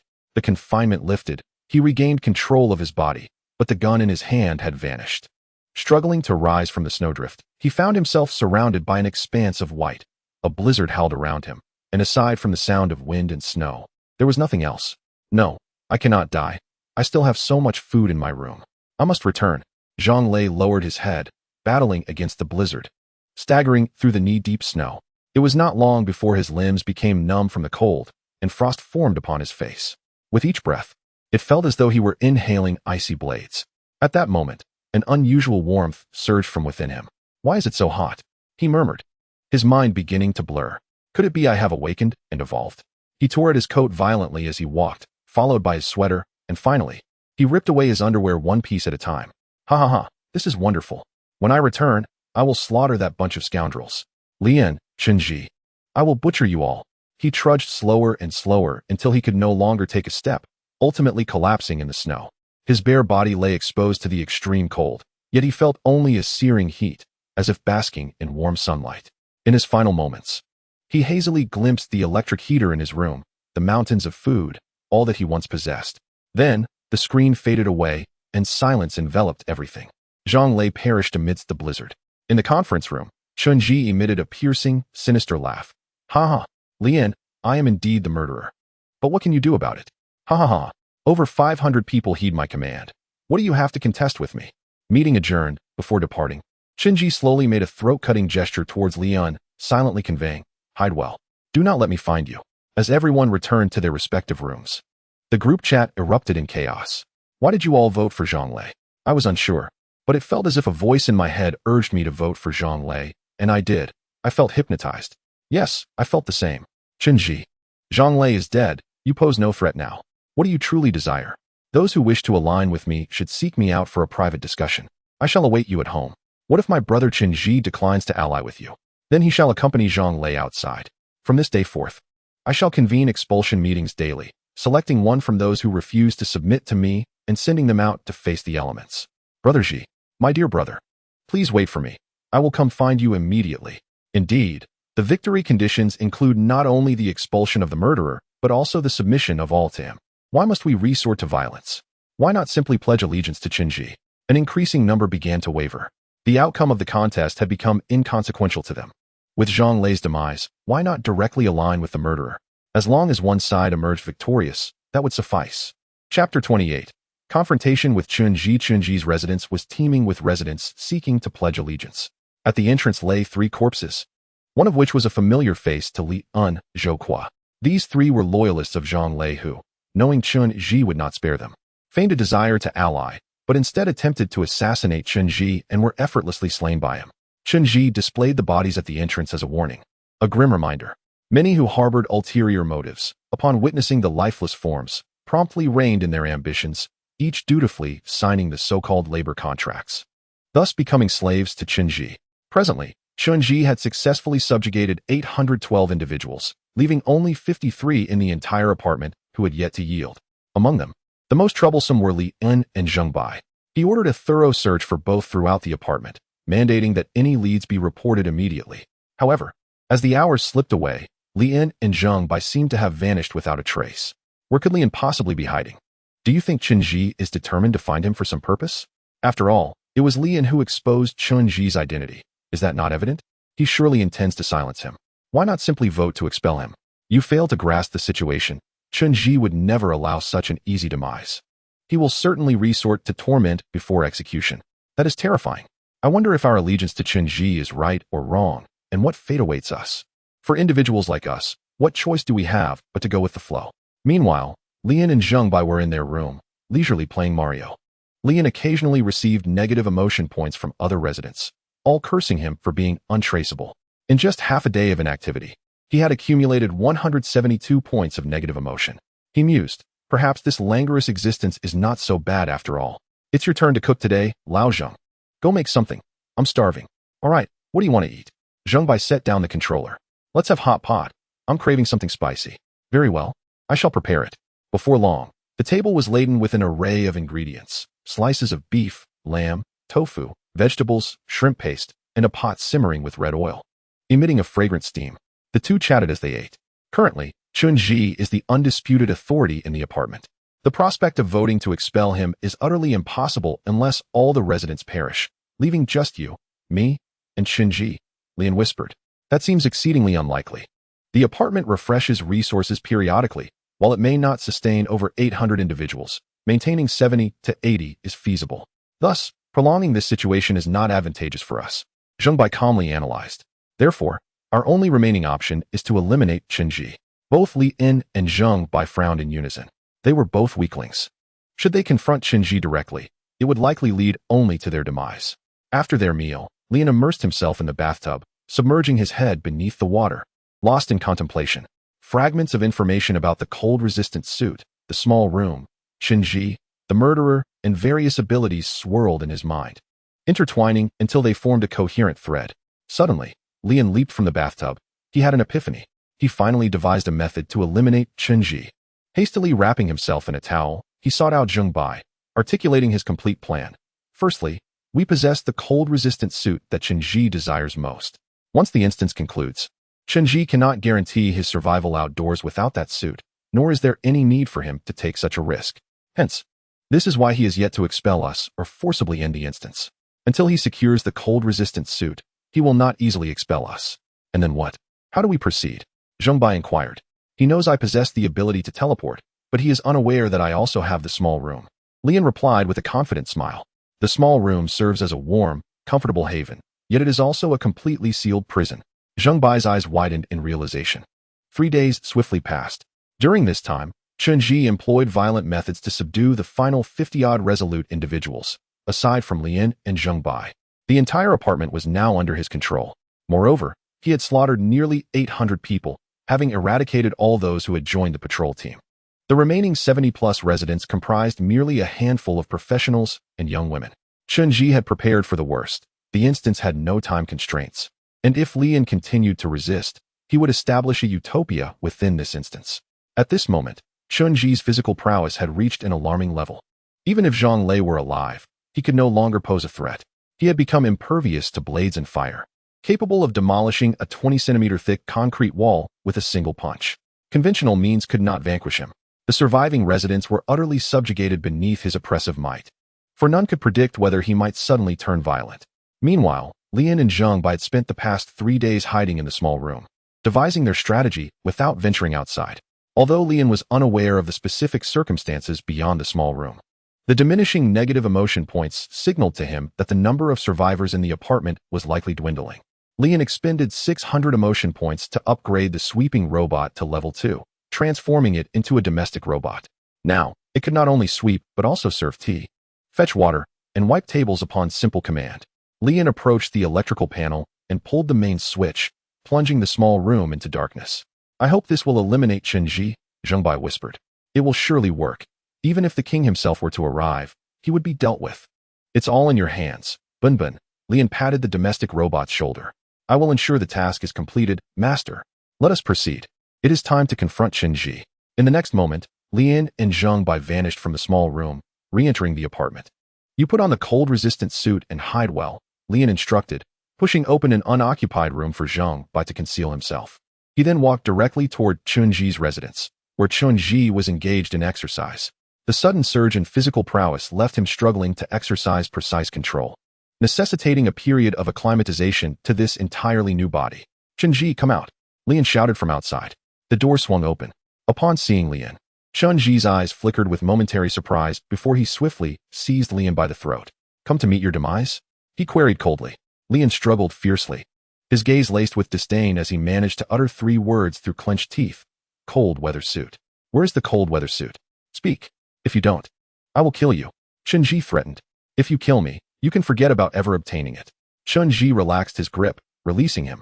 Over the past 3 days, he had scoured the entire apartment, but had been unable to locate Lian's hiding place. Rubbing his reddened neck, Lian smiled wryly. Damn. How many people have you killed to possess such strength? Where's the cold weather suit? Chunji pressed again. Don't rush. I will give it to you. Here's the deal. You agree to exile me and Zheng Bai, and I will hand over the cold weather suit. We no longer wish to oppose you, nor do we want to be under your control. Exile us, and there will be no one left in this instance to challenge you. Thus you will have one. Besides, we bear no deep-seated grudges. It's merely that the instance has placed us in opposing factions. Don't forget, I was the one who stole Zhang Lei's room card and gave it to you. Chunji paused, taken aback. That room card was placed there by you? Chapter 29. Instance concluded. Why did you give me the room card? Chunji scrutinized Lian, his tone somewhat interrogative. At the outset of the instance, we were divided into 2 factions. Most people instinctively choose to stand on the side of righteousness, with Zhang Lei and others making their positions clear from the beginning. It was only natural for us to select the civilian faction, Lian stated calmly, meeting Chunji's gaze. However, as Zhang Lei became increasingly unreasonable, I actually intended to ally with you at that point. By providing you with his room card, I hoped you would eliminate him. Chunji's thoughts swirled in complexity. Lian was the one who had initially exposed his identity, yet he was also a pivotal figure in aiding him to acquire the roster. However, In the realm of adults, only interest reigned supreme. All Chun-Ji desired now was the cold weather suit. Once he obtained it, he intended to conclude this instance. Thus, he acquiesced to Lian's request. Once I have the cold weather suit, I will let you both go. Agreed. Come, I will take you to retrieve it. No tricks. Chun-Ji warned coldly. I lack such capability. Lian feigned a bitter smile. Lead the way. Chun-Ji urged, giving Lian a shove. Lian guided Chun-Ji to the elevator. You hid the cold weather suit in the elevator? Aren't you curious where we've been hiding these past few days? Lian turned his head, revealing that within the elevator lay a portal connecting to a secret chamber. Zhengbai and I have been hiding there all along. A secret chamber? Chun-Ji scanned the iron walls of the elevator, his expression skeptical. I will open the door. Lian began to knock on the walls, then stealthily produced a key from his sleeve, placing it against the iron panel. Instantly, the panel rippled like waves, and a portal gradually materialized. It's right inside. Let us go in together, Lian beckoned, glancing back at Chun-Ji. Yet, Chun-Ji remained rooted in place, unyielding. You go in and bring the cold weather suit out for me. Aren't you curious to see what the secret chamber looks like? It's spacious and beautiful inside. Lian implored. Chun-Ji shot him a glare. Taking a deep breath, Lian conceded, Fine, I will go in and retrieve it. His figure vanished into the portal. And moments later, Chun-Ji heard Lian's anguished screams. Zhengbai, what are you doing? What do you intend to do? Followed by the sound of shattering glass, chaos erupted. Lian, what is happening? Chun-Ji called out, but silence lingered. Had they turned against each other? Chun-Ji quickly deduced that Zhengbai must be attempting to claim the cold weather suit for himself and had attacked Lian. At that moment, the portal began to flicker, as if it would close at any second. Not good. Zhengbai is closing the portal. Chun-Ji thought frantically. If the portal shut, reopening it would be a challenge. He dashed into the portal. Inside, darkness enveloped him, and a sharp scent of gas assailed his senses. This is bad, Chun-Ji realized. Attempting to flee, but the portal had already sealed shut. In the dark, a beam of light ignited in the corner, followed by a mechanical voice. Master, welcome home. It's too dark in here. Let me illuminate the room. The housekeeping robot, Bin, raised its hand, and with a click, a flame shot forth from its middle finger. No, Chun-Ji screamed in despair. The flame instantly ignited the surrounding gas. Boom. The explosion roared forth, engulfing the small room in flames, shattering every piece of furniture and item in an instant. The fire surged skyward, the searing heat swirling like a raging beast, tearing the small chamber apart. Chun-Ji endured the explosion, collapsing to the ground, feeling as though a heavy truck had run over him, pain piercing through him. Yet he survived, struggling to rise. He bellowed, Lian, you dare to toy with me. The crisis was far from over.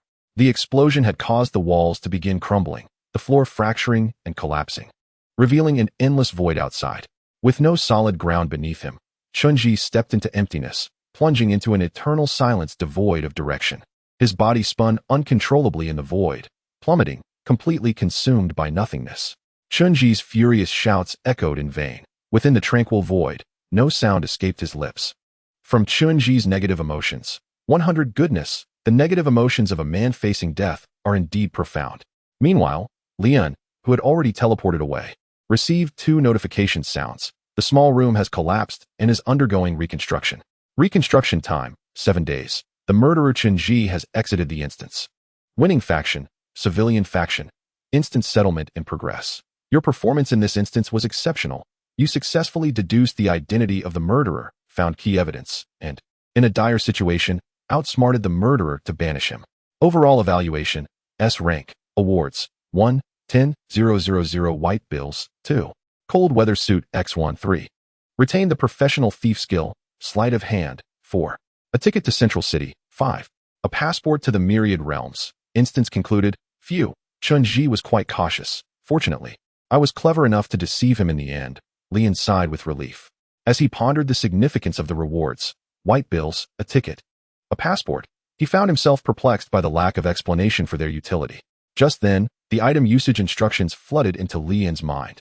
White bills, a universal currency across the myriad realms, usable for shopping and trading in Central City. Cold weather suit, capable of withstanding extreme temperatures down to -200 degrees Celsius. Ticket, can be used at the station to travel to Central City. Passport to the myriad realms, allows travel to other worlds. Lian, are you alright? Zhengbai approached briskly. I'm fine, fortunately. Did Chun-Ji perish in the explosion? I suspect not. He likely fell into a 4-dimensional space. Lian shook his head. My small room, however, has been reduced to rubble and will take 7 days to reconstruct. Regardless, we have won. The instance has concluded, Zheng Bai exclaimed with joy. Zheng Bai has received a B rating for this instance, earning 2,000 by Chow and retaining one of the forensic skills, bone identification.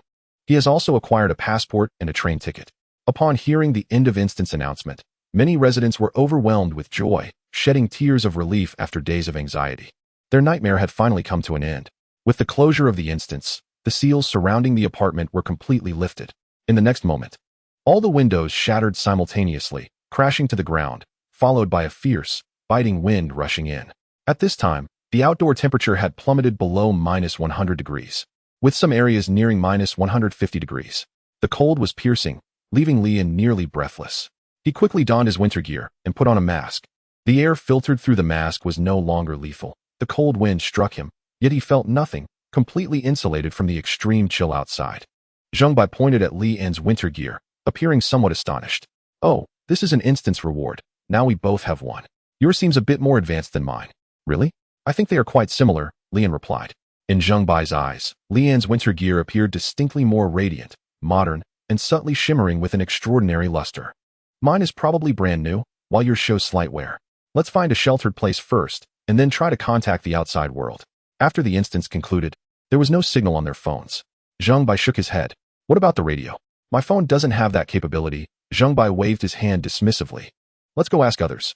The two began gathering the survivors in the apartment. Chapter 30. Departure. Lian called the survivors to the corridor, looking down at the weary and terrified faces below. His voice was calm, yet resonant. As you can see, the instance has concluded. He paused, scanning the eyes fixed upon him, and continued, Chunji, he is dead. I killed him. A wave of shock and disbelief rippled through the crowd, and soon someone began to weep softly, which quickly escalated into a loud wail of relief. It's finally over. Many had witnessed Chunji brutally take the lives of their loved ones, feeling powerless, and now that deep-seated anguish found a release. A burly man suddenly fell to his knees, striking his forehead heavily against the cold ground, blood seeping from his lacerated skin, yet he seemed oblivious. Repeatedly hoarsely thanking Lian. Thank you, Lian, for avenging my wife and child. Lian swiftly descended the steps, extending a hand to help the grief-stricken man up. Everyone, let's calm down, his voice steady, imbued with a convincing strength. The most important thing now is to find a way to contact the outside world and seek rescue. A hesitant voice emerged from the crowd. Surely humanity hasn't gone extinct, right? Are we the only ones left because we survived the instance? Don't say that, another replied immediately, though tinged with unease. Without power or water, we probably can't hold out for long. Lian surveyed the crowd, his voice resolute. Rest assured, the temperature didn't drop suddenly. The military and government have had ample time to react. They must have established survivor bases. As for food, you needn't worry. Zheng Bai and I transported nearly 10 tons of supplies from the supermarket before the instance. Half is with Zheng Bai, and the other half was taken by Zhang Lei. The remaining stock is sufficient to sustain us for quite some time. Water is even simpler, we can boil snow. His gaze swept over each face, witnessing hope gradually dispelling despair. Everyone, let us strive to survive. With all the windows shattered and uninhabitable, the group had no choice but to move their bedding into the corridor, laying out makeshift beds. Under Li An's organization, roles were clearly defined. Cooking team, water boiling team, and supply gathering team, each diligently fulfilling their tasks. As they busied themselves, there was little time for sorrow. While searching for supplies, Lian discovered an old radio in the home of a deceased elder. Let us see if we can pick up a signal, Zheng Bai urged from the side. I remember hearing an emergency wartime channel at the supermarket. Lian attempted to tune in, and after several moments of static, he finally captured a clear, repetitive broadcast, repeating. The extreme cold has arrived. The military has established several survivor bases across Hainan province. Survivors who hear this broadcast can seek refuge at the following bases. Among the numerous bases listed, Base 13, located in the underground parking lot of Tianjia Shopping Plaza, caught the attention of Li Un and Zheng Bai. Tianjia Plaza is the closest to us, Zheng Bai's tone brightened. It's only about 3 to 4 kilometers away. Indeed, Lian nodded. That underground parking lot is quite spacious, suitable for refuge. However, a new dilemma arose. How do we get over there with more than 70 people? In this temperature, vehicles won't start, and without winter gear, stepping outside would be a death sentence. Lian paused for a moment before making a decision. We can only wait for the small house to be repaired and use it to transport everyone. But your abilities will be exposed, Zhengbai whispered. I can't just watch them wait here to die, Lian replied without hesitation. He had the capability but could not bear the weight of inaction on his conscience, which would become an insurmountable psychological burden on his future path.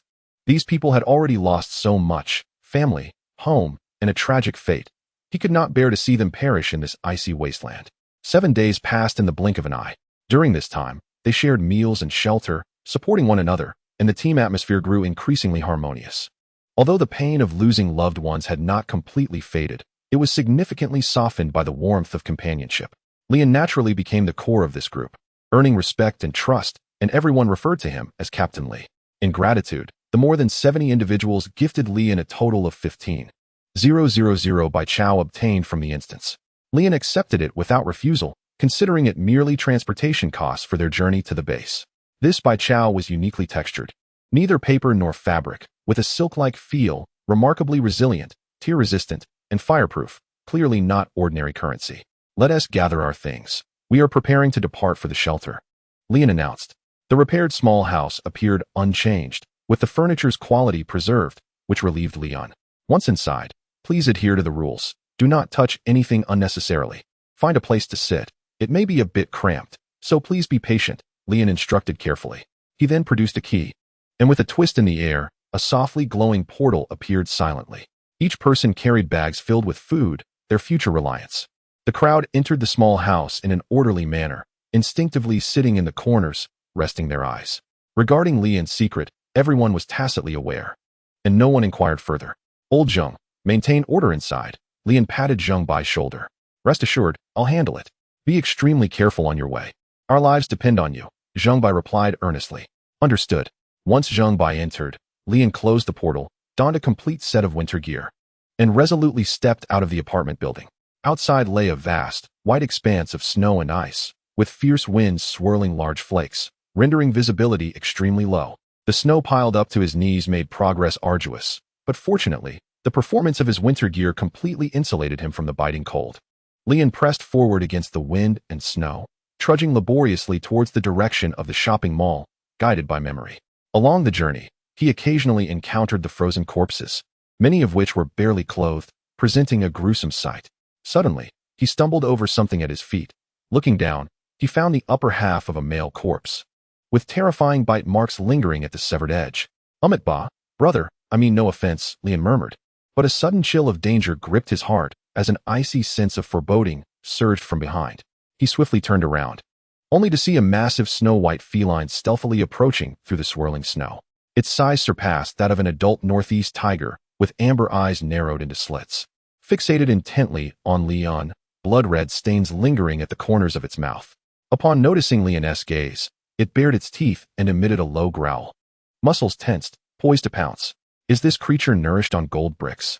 Lian's pupils constricted, reacting with remarkable speed as he pulled out a key to open a portal, swiftly disappearing within.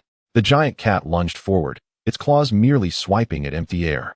Confused, it pawed at the snow, emitting a couple of disgruntled meows before ultimately seizing the half-corpse and vanishing silently into the blizzard. Chapter 31. Aliens? Lian, how did you return? Zhengbai approached quickly, brow furrowed. Did you encounter danger? Lian brushed off the snow on his shoulders, glancing back with lingering trepidation. I came across a gigantic cat.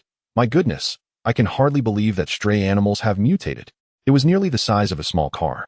It seems reasonable that as humans awaken their powers, animals might undergo physical mutations as well, Zhengbai mused. I will rest in the small cabin for a while and return when the big cat has moved further away. The cabin's windows were not upgraded, rendering external observation impossible. Upgrading to a level 1 holographic window would allow for external projections, but with so many people around, Lian decided to postpone it. After 2 hours, Lian felt it was time, utilizing his range teleportation ability to move instantly to a spot 100 meters away. Surveying his surroundings, he found no trace of the giant cat. Over 2 more hours, Lian finally completed the 3-kilometer trek. The outline of the Tianjia shopping plaza emerged through the snowstorm, resembling an ice fortress. He opened a spatial door, releasing the group. We are nearing the base. Everyone should stretch in the snow to blend in better. Then line up to enter in an orderly fashion, Lian instructed, his voice resonating clearly amidst the cold wind. Remember, do not reveal Captain Li's secret once inside the base, Zheng Bai added in a low voice. A young woman immediately responded, Captain Li has saved our lives. We will never act ungratefully. The group rolled in the snow, covering themselves completely. Their cheeks and small hands turned bright red from the cold. Once disguised, Lian led the team towards the entrance of the underground parking structure. Not long after, they encountered armed guards. The middle-aged man beside Lian rushed forward, grasping the guard's hand tightly. Thank goodness, we finally see the army. We are saved. Calm down. Where did you come from? From the nearby community. It's very close, was their prearranged response. Please wait a moment. I will fetch the squad leader. Following registration and inspection, they were allowed entry after some knives were confiscated, though they could keep their food. Before departing, the guard specifically advised, take good care of your food. While the base distributes rations daily, supplies are becoming increasingly scarce, and there have been multiple thefts recently. As the group stepped inside the parking area, they were taken aback by the sight before them. The entire parking lot was cleared, filled with people in the vast space. White paint marked countless squares on the ground, each serving as a personal space. There were no tents or beds, and the living conditions were exceedingly harsh. The sounds of children crying, women conversing, and the clamor of card games intermingled to create a cacophonous background. Their appearance, laden with bags, immediately drew numerous eyes, including some filled with greed. You may choose an empty square in this area as your sleeping and living space. The guard distributed the base's management regulations to each person. For any inquiries, they could consult Secretary Liang inside or ask those nearby.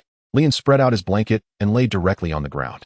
The air in the basement was thick with discomforting odors. A few people quietly gathered around. Captain Li, what shall we do next? Don't all crowd around. Be discreet. Lian quickly gestured for them to disperse. Eat and drink as needed. Now that we are in the base, we have a roof over our heads. Let us take this opportunity to gather information, such as the situation in other provinces and the causes of the extreme cold. All right, we will follow your lead, Captain Li. The group dispersed.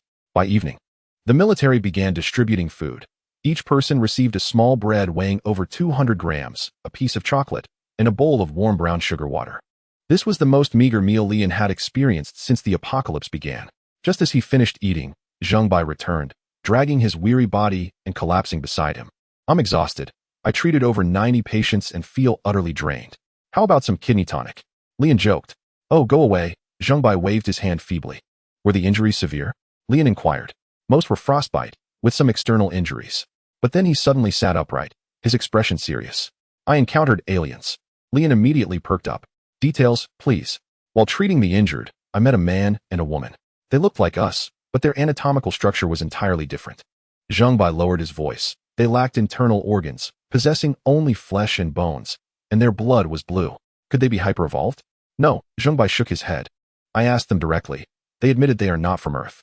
They claim to come from other dimensions, where their homeland is also facing apocalyptic disasters. Their home was infected by a parasitic beast, where those infected lose their self-awareness and live only to kill. 90% of the population perished in mutual slaughter. How did they arrive on Earth? Lian pressed for more information. I didn't have time to ask. A patient suddenly went critical, and I had to rush to save them. Zheng Bai shrugged helplessly. Lao Zheng, these messages hold great significance. Get up. I will accompany you to find those two. Lian pulled the reclining Zheng Bai up and began to walk. Oh, all right, I will go with you. Chapter 32. The world is a colossal delta operation in the dimly lit stairwell of the underground second level. Lian followed Zheng Bai down, the air thick with a musty scent. Upon reaching the underground space, he was momentarily taken aback by the sight before him. Rows of vehicles were densely parked within the vast area, faint glimmers of light emanating from their windows, hinting at the presence of figures moving about inside. Zheng Bai explained in a hushed tone that these vehicles had been converted into temporary accommodations, primarily housing patrolling guards and some individuals with extraordinary abilities. Has it only been a short while, and already distinctions have formed? Lian responded softly. Zheng Bai shook his head, elucidating that these individuals engaged in external duties, exploring and gathering resources, faced significant risks and challenges, necessitating a restful environment for proper recuperation. The two ventured deeper until they halted before a red SUV. Zheng Bai rapped gently on the window. Dr. Zheng, what brings you here? Came a low male voice from within. As the door swung open, Lian seized the opportunity to scrutinize the occupant, Wei Ba, whose high nose and deep-set eyes bore a striking resemblance to individuals from Xinjiang. In the back seat, Wei Li also leaned forward, her large eyes framed by thick lashes, reminiscent of a certain celebrity named Reba. We've come to conduct a follow-up visit and check on Wei Li's recovery, Zhang Bai stated casually. Is it convenient to enter? No problem. Please come in. Wei Li responded from the rear. Zhang Bai settled into the passenger seat, while Lian took the driver's seat. The interior of the SUV had been transformed into a compact living space, somewhat cramped. Wei Li had suffered a puncture wound from an unidentified object during an exploration a few days prior. Initially disregarding the injury, she had only performed a superficial cleaning. Unfortunately, the wound rapidly deteriorated and became infected, with the base's medical facilities being limited, placing her at risk of amputation. Fortunately, Zhang Bai intervened in time, using his healing abilities to save her leg. The recovery is quite remarkable. The scar is nearly imperceptible, Zhang Bai remarked, gently examining Wei Li's delicate foot without releasing it for an extended period. Do you have some peculiar fondness? Lian nudged him with his elbow, lowering his voice. Doctor, Zhang, your visit must not solely be for a checkup, right? Wei Ba inquired, his tone steady, having sensed the underlying intention. Lian interjected, as humans, we are inherently curious about the unknown, especially when encountering individuals from elsewhere. Wei Ba exchanged glances with Wei Li, both breaking into soft smiles. I see. You wish to know where we originate and why this world has become what it is, am I correct? Indeed, both men nodded in unison. Have you heard of the parallel universe theory? Of course. We hail from a different Earth within another parallel universe. Wei Ba's gaze grew distant as he recounted a day when a meteor fell into the Pacific Ocean, later discovered to carry alien eggs. At that time, we received warnings that doomsday was imminent, and survival challenges began. Initially, everyone was terrified, frantically hoarding supplies and hiding in their homes, awaiting the disaster. However, a month passed without any change, leading many to believe it was merely a collective hallucination or a cruel joke from a higher civilization. And life gradually returned to normal: work, school, daily routines. However, unbeknownst to us, parasites had already infiltrated the human body through marine fish. They transmitted through bodily fluids, droplets, and sexual contact. Within 2 weeks, 70 of the global population had become hosts. Then, one fateful noon, all those infected seemed to receive a unified command, descending into madness and violence, attacking not only the uninfected but also turning on each other. Planes plummeted from the skies towards cities, and road rollers relentlessly crushed crowds on the streets. In a single afternoon, the global population was halved. My sister and I were tending sheep on the grasslands, far from the cities, which allowed us to escape this calamity. So that is how your world was destroyed? Lian hesitated. And what about your bodies? In that world, nearly all animals and humans perished. Only plants continue to thrive, Wei Li replied softly. Later, we inadvertently entered a dungeon, where we encountered travelers. From them, we learned that all humanity across parallel universes was facing various apocalyptic disasters, and survivors were continuously transported to different doomsday worlds, exploring dungeons, completing tasks, earning rewards, evolving, strengthening, and striving for longevity. Search, gather, retreat. This is indeed a surreal Delta operation. Have we all become operatives? Lian muttered quietly. The dungeon we entered was called Black Absolute Villa, and the boss was a mad scientist obsessed with human modification.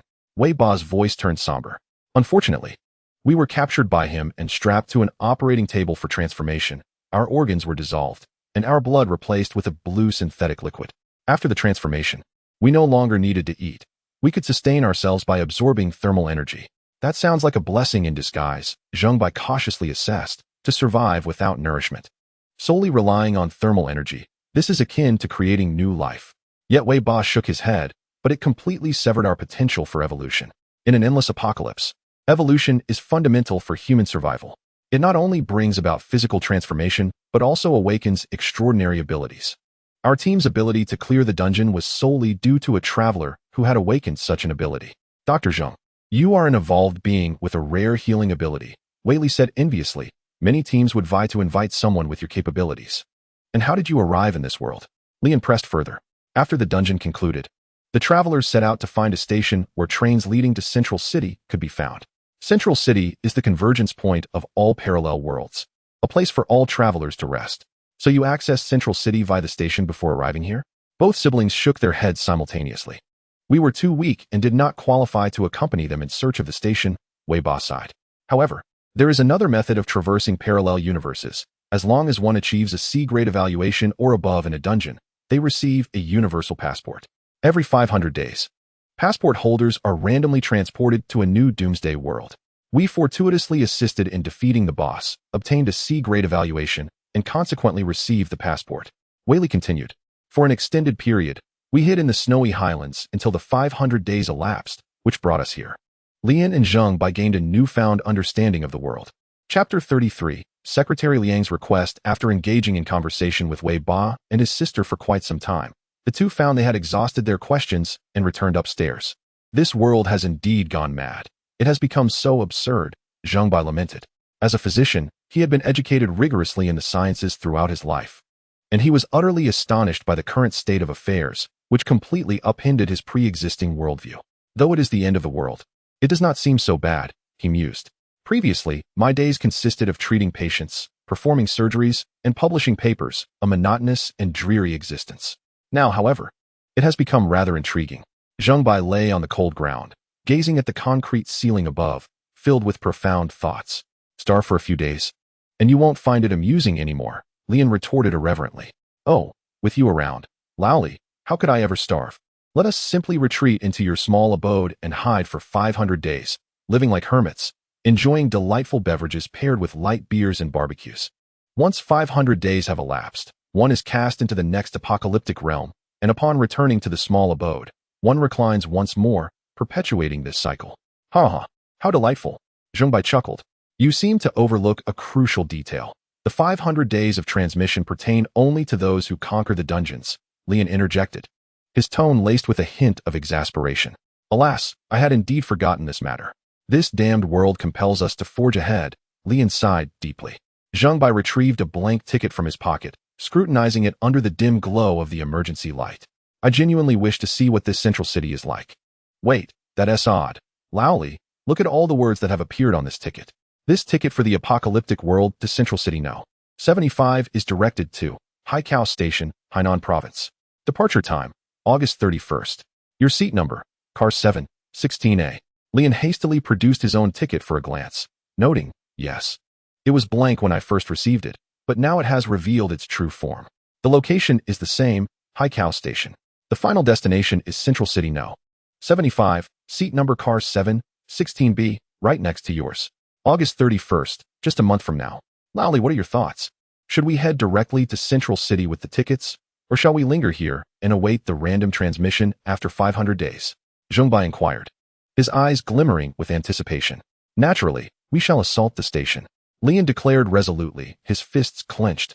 Lying idle is not a strategy, but when opportunity arises, who would still wait for randomness? As nightfall quietly enveloped the surroundings, the clamor of the parking lot gradually subsided, leaving only the sporadic sounds of coughing and murmured conversations echoing through the damp air. Zheng Bai curled up nearby, breathing steadily, evidently lost in slumber. Yet Lian remained wide awake, his mind repeatedly calculating the routes to the station and the potential dangers. At dawn, the military supply vehicles arrived as scheduled. Each person's once 200-gram ration of bread had now shrunk to 150 grams, and chocolate was replaced with dry, tasteless biscuits. The air was thick with the stench of sweat, mildew, and an undercurrent of despair. Seizing the moment when others were distracted, Lian stealthily slipped away to a hidden corner, teleporting back to the small abode to prepare a modest feast. The steaming lobster noodles warmed him from the inside, dispelling some of the chill. Zheng Bai was summoned early to tend to the injured, busy to the point of exhaustion. It was not until midday that he hurried back, breathless and pale, plopping down and whispering, Laoli, Secretary Liang, is looking for you. Lian raised an eyebrow. What could he want? Surely he doesn't intend for us to donate some food? Who knows? Let us go see. It's better than lying here like corpses, Zheng Bai shrugged. Secretary Liang, the head of the base, in his 40s and sporting gold-rimmed glasses, resembled an old-fashioned university professor, polished yet concealing a subtle sharpness within. He had converted a military truck into an office, with a sign from the base command affixed to the window, lending it a semblance of formality. Upon entering, Lian found 3 individuals already seated. Secretary Liang at the center, composed, Captain Long Kai leaning against the passenger seat, impeccably dressed in military garb, and a stranger, a woman with dark skin and neatly cropped hair. Comrade Lian, please take a seat. Secretary Liang adjusted his glasses. His tone gentle, yet his smile carried an air of scrutiny. This is Captain Zhao, our exploration team leader. You recognize Captain Long? Lian nodded, squeezing into the cramped back seat, getting straight to the point. Secretary, if there is something to discuss, please do so directly. I tend to grow weary of circumlocution. Secretary Liang smiled, unfazed by the bluntness, a glimmer of admiration flashing in his eyes.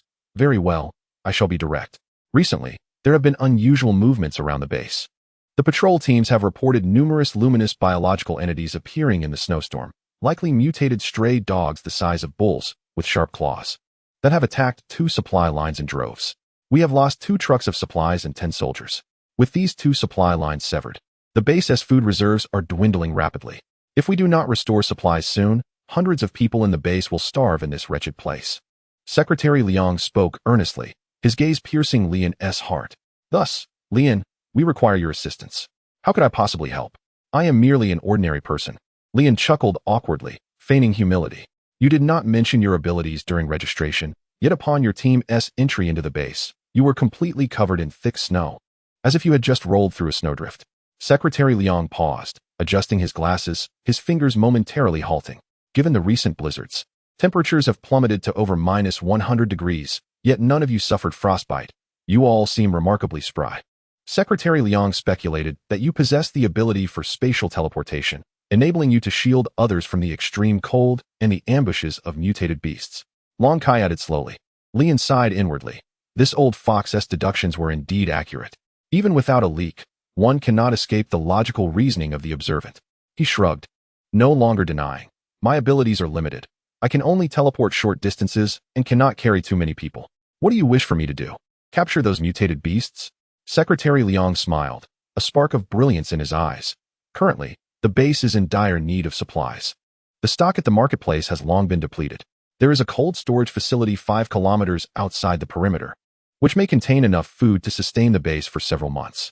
The blizzard is expected to abate soon, and we intend to organize a small team to retrieve the goods. Lian's heart sank. You wish to venture out in temperatures exceeding -100 degrees? Are you jesting? The temperature drop is due to the blizzard. Prior to its arrival, the outdoor temperature was around -40 to 50 degrees. After the snow ceases, the temperature will rise again, Long Kai clarified. I see. Lian realized, having been in the dungeon, he was unaware of the external conditions. What do you require of me? The dark-skinned Captain Zhao finally spoke, her voice raspy. You will lead the reconnaissance, identifying the locations of the mutated beasts to prevent ambushes that could obliterate our forces. We will follow closely behind, driving to transport the goods. Your abilities should ensure your safety and not impede our efforts. She paused. Lian nodded, narrowing his eyes as he quickly weighed the pros and cons. What about compensation? I cannot engage in this peril without remuneration. It is, after all, a matter of life and death. State your demands, and I shall see what I can accommodate. Secretary Liang reclined in his seat, hands clasped, his tone unruffled. A light machine gun, 2 rifles, a sniper rifle, 2 handguns, each with 2 boxes of ammunition, plus a box of grenades, Lian declared boldly. Laoli, are you planning an assault on Liang City?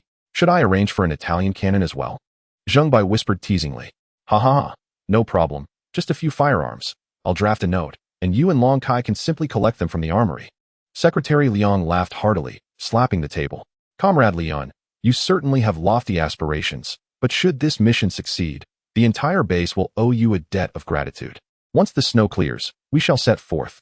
Chapter 34. The ambush in the snow. The transaction was swiftly concluded, with Secretary Liang's note serving as an ironclad guarantee, granting them unfettered access. Lian followed Long Kai directly to the armory, a makeshift truck compartment reconfigured as a storage area, where the air was thick with the acrid scents of oil and gunpowder, and metallic shelves were stacked with ammunition boxes reflecting the cold light of the emergency lamps. The attendant, a burly man with a rugged face, glanced at the note. Secretary's authorization? Very well, go ahead. Lian, satisfied, wheeled out a cart loaded with various weapons. Zheng Bai wandered around the equipment, like a curious child, reaching out to touch this and tinker with that. Laoli, you've become an arms dealer now? In the past, this stash would have warranted a life sentence. The execution was immediate, bypassing any semblance of a trial. Lian remarked. Long Kai raised a machine gun, stating, This is the M249 SAW, commonly known as the B-Waste, an American-made lightweight machine gun, sleek and black as ink, measuring over 1 meter in length and weighing more than 7 kilograms.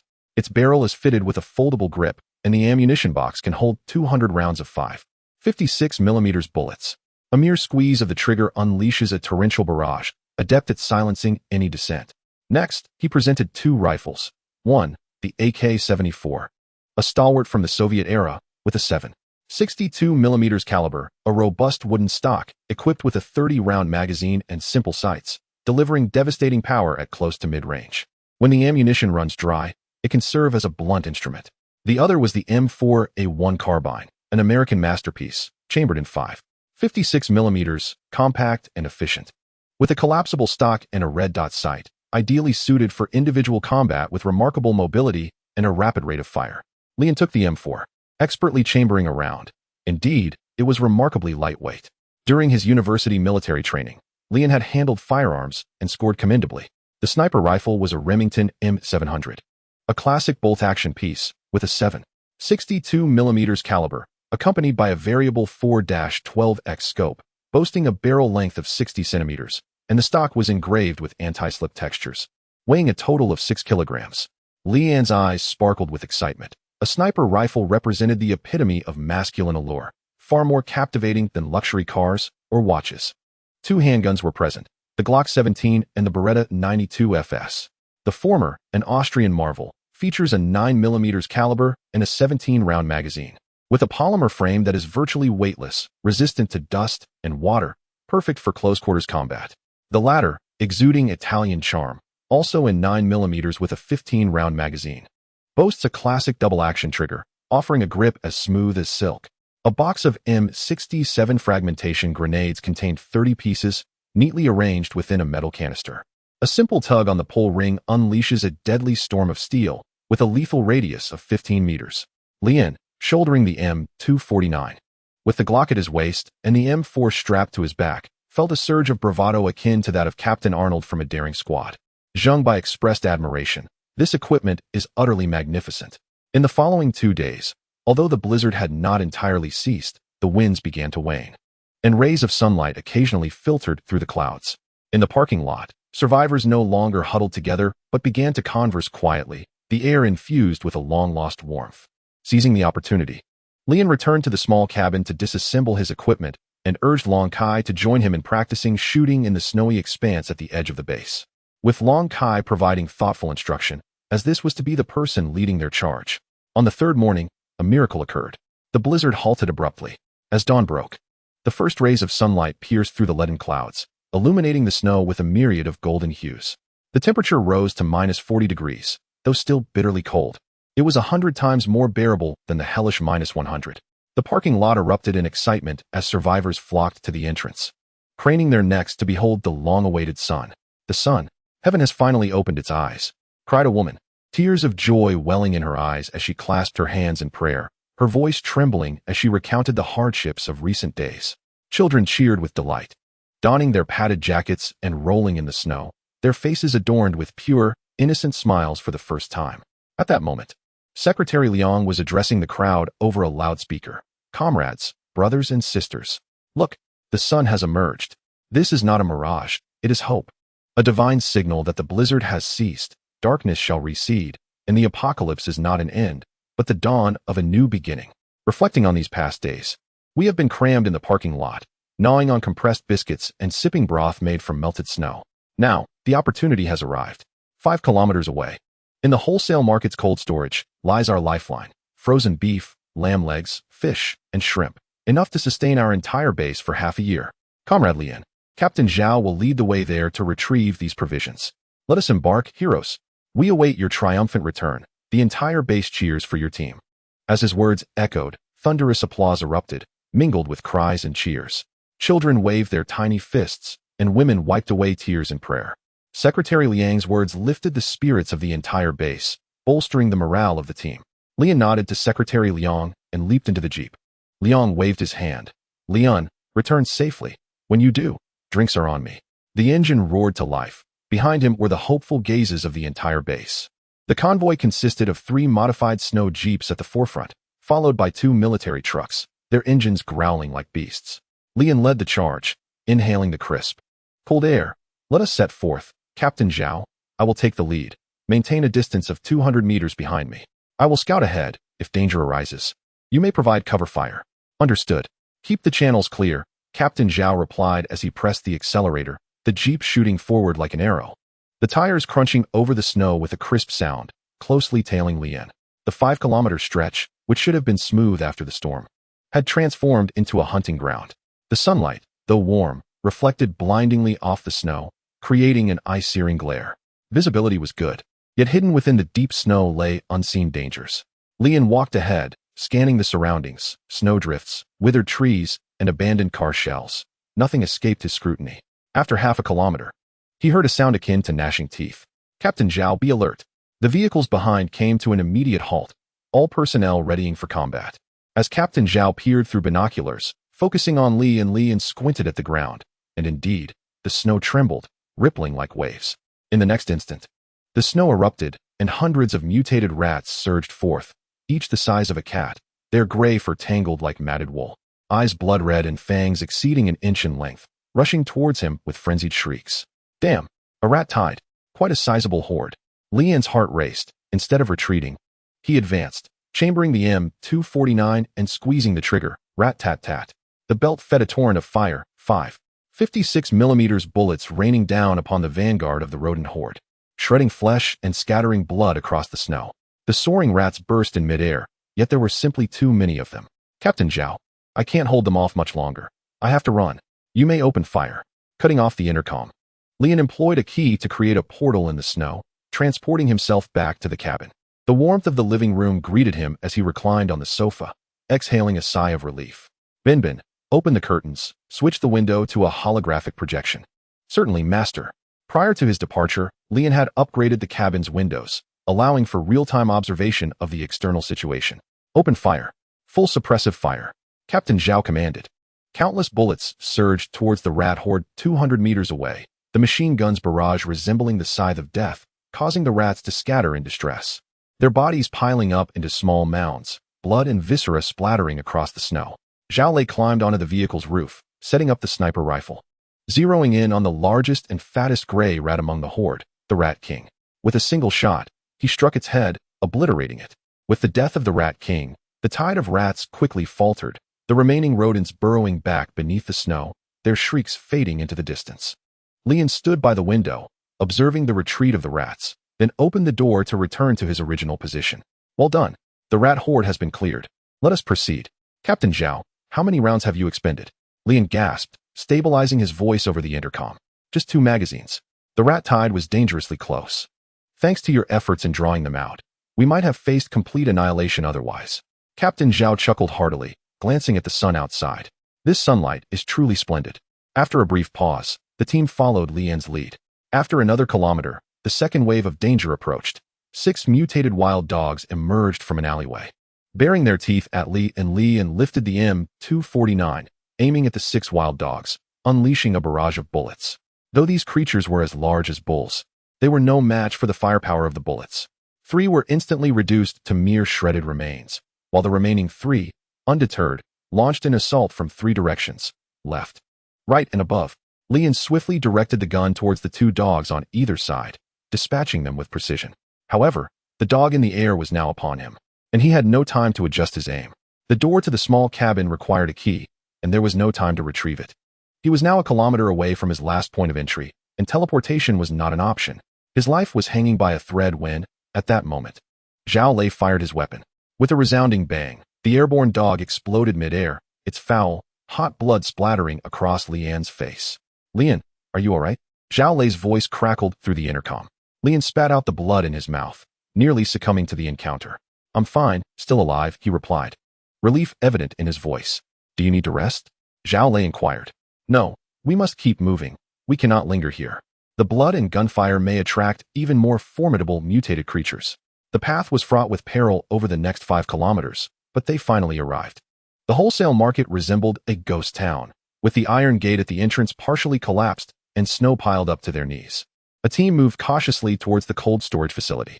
The sunlight cast a slanting glow as the cold storage door remained tightly shut, and the snow before it bore massive claw prints, deeper than half a meter, with edges melted into trenches. A chill ran down Lian's spine. A formidable foe had arrived. Zhao Dui spread out. Those claw marks are not from minor adversaries. Chapter 35, The Sleeping Beast Awakens.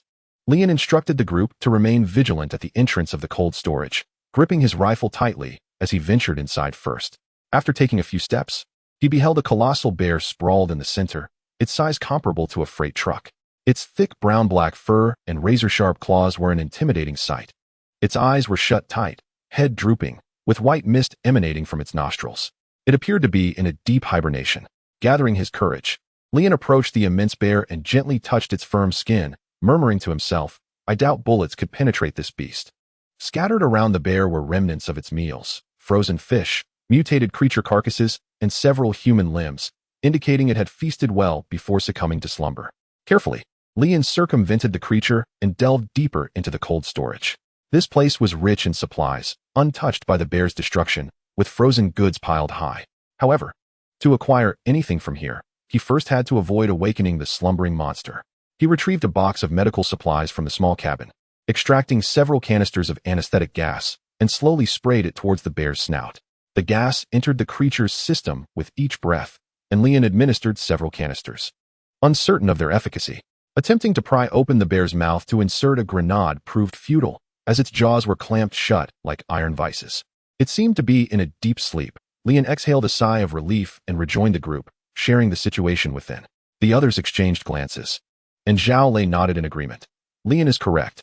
Our primary task is to gather supplies, not to engage the bear head-on.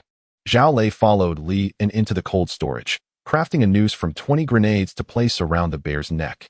The fishing line was tied to a pillar, creating a trap.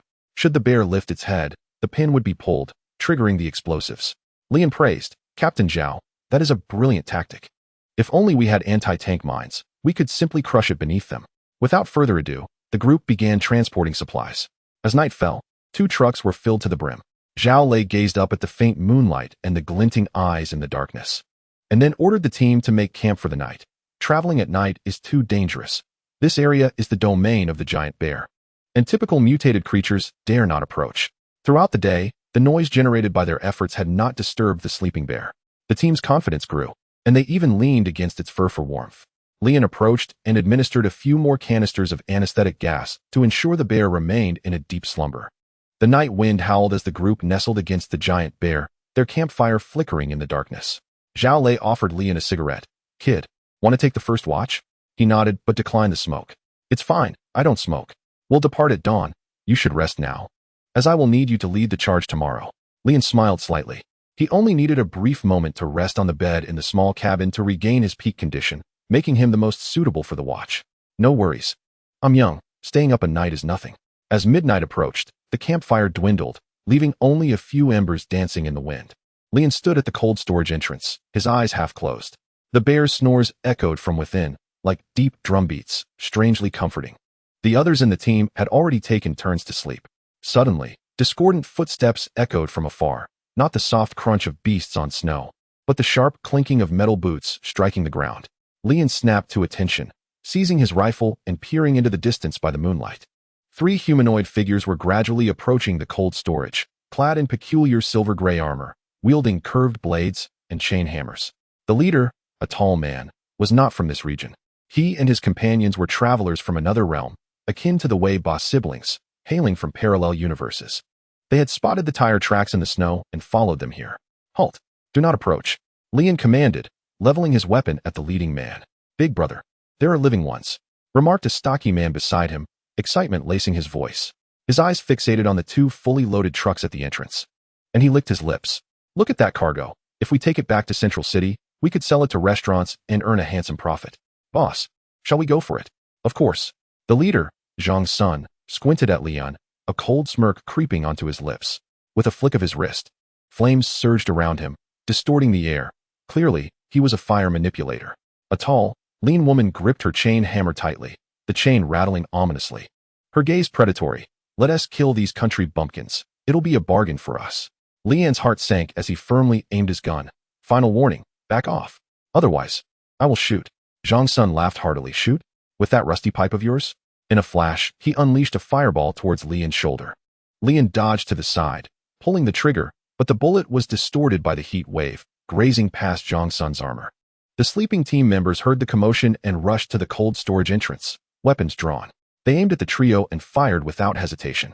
The stocky man moved with remarkable speed, evading the bullets, using the darkness as cover to charge at the team member by the door. delivering a crushing blow that shattered the skull of one soldier, blood splattering everywhere. The chain hammer woman swung her weapon, ensnaring another team member's leg with the chain. With a mere flick of her wrist, she sent him soaring into the air. In just one encounter, Lian's team had already lost 2 members. The others scattered. Their rifles once again trained on the 3 intruders, bullets raining down upon them. Zhang Sun's fire blade deflected the incoming rounds, the bullets ricocheting harmlessly away. He grinned wickedly, retaliating with a jet of flame directed at Zhao Lei. Zhao Lei hastily dodged, but his arm was still singed, instantly blackened, flesh peeling away. The stocky man shielded his head with his arms, taking the bullets head-on as he continued his charge, quickly reaching the entrance. The chain hammer woman flanked them, her chain striking like a serpent, shattering a team member's rifle. Lian pulled out a grenade, but the stocky man kicked it away, sending him crashing against the wall, blood spattering from his mouth as several ribs cracked. Damn it, these guys are too tough. Lian gasped, realizing the dire situation. He knew that if they continued to fight head-on, the entire team would be doomed. He cast a glance into the depths of the cold storage, where the cacophony of battle had yet to awaken the giant bear. Zhao Lei exchanged a knowing look with Leon, both understanding the unspoken plan. Do it. Throw the grenades. Wake it up. Leon hurled the hand grenade deep into the cold storage. Boom. The explosion reverberated loudly. Hey, don't just throw it randomly. Aim properly. Your aim is worse than a toddler's. A stout man mocked. At that moment, a roar emerged from the distant smoke, like thunder cracking the earth, shaking the very ground. The colossal creature rose, its crimson eyes locking onto the battlefield. The collar's hidden explosives detonated, 20 grenades exploding simultaneously, flesh and blood flying from the bear's neck, yet causing no substantial damage, only igniting a deeper fury within it. The Bear King awakened, its claws striking like lightning. Swinging with force at the stout man standing before Leon, unable to evade, he reinforced his body, raising his arms to withstand the blow, but was sent flying by the overwhelming force, his arms broken, ribs caved in, crashing into the wall, embedding him within it, blood foaming from his mouth. His life expectancy rapidly dwindling. What the hell? How is there a mutated beast in the cold storage? Zhang Sun's face paled. Flames erupted from his powers, spiraling into a fire dragon that entwined the giant bear, but the bear's claws, accompanied by a tempest, tore the fire dragon apart. A woman wielding a chain whip screamed as she flung her weapon, the chain wrapping around the bear's leg, only for the bear to effortlessly yank her towards it. The bear opened its massive jaws, catching the woman midair, its fangs snapping her in two. Taking advantage of the chaos, Leon slipped into a small room, intending to use teleportation to bring the others in. However, the severe injuries he sustained flared up, causing his vision to blur, and he collapsed onto the floor, motionless. Chapter 36. Evolution Potion. At that moment, the housekeeping robot, Binbin, approached, lifting Lian and placing him gently on the bed before stepping aside to quietly clean the bloodstains from the floor. Lian fell into a deep slumber, his body slowly recovering thanks to the bed's healing functions. The trio from the other world was caught off guard, despite their enhanced physical abilities. They were no match for the mutated giant beast. 2 of them perished, leaving only Zhang Sun to struggle on. He conjured fireballs to strike the bear's eyes, but they were extinguished by a swipe of its paw. The giant bear relentlessly clawed and bit, while Zhang Sun evaded using the cold storage's layout. In a desperate maneuver, he dashed outside the cold storage, releasing flames that melted the accumulated snow, creating a billowing cloud of steam that obscured the bear's vision. Seizing the opportunity, Zhang Sun sprinted desperately, his legs sinking into the snow with every step. The bear, unable to see him, let out a furious roar, pounding the ground and dispersing the white mist, catching sight of Zhang Sun fleeing in the distance. It charged forward on all fours with incredible speed, quickly closing the distance. The bear's roar thundered in Zhang Sun's ears, each paw strike sending tremors through the ground, scattering snowflakes. Damn it, why is this happening? Zhang Sun cursed through gritted teeth. They had just cleared the dungeon, planning to head to the station for supplies en route to Central City, but they never anticipated a giant bear blocking their path. The bear's massive paw came crashing down, grazing Zhang Sun's shoulder and leaving a bloody scratch. He stumbled and fell into the snow. Before he could rise, the bear loomed over him like a mountain, its gaping maw releasing a foul, hot breath. Zhang Sun's scream was abruptly silenced as the bear clamped down on his upper body, its sharp teeth piercing through his armor, embedding into flesh, blood spraying forth instantaneously. Agonizing pain surged through him like a tidal wave, blurring his vision, yet his eyes burned with a final frenzy. Damn it, I'll take you down with me. He gritted his teeth, summoning every ounce of his strength. Flames surged within him, coalescing into a scarlet energy core in his dantian. The core expanded and twisted. On the brink of exploding, the bear sensed the anomaly, emitting a low growl as it attempted to expel its prey. But it was too late. Zhang Sun grinned maniacally and declared, "Die, you beast. Let us descend into hell together." Boom. A searing blaze erupted, the shockwave vaporizing the snow instantly, transforming it into a billowing steam. Nearby trees were uprooted, debris scattering. The bear's massive form twisted in the inferno, fur igniting, insides rupturing, ultimately collapsing into a charred mass, crashing into the snow pit. The aftershocks of the explosion resonated even several kilometers away at the base, where Secretary Liang and Zheng Bai exchanged anxious glances toward the horizon. Zhao Lei and the others were thrown from their snow piles by the blast's force, their ears ringing. The sky was illuminated with fiery hues. Zhao Lei rubbed his throbbing head, rising from the snow. Scanning the surroundings, he saw the bear's charred remains. Zhang Sun's body merged into the pit. But Lian was nowhere to be found. "Lian! Lian!" Zhao Lei shouted, his voice echoing in the wind. The teammates gradually regained consciousness, searching frantically, but finding nothing. "Captain, he might be." One team member hesitated. Zhao Lei clenched his fists and turned to command. "Clean up the aftermath, gather what supplies we can, and head back to the base." The others nodded silently, dragging their weary bodies toward the truck. Fortunately, the aftermath of the battle did not affect the vehicle, and Zhao Lei started the engine, navigating through the snowy terrain, disappearing into the vast whiteness of the wilderness. Perhaps the explosion had frightened off the mutated beasts, as Zhao Lei's journey was surprisingly smooth. Upon returning to Base 13, Zhao Lei rushed into the command room to report everything that had transpired in the cold storage to Secretary Liang. Zheng Bai hurried over, his face pale. "Lian sacrificed himself. Where's the body?" "We didn't find it. The scene was too chaotic," Zhao Lei replied somberly. "We searched for a long time and found nothing."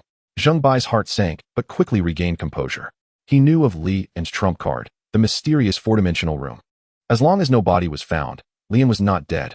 He likely retreated into his room. "Don't jump to conclusions," Zheng Bai said, patting Zhao Lei's shoulder reassuringly. "Lian is tough." Secretary Liang spoke earnestly. "You all have worked hard. Dr. Zheng, please treat Captain Zhao first." Meanwhile, within the four-dimensional room, Lian was lost in slumber. The healing function of the bed activated quietly, a soft green light seeping into Li Yan's wounds, mending torn muscles and fractured bones. 3 days passed. Li Yan's breathing became steady, his pallor shifting to a healthy hue. On the morning of the 3rd day, he slowly opened his eyes, feeling as if reborn, light and agile. The wounds had scabbed, leaving only faint scars. "Binbin, how long have I slept?" Lian sat up, rubbing his temples. "Master, you have been asleep for 70 hours. It is advisable to replenish your nutrients." Binbin's mechanical voice chimed, simultaneously presenting a steaming cup of nutrient solution. Lian accepted it and drank it all in one go. The chaotic scenes from before the explosion flooded his mind. The bear's roars, Zhang Sun's screams, Zhao Lei's shouts. Taking a deep breath, he silently recited a mantra and stepped out of the room, his figure vanishing from the warm space, returning to the cold ruins. Outside, the wind and snow had ceased, leaving the world in eerie silence. A faint scent of charred flesh lingered in the air. The bear had a substantial amount of fat, and the flames had raged for 3 days without extinguishing. Lian advanced along the path of his memories, where a vast snow pit came into view. At the bottom of the pit lay the lifeless form of a giant bear, its charred exterior barely concealing the ruptured innards within. Nearby, amidst the snowdrifts, a small object shimmered with silver light. Lian picked it up, discovering it to be a silver ring, presumably belonging to Zhang Sunday. Could this possibly be a storage ring? He mused, a hint of astonishment in his voice. With utmost care, Lian grasped the ring and concentrated his thoughts. He was instantly transported into the ring's inner space, which was modest in size, approximately 10 cubic meters. Inside, he found 5,000 white bills, 2 vials of healing potions, and 1 bottle of an evolutionary agent. Only 5,000 white bills. How impoverished, he lamented, shaking his head. Aside from these, there were merely some useless clothing and everyday items, which he promptly discarded. Lian lifted the evolutionary agent, a C-grade concoction that Zhang Sun had purchased for 200,000 white bills in Central City, intending to use it when his body reached a plateau, maximizing his potential. Unfortunately, it seemed he would never have that opportunity. This was also why the storage ring was almost empty. Zhang Sun had sold off all his possessions. The evolutionary agent was carelessly packaged in a plastic container, the back of which bore detailed instructions for use. Activate human potential, Embark on the path of evolution. Welcome to the C-grade evolutionary agent produced by Ryan Pharmaceuticals. The instructions warned. Administer the potion all at once, swallowing it whole. A strong metallic taste accompanied by a slight burning sensation is normal after 10 to 30 minutes. Expect symptoms such as fever, dizziness, and muscle tremors. Subsequently, you will enter a core evolutionary phase lasting 14 hours, during which you may experience blurred consciousness, heightened senses, severe spasms, or bone pain. Please lie flat and ensure your breathing remains unobstructed. The process could entail excessive sweating, subcutaneous bleeding, or brief loss of consciousness. Hence, supervision was necessary to prevent accidents. Upon completion of the evolution, one would enter a deep sleep lasting 6 to 12 hours. Potential risks included uncontrollable evolutionary directions, as the agent activated latent genetic potentials, yet specific outcomes, physiological, mental, sensory, etc., varied greatly among individuals, with the possibility of acquiring unexpected abilities or undesirable, even destructive, adaptive traits. In the event of evolutionary failure, there existed a 0.003 chance that an individual might not adapt effectively, potentially leading to organ failure, permanent nerve damage, a vegetative state, or death. The final note stated, using this product signifies your voluntary acceptance of all known and unknown risks, absolving Ryan Pharmaceuticals of any consequences. In the lower right corner of the packaging, a small line read, "Good luck, new humanity." Chapter 37. The first evolution. Lian tucked away the evolutionary agent, planning to wait until Zheng Bai was by his side before using it. He continued to wander through the ruins of the cold storage for quite some time, but found no trace of Zhao Lei. The truck laden with supplies was also gone, and Lian surmised that Zhao Lei and the others had returned to the base ahead of him. Thus, he had no choice but to walk back to the base. He donned his winter gear and braved the rising snow and wind, heading towards the base. The sky gradually darkened, thick gray clouds loomed, and the blizzard raged once more. The heavy snow fell like blades, visibility dropping to less than 5 meters. Squinting, Lian attempted to discern the landmarks, but all around him was a sea of white, the storm obliterating all traces. Damn this cursed weather, he cursed, promptly retreating to the shelter of a small cabin. Through the window, he gazed at the swirling snowflakes outside, realizing that with such heavy snowfall, it was futile to venture out as he could not find his bearings. He removed his outerwear and changed into his pajamas, deciding to rest until the snow ceased. Outside, the blizzard roared like a furious beast, engulfing the world in chaotic whiteness. Yet inside, the atmosphere was starkly different. Warm air flowed from the heater, and the room was bathed in the soft orange glow of the lights, creating a comforting cocoon that kept the chill at bay. The air was fragrant with the mouth-watering aroma of hand-pulled lamb. Lian sat in a cushioned chair, a large plate of freshly cooked hand-pulled lamb before him. The lamb was tender and falling off the bone, exuding an enticing creamy hue, steaming and wafting the unique fragrance of Inner Mongolia lamb. He grasped a sizable piece of lamb, dipping it in chive flour sauce, and relished a generous bite. The meat was succulent and juicy, dissolving almost instantly in his mouth, the rich flavor and warmth banishing the last vestiges of chill from his body. A light sheen of sweat formed on his forehead as he sipped the warm, fragrant milk tea beside him, letting out a contented sigh. The storm continued to howl outside. This stark contrast provided Lian with an almost luxurious sense of safety and happiness. For a week, he enjoyed a surprisingly pleasant and fulfilling time in the cabin. With Binbin assisting him, he hardly needed to lift a finger. He lived a life akin to that of a pampered heir, where food was served, and clothes were provided without effort. In the initial days, this extreme comfort and security enveloped him like the finest wine, intoxicating him. There was no need to worry about sudden encounters with mutated creatures, no vigilance against harsh weather, and no frantic search for the next meal. The constant warmth from the central heating, the precise culinary offerings from Binbin, and the soft, dry bed were luxuries unimaginable in the apocalypse. However, as the third and fourth days passed, the once thundering roar of the storm outside began to blend into a monotonous, white noise, and a strange feeling of ennui began to take root within Lian's heart. He was undeniably bored. His life had settled into an overly perfect routine: eat, sleep, read, play games, and daydream. The safe house had transformed into a warm, yet exquisite prison. On the afternoon of the 5th day, Lian set down the book he had finished reading. Sitting by the window, he gazed out at the still chaotic world, his fingers unconsciously tapping the table. He found himself even reminiscing about the thrill of battling the giant bear with Zhang's son. At least then, every nerve in his body was taut and alive, with a vivid sense of being truly alive. "Binbin, let us keep dinner simple today," he suddenly declared. On the seventh morning, as the storm's fury noticeably waned, a ray of light bravely pierced through the clouds and glass. The sun had finally emerged. Leon eagerly donned his winter gear and flung open the door, the crisp, fresh air flooding his lungs, imbued with the unique chill that follows a snowfall. The snow had piled up to his waist. He fashioned a makeshift ski by binding wooden planks to the soles of his shoes, increasing the surface area in contact with the snow, ensuring he wouldn't easily sink into the deep drifts. Back to the base, he proclaimed, his steps somewhat clumsy, resembling a waddling penguin. His journey was smooth, encountering no troublesome mutated beasts. Any that crossed his path were swiftly dispatched with a single bullet. Having witnessed the might of the giant bear, Leon felt relaxed handling these lesser threats, devoid of any tension. Upon arriving at the base, however, he sensed something was amiss as he descended the stairs. It was eerily quiet, devoid of any sounds. Immediately, he donned his full gear, preparing for a potential confrontation. Turning around at the staircase, he was met with an empty expanse, the only remnants being bedding left hastily in place. "Is anyone there?" "It's Leon, I'm back," he shouted, but only the echo of his voice reverberated off the walls in response. It didn't seem like an invasion was imminent. Leon began to survey the surroundings. Based on the traces of life, it appears as though everyone has vanished into thin air.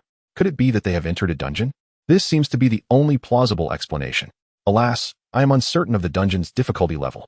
Lao Zheng, you must return safely.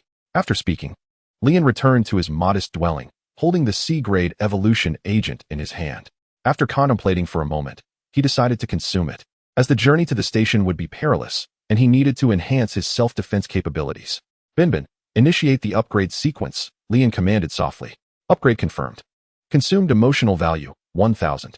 Core module expansion. Domestic functions optimized to 997 efficiency. New medical module added. Biological scanning, wound suturing, potion synthesis, and surgery. Estimated upgrade time, 3 minutes. The voice of Binbin resonated, no longer merely mechanical but imbued with a gentle warmth, reminiscent of a caring nurse. Once the upgrade was complete, Leon instructed Binbin, "Monitor me while I drink the evolution agent and record my bodily status." Binbin acknowledged this. Leon took a deep breath, unscrewed the cap of the C-grade evolution agent. The crystalline blue liquid rippling slightly under the light. Without hesitation, he tilted his head back and consumed the potion in one swift motion. As the liquid coursed down his throat, it transformed into a searing lava, surging through his esophagus. His heart rate accelerated to 140 beats per minute, and his temperature rose by 0.8 degrees Celsius. Binbin's voice chimed in. Initially, everything felt manageable. Leon felt as though countless fine needles were piercing through his limbs, a slight stinging sensation coursing through him like electricity. His muscles twitched slightly, awakening from slumber. He closed his eyes, taking deep breaths in an attempt to steady himself. But soon, that power began to awaken in earnest. Starting from his core, his heart ignited like a roaring engine, pumping blood that was no longer a warm stream but a torrent imbued with lightning. The deep rumble echoed within his chest, each heartbeat resonating like a war drum, causing his ribs to throb. His heart rate surged to 240 beats per minute. Oxygen saturation peaked at 99.9. The pain intensified. It felt as if his blood vessels were being stretched to their limits, bluish veins visible beneath his skin like an expanding spider's web, glimmering with an ethereal blue light. A wave of heat surged from his abdomen upwards, scorching his lungs. Each breath felt like swallowing flames. The air thick with a faint burnt scent, the trace metabolites released as cells divided at an astonishing rate. Leon could not help but let out a low roar. Sweat poured down like rain, soaking his clothes, and the sofa cushions became drenched in an instant. Binbin's voice remained calm and soothing. Muscle density increased by 208. Nerve conduction speed enhanced to 35 times the human limit. Pain threshold has peaked. Expected relief in 2 minutes. Evolution surged through him like a tidal wave. His bones crackled, his spine elongated by 3 centimeters, and waves of soreness surged through his joints, as if invisible hands were sculpting steel. His vision blurred momentarily before snapping back into sharp focus, his pupils constricting as the world reconstructed itself before him. Every detail within the room became vividly apparent. His hearing amplified as well. The hum of the refrigerator in the kitchen became distinctly audible. The most intense transformation occurred in his brain. A storm raged within his skull, synaptic gaps collapsing and reorganizing. Brainwave activity abnormally high. Cognitive processing speed increased by 40, memory capacity significantly enhanced, Binbin reported. Finally, the peak subsided. The searing heat receded like a receding tide, leaving only residual waves of sensation coursing through his limbs. Lian slumped onto the sofa, gasping for breath. His chest heaving violently. His skin regained its smoothness, and dormant power lay coiled within every muscle, awaiting awakening. Evolution complete. Overall physical capabilities elevated to 51 times the human limit. Strength 425, agility 330, endurance 720, reaction speed 530. Binbin's voice resonated as it projected a comparative data chart before Lian slowly. He sat upright, clenched his fists, and felt the surge of power coursing through his fingers. A grin spread across his face. This sensation felt akin to rebirth. Chapter 38. Testing the blade, Lian rose from the sofa and approached the floor-to-ceiling mirror beside the living room. The reflection that greeted him made him pause, his pupils slightly dilating. He had grown taller. Originally standing at 1.78 meters, he now appeared to have stretched to 1.85 meters. The elongation of his spine lent him a more statuesque form. His shoulders had broadened, his chest puffed out like iron, and his abdominal muscles were sharply defined, each muscle resembling the harmonious proportions of the ancient Greek deity Apollo, interwoven with the robust strength of Hercules, exuding both power and beauty. He turned around, showcasing his back. Anyone who beheld him could not help but exclaim in awe. Binbin, record the bodily data, Lian murmured, a hint of self-deprecating humor in his voice. Lian began to test his new physique, moving around the room. He started with a slight jump, but with a resounding thud, his head collided with the ceiling. He had leapt nearly 2 meters high. If he were to exert his full strength, he could probably soar over 5 to 6 meters. Is this the superhuman mode? He mused. For the strength test, he easily lifted the refrigerator with one hand, its weight exceeding 400 pounds. He estimated that his one-arm lifting limit surpassed 1,000 pounds. 001. The Blood Realm's Emperor, Safehouse. The Emperor Safehouse could lift 100,000 pounds with one arm. But that was not all. Lian sat in front of his computer to test his reaction speed. It was a simple test. Click when the red light turned green. Previously, Lian's average score was around 160 milliseconds, while an average person hovered around 200 milliseconds. After 5 attempts, his average score reached an astonishing 33 milliseconds, far exceeding human limits. He could even dodge bullets. To kill and to prosper, that is the way, Lian thought to himself, realizing that amassing wealth through this method was indeed the quickest route. A single bottle of C-grade evolution agent had enabled such a monumental transformation. One could only wonder what higher-grade agents might entail. What kind of entity was Ryan Pharmaceuticals? Such information was beyond his current reach. The exhilaration brought on by evolution kept Lian in high spirits for several days, finally understanding why travelers risked their lives traversing various apocalyptic worlds. The lightness of his body, the sharpness of his senses, and the thrill of subtly controlling everything around him surpassed even the most potent narcotics. Alas, 5 days had passed. Had the dungeon still not concluded? Lian stepped out of his humble abode. The base, which had been desolate just days before, remained unchanged. Another 5 days. He sighed and returned to his quarters. Time flew by, and 5 days vanished in an instant. He could wait no longer. He would miss the train otherwise.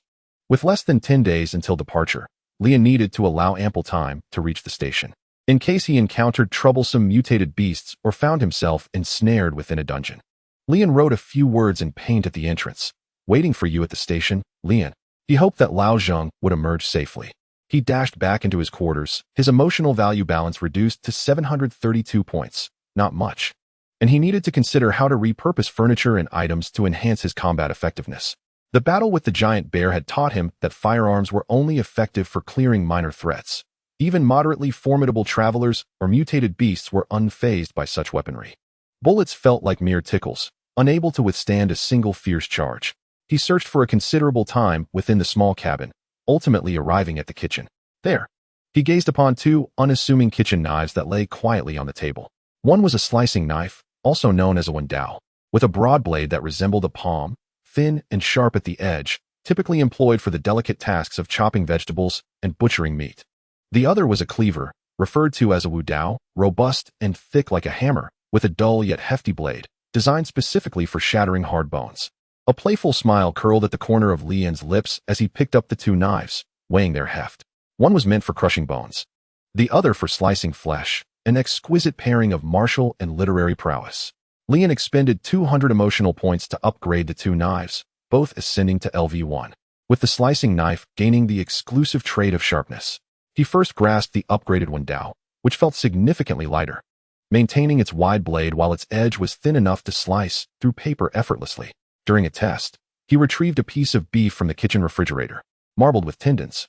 A mere touch of the knife's tip caused the meat to separate silently, the cut surface as smooth as a mirror, juices oozing without a trace on the blade. Next was the Wudao. Its upgraded form felt as substantial as a battle axe, now awakened with the trait of bone crushing. Lian seized a steel plate, 5 millimeters thick, salvaged from the remnants of a truck, squinting slightly as he executed a horizontal strike. With a resounding clang, the metal shattered like glass, fragments scattering like fireworks. The blade bore only faint white marks, with no signs of chipping. It was truly marvelous. A wondrous experience that stirred his spirit. Lian was enamored with the two kitchen knives.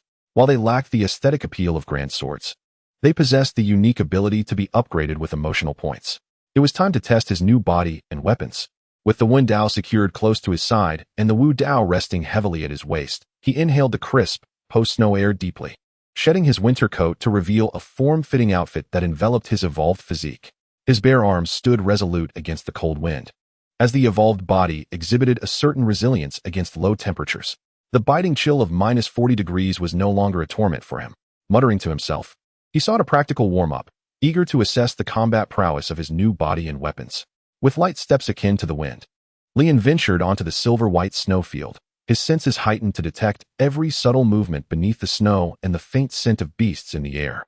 Not far ahead, a white shadow darted past in the falling snow. Lian's pupils constricted as he froze in place. It was the large white cat he had encountered on his journey to the base. The cat, upon spotting Lian, immediately arched its back and transformed into a dragon-like stance, emitting a low growl as it leaped forward, snow billowing behind it. Claws slicing through the air aimed directly at Lian's throat. Lian moved with the grace of a swallow, agility bestowed by his evolution. Rather than retreating, he advanced, lightly tapping the snow surface with his left foot, his body gliding sideways like an arrow for 3 meters, leaving an afterimage that caused the white cat's claws to strike empty air, sending up a flurry of snowflakes. As he landed, his right hand had already drawn the Wudao, its weight resonating in the wind. With the bone-crushing trait empowering his strike, he swung the blade downwards like thunder against the cat's flank. The white cat reacted swiftly, its feline instincts allowing it to twist mid-air, but with a dull thud. The blade met fur, not merely a cut, but a tremor of bone-crushing force that instantly compromised the cat's reinforced coat. Ribs cracked beneath the impact, blood seeping and staining the snow. The white cat let out a pained howl, staggering to the ground, its green eyes betraying a flicker of fear for the first time. Among all creatures, few could rival a feline of similar size in combat. Injured yet undeterred, the white cat rolled, sending snow flying to obscure its movements, transforming into a white blur as it sought to strike at Lian's back with its hooked claws. Lian merely chuckled, his keen senses allowing him to predict the cat's trajectory. He crouched low, his lithe form skimming over the snow like gliding on ice, evading the lethal blow while his left hand grasped the Wendao. With an edge as delicate as a cicada's wing, he executed a reverse slash, the blade's glimmer slicing through the air toward the exposed abdomen of the white cat. The edge met flesh without resistance, yielding no sound nor splatter, only the silky white fur parting like satin, revealing layers of blood and muscle beneath, the incision smooth as glass and deep enough to reveal bone. Blood gushed forth. Yet the blade remained untouched, the Wendao having effortlessly carved away a substantial portion of the cat's living flesh, exposing its stark white ribs. The cat yelped in agony, leaping back. However, its primal instincts remained intact, and it stifled its pain, conjuring a chilling breath of frost, unleashing an icy arrow that hurtled toward Lian's face, accompanied by a gust of snow. By heavens, what a predicament! Lian thought, resolutely standing his ground as he raised the bone-crushing Wudao to meet the oncoming attack. The blade hummed as it shattered the ice arrow upon impact. Seizing the opportunity, Lian charged forward, intertwining his dual blades. The Wudao struck first, the bone-crushing trait piercing through the chest cavity, splintering the collarbone, and sending bone shrapnel flying. The Wendao followed suit, sharp as a surgeon's scalpel, slicing into the neck, severing flesh as blood gushed forth. The white cat convulsed and collapsed, its green eyes dimming rapidly, the massive body twitching a few times in the snow before becoming a cold corpse. Lian wiped the blood from his hands, his chest rising and falling gently. The endurance granted by his evolution left him feeling almost untouched by fatigue. This felt like the true essence of a new human. Leon recalled the slogan of the evolutionary agent. Chapter 39. The ghost bus. Leon was uncertain of the train station's exact location, only possessing a vague sense of direction. Lacking a navigation system, he proceeded along the bus routes, repeatedly checking the stops to ensure he had not deviated from his path. Standing beneath a bus stop sign, he wiped the snow from the glass window, confirming the route was correct before turning to continue. However, in the next moment, darkness engulfed the sky, the streetlights crackling and sputtering as electric arcs flickered, reluctantly illuminating the area with a feeble yellow glow. Behind him, a blinding flash erupted, not from headlights, but from some eerie phosphorescence. A pure white bus glided toward him.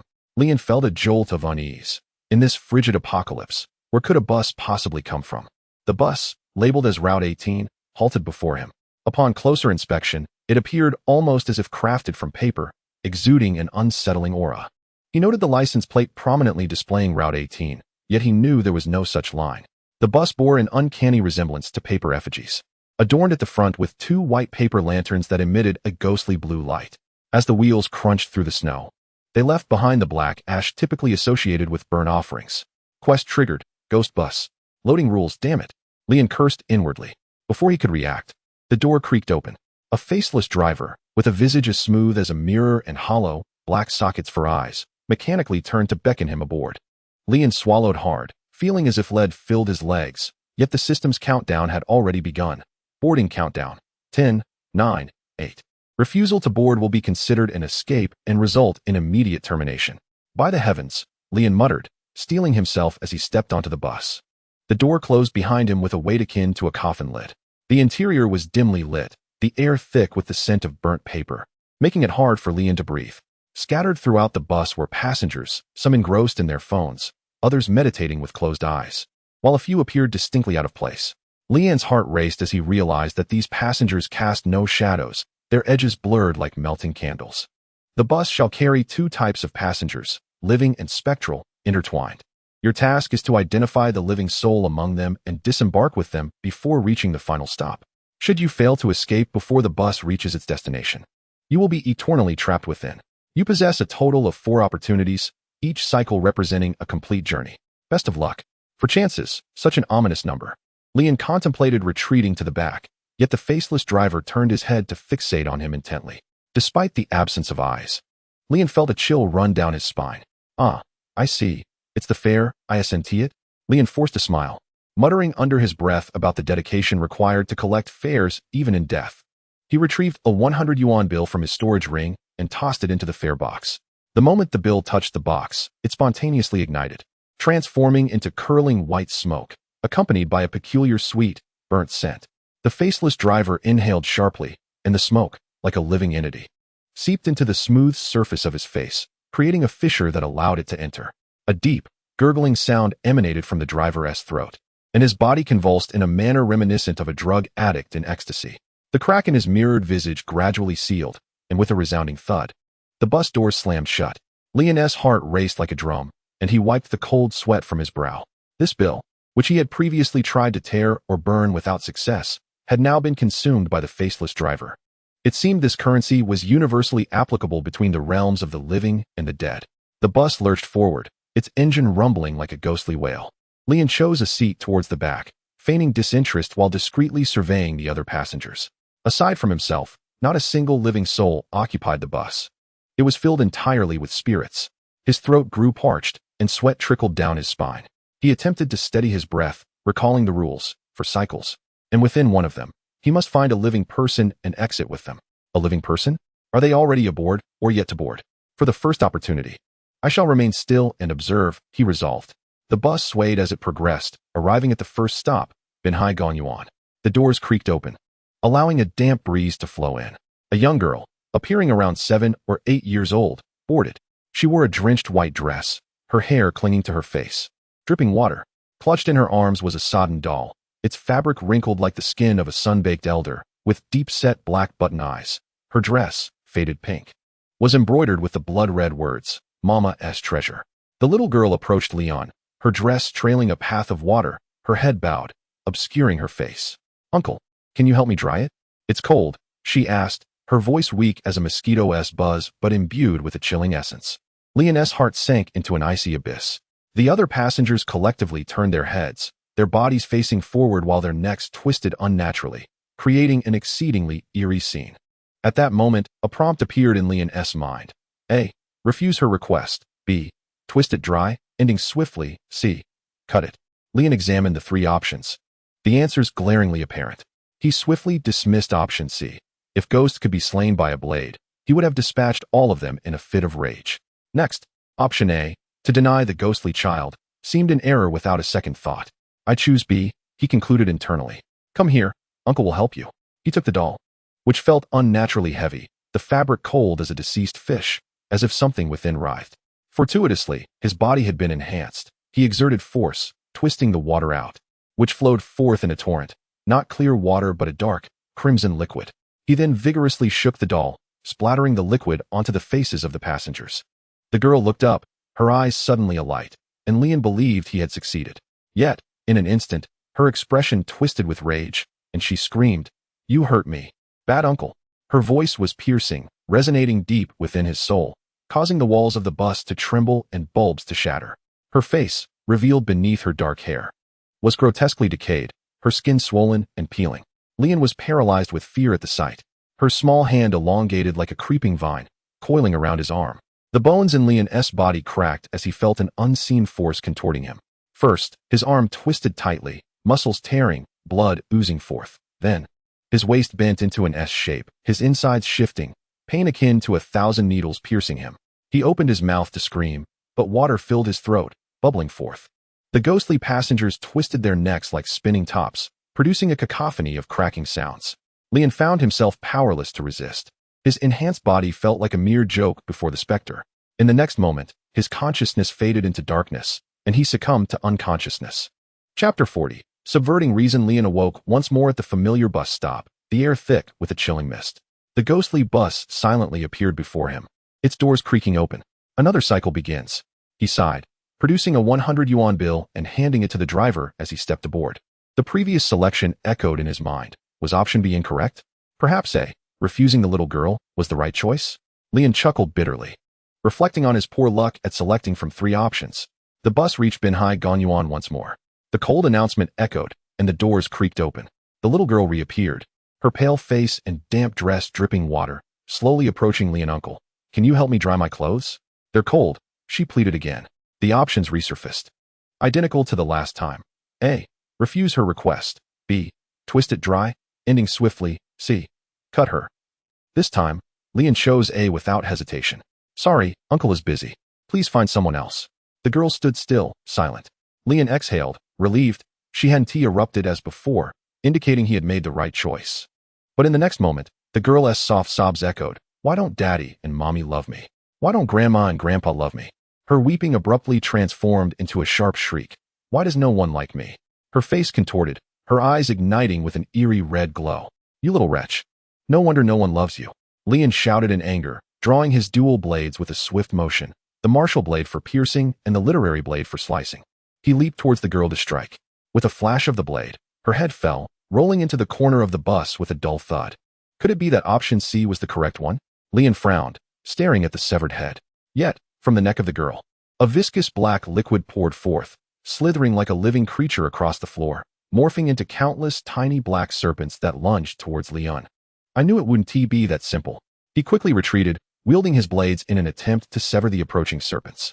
The blade sliced through, but the serpents remained unaffected, instantly reconstituting and moving swiftly to entangle his legs. Damn it! Leon leaped with all his might, attempting to evade by jumping onto a seat, but the serpents clung to his ankles, their icy touch penetrating to the bone. He swung his blades wildly. The glimmering steel flashed in the dim bus interior, yet he could not halt the serpent's advance. The girl's head chuckled from the corner, her hollow eye sockets fixed upon him. Come play with me, Uncle. The serpents climbed his legs, winding around his waist and arms, their grip so powerful that he could not break free. How infuriating. What on earth is this cursed thing? Leon gritted his teeth, struggling with all his might to break free, but the black serpent tightened its grip, its frigid touch seeping into his skin like countless needles piercing his body.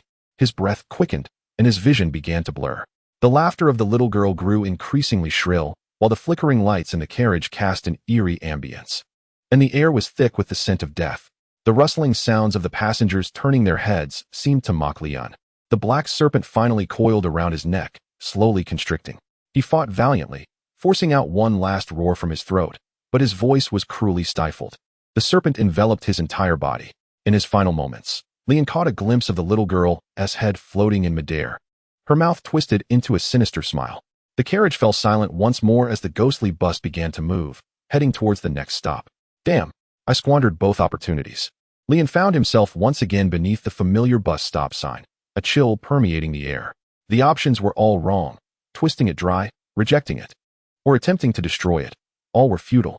Is the quest mocking me? Leon's heart raced with anxiety. The ghostly bus No. 18 came to a halt before him once again, the doors creaking open. The oppressive countdown forced him into a corner, leaving him no choice but to muster his courage and board once more. He paid the fare, climbed aboard, and took his seat as the bus set off. Leon compelled himself to calm down, his mind racing as he recalled the previous two experiences, searching for a breakthrough. The choices in the quest must be correct. The answer undoubtedly lay among the three options. He murmured to himself. If the quest intentionally presented erroneous choices as traps, then what was the point of playing? It would be better to surrender his life directly. Thus, the fault lies with me, but where exactly did I go wrong? Leon closed his eyes, visualizing every detail from the prior two encounters, analyzing frame by frame. Each of the little girl's words and actions was scrutinized repeatedly. Uncle, can you help me dry it? It's so cold. B. Twist it dry, and it quickly. You hurt me. These three clues intertwined in Leon's mind. And he suddenly opened his eyes, a revelation dawning upon him. He had been mistaken from the very beginning. The bus jolted to a stop, and the cold voice of the announcement echoed. We have arrived at Benhai Park Station. The little girl appeared as promised, her damp dress dripping water, her pale face bearing an eerie expression. She slowly approached, her voice frail. Uncle, can you help me dry my clothes? They're so cold. The options reappeared. A. Refuse her request. B. Twist it dry, and it quickly. C. Cut her. I choose B. Leon took a deep breath and walked toward the little girl. He grasped her head with one hand and supported her legs with the other, lifting her as if wringing out a cloth, gently spinning her around. Though the girl's form seemed real, her body was as soft as cotton. With a firm twist, water was expelled from her, dripping onto the floor of the bus. Upon releasing her, the girl's form instantly reverted, the wetness on her dress vanishing without a trace. She looked up, revealing a pure smile. Thank you, Uncle. Mom says we mustn't accept help for free, so this is for you. The little girl produced a small plastic whistle from her pocket and handed it to Leon, then skipped over to the adjacent seat, quietly tending to her doll. Acquired item, ghost whistle. Function, blowing the whistle will immobilize all spirits for 5 seconds. Usage, 1 time. Finally, I've made the right choice. Leon exhaled in relief, gripping the whistle tightly. His rigid thinking had led him astray. In conventional terms, twisting dry naturally referred to wringing out clothes or dolls. But in the realm of the ghostly bus quest, nothing could be deduced by logic. Coupled with the little girl's earlier remark, you hurt me, Leon realized that the true entity requiring to be wrung out was not the doll, but the little girl herself. The cunning little girl, constantly toying with the doll, was the essence of the ghost. Chapter 41, The Final Stop. The ghostly bus continued to jolt along its path. It seemed that interacting with ghosts and fulfilling their requests would yield items. Leon fiddled with the ghost whistle, speaking softly to himself. He resolved to take the initiative, engaging with the ghostly passengers aboard to see if he could trigger any plot developments. Gathering his courage, Leon inhaled deeply and approached a hunched old man. The elderly figure, clad in a tattered coat and a wide-brimmed hat obscuring half of his face, remained as still as a statue. Hey, old man, where are you from? The old man did not stir, his head eerily tilting towards the window as if he hadn't heard a word. Is he deaf? He muttered, turning to leave. Next, he approached an elderly lady in the back row, who had her head bowed. Her gray hair obscured her face like a tattered curtain, and she was incessantly groping the ground for something. Seeing her peculiar behavior, Leon sensed an opportunity.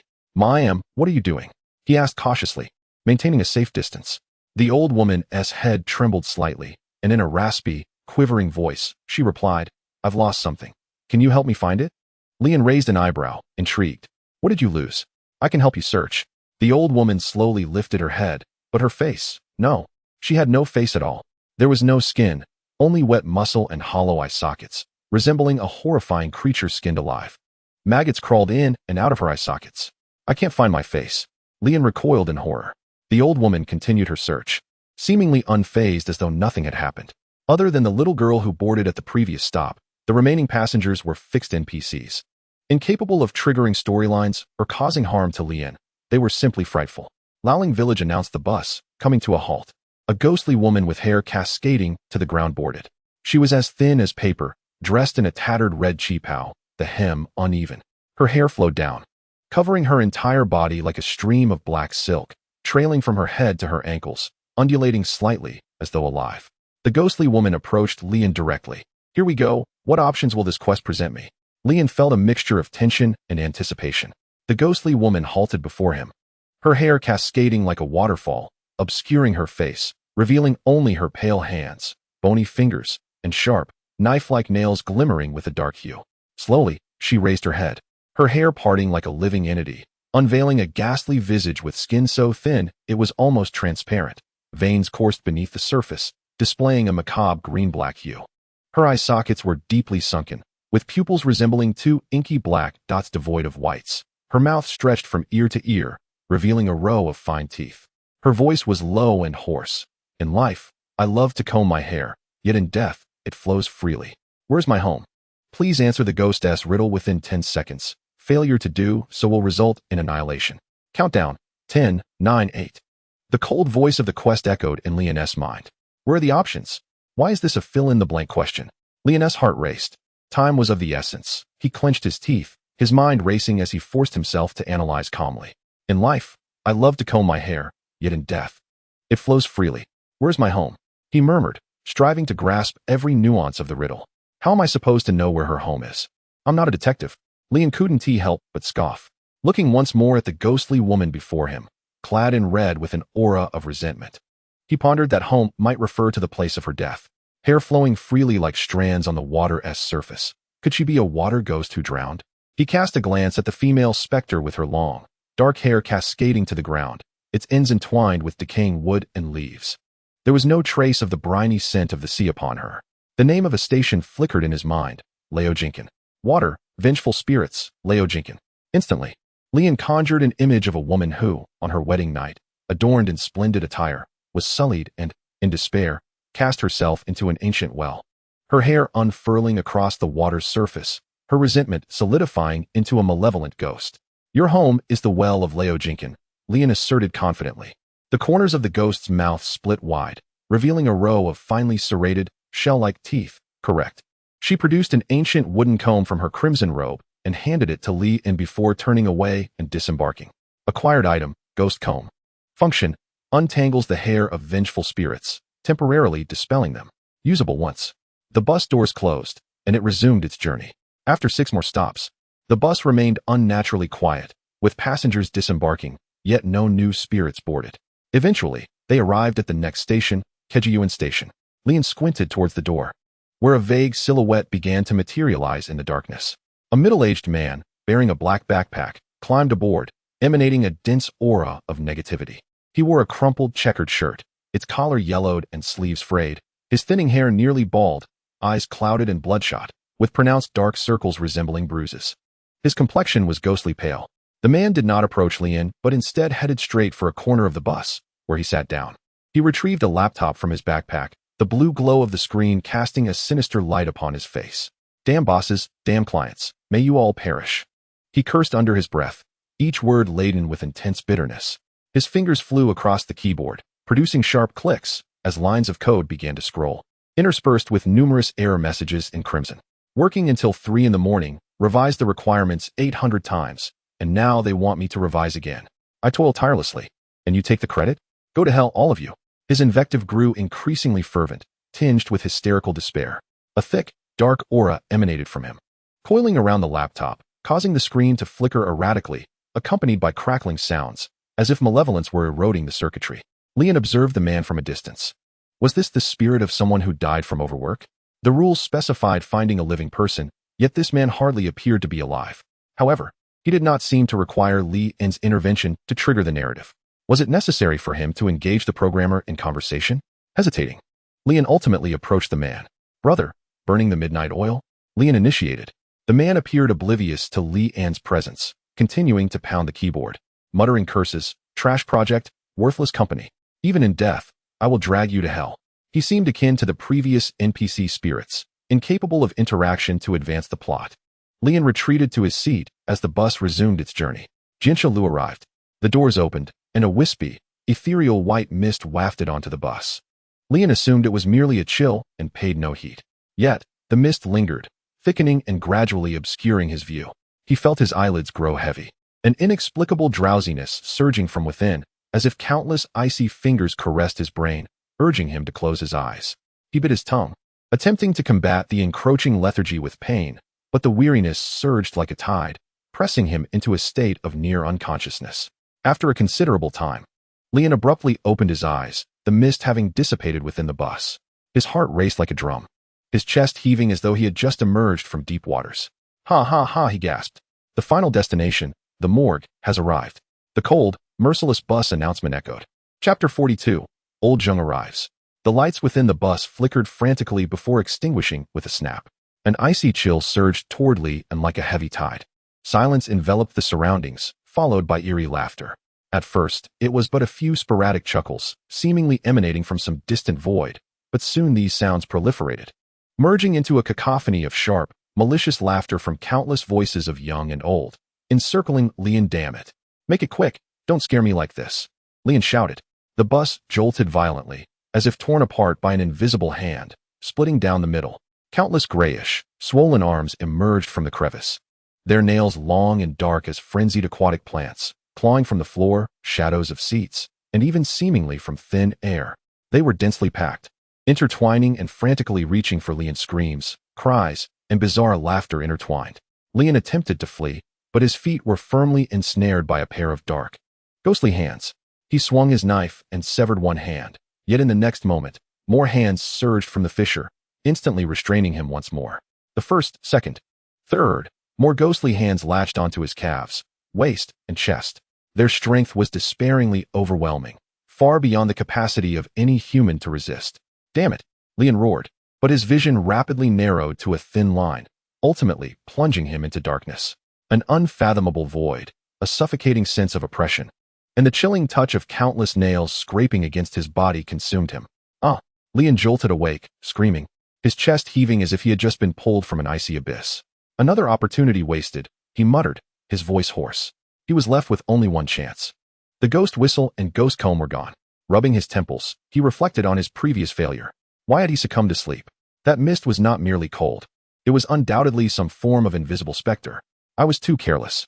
Thanks to the enhancement of the evolution potion, his senses exceeded those of ordinary individuals, allowing him to barely perceive the presence of that mist. A typical person would likely not have even noticed it. Since it's a ghost, there must be a way to deal with it. The eerie white bus arrived as expected, its paper-like exterior exuding an ominous aura. Leon sighed, paid his fare, boarded, took his seat, twisted the little girl's arm, and solved riddles. Everything went smoothly. He once again acquired the ghost whistle and ghost comb. The programmer's ghost in the corner continued to curse, the sound of his fingers striking the keyboard echoing incessantly. Worthless boss, useless client, all of you should die. His resentment seemed almost tangible. However, this was merely an NPC incapable of interaction, and Leon chose to disregard him. Jinsha Lu arrived. The cold announcement resonated. After 3 cycles, Leon discerned a pattern. The doors only opened when spirits disembarked or boarded. Without ghosts, the bus would not stop. He stationed himself by the front door, gripping the ghost whistle tightly, bracing for action. The doors creaked open, wisps of white mist seeping in. Without hesitation, Leon blew the ghost whistle forcefully. The mist instantly solidified, as if time itself had frozen. All the ghosts within the bus, including the driver, stood frozen in place. The bus came to a halt, reminiscent of scenes from Japanese films. Yet Leon was not Ning Kai-chin, with no inclination to ride on a ghost. In his mind, he silently counted 5, 4, 3, 2, 1. During these precious 5 seconds, he dashed to the driver's side and pressed the door close button. This time, you shall not board. A grin spread across his face as he watched the mist being cut off outside the door. As the 5 seconds elapsed, the faceless driver suddenly turned, rage emanating from him, though devoid of features. Leon remained unfazed as he swiftly retrieved 2 100 yuan notes and tossed them into the coin box. Instantly, the bills ignited, transforming into wisps of white smoke that the driver greedily inhaled, causing his body to tremble violently. After the shuddering subsided, The driver cast a satisfied glance at Li and before pressing the accelerator, and the bus roared away from Jianxi Road. Money can indeed make the world go round. Lian chuckled softly. The ghostly bus lurched forward. Lian's gaze swept across the dimly lit cabin, searching for the living soul among the passengers. However, as he looked around, he found the outlines of the other riders blurred and devoid of shadows, resembling wax figures that had begun to melt, devoid of humanity. Was there anyone real on this bus? His mind raced. Or perhaps, had they yet to board? The bus jolted abruptly to a stop, and the front door swung open. A figure emerged slowly, stepping into the cabin. Lian focused intently, his heart racing. It was old Zheng. He exclaimed, his voice laced with incredulous joy. Old Li, what the hell? The newcomer was Zheng Bai, his pale face tinged with excitement. He approached quickly. What are you doing in this dreadful place? Lian responded. Relieved, yet still wary. I was about to ask you the same. How did you end up on this cursed bus? Zheng Bai plopped down on the seat beside him. I saw the message you left at the base, waiting for you at the train station, so I chased after you. Suddenly, the sky darkened, and this wretched bus appeared behind me, beckoning me into this nightmare. Before I even realized what was happening, there you were. Lian's lips twitched. Your luck is astounding. He lowered his voice, his tone serious. The task in this scenario is to find the living person on the bus and exit together before the final stop. But all I see here are ghosts. Zheng Bai's eyes widened as he turned to scan the cabin, his voice trembling slightly. Don't scare me like that. Ghosts? See for yourself. Lian gestured towards a hunched old woman in the corner. No shadows, not a single one. Don't believe me? Go ask that old lady. Skeptical, yet compelled, Zheng Bai mustered his courage and approached her, curiosity overpowering his fear. Granny, what are you doing? The old woman's head jerked suddenly, her gray hair resembling tattered cloth as she slowly lifted her gaze. I'm searching for my face. She revealed a horrifying visage. Can you help me find it? Zheng Bai was so startled he collapsed onto the ground, his face ashen, trembling finger pointing at her. What the hell? See, I told you, Lian said, reveling in his friend's dismay. Old Li, we need to get out of here. Zheng Bai scrambled to his feet, panic evident in his voice. I don't want to stay in this ghastly place a moment longer. Let us get off at the next stop. The scenario will end. Driver, Zheng Bai shouted. Next stop, we're getting off. Lian seized his arm, his gaze sharp. Wait, how do you prove you're a living person? Zheng Bai froze, his expression shifting from urgency to confusion. Stop joking, Old Li. Is this really the time for games? I'm not joking. Lian's voice was low and firm. How can you prove you're not a ghost? Be clear. Having used his ghostly whistle once, Lian could no longer ascertain Zheng Bai's true identity. Zheng Bai chuckled awkwardly, scratching his head. I have a shadow, warmth, and I know your name. Besides, my supernatural ability can't be a ghost, right? He raised his right hand, a green glow emanating from his palm. It was the surgical domain. Lian narrowed his eyes. Everything seemed correct.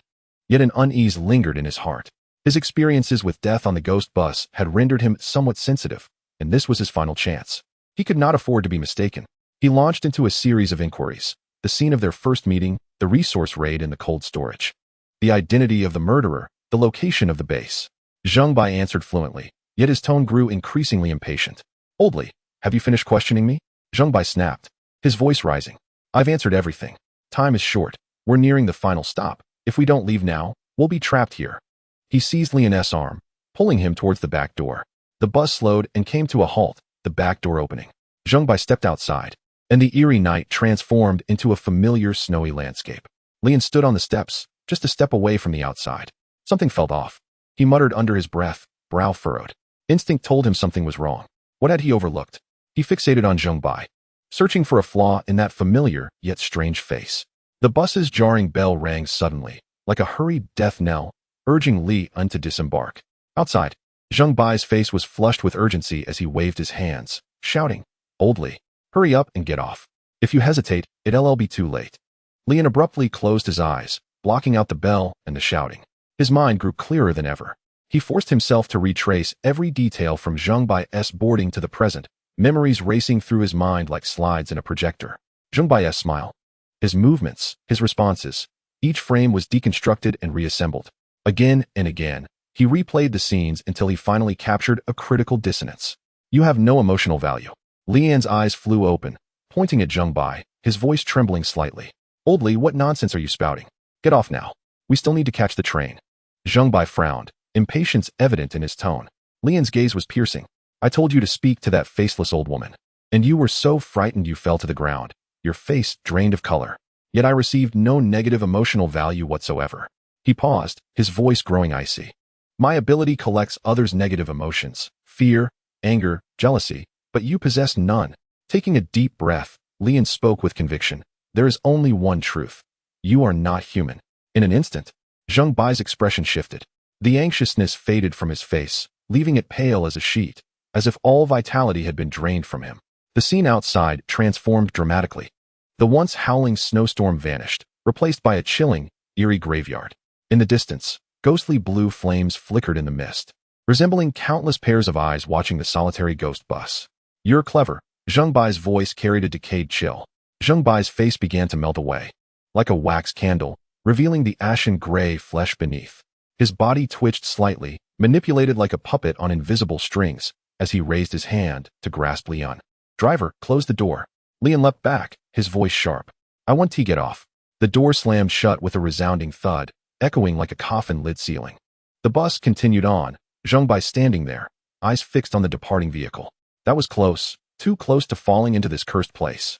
Lian wiped the cold sweat from his brow, shaken. He glanced at the route map on the cabin wall, his heart tightening. The final stop, the morgue, was just 2 stations away. Yet, he still had not found the so-called living person.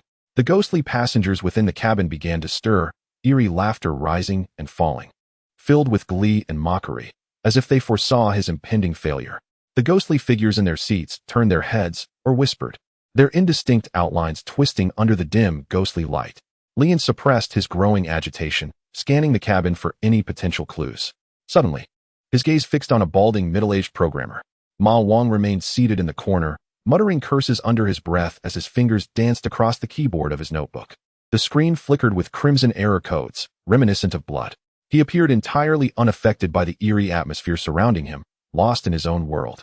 Lian glanced down at the Gui Shizi in his hand, the prop's information flashing in his mind.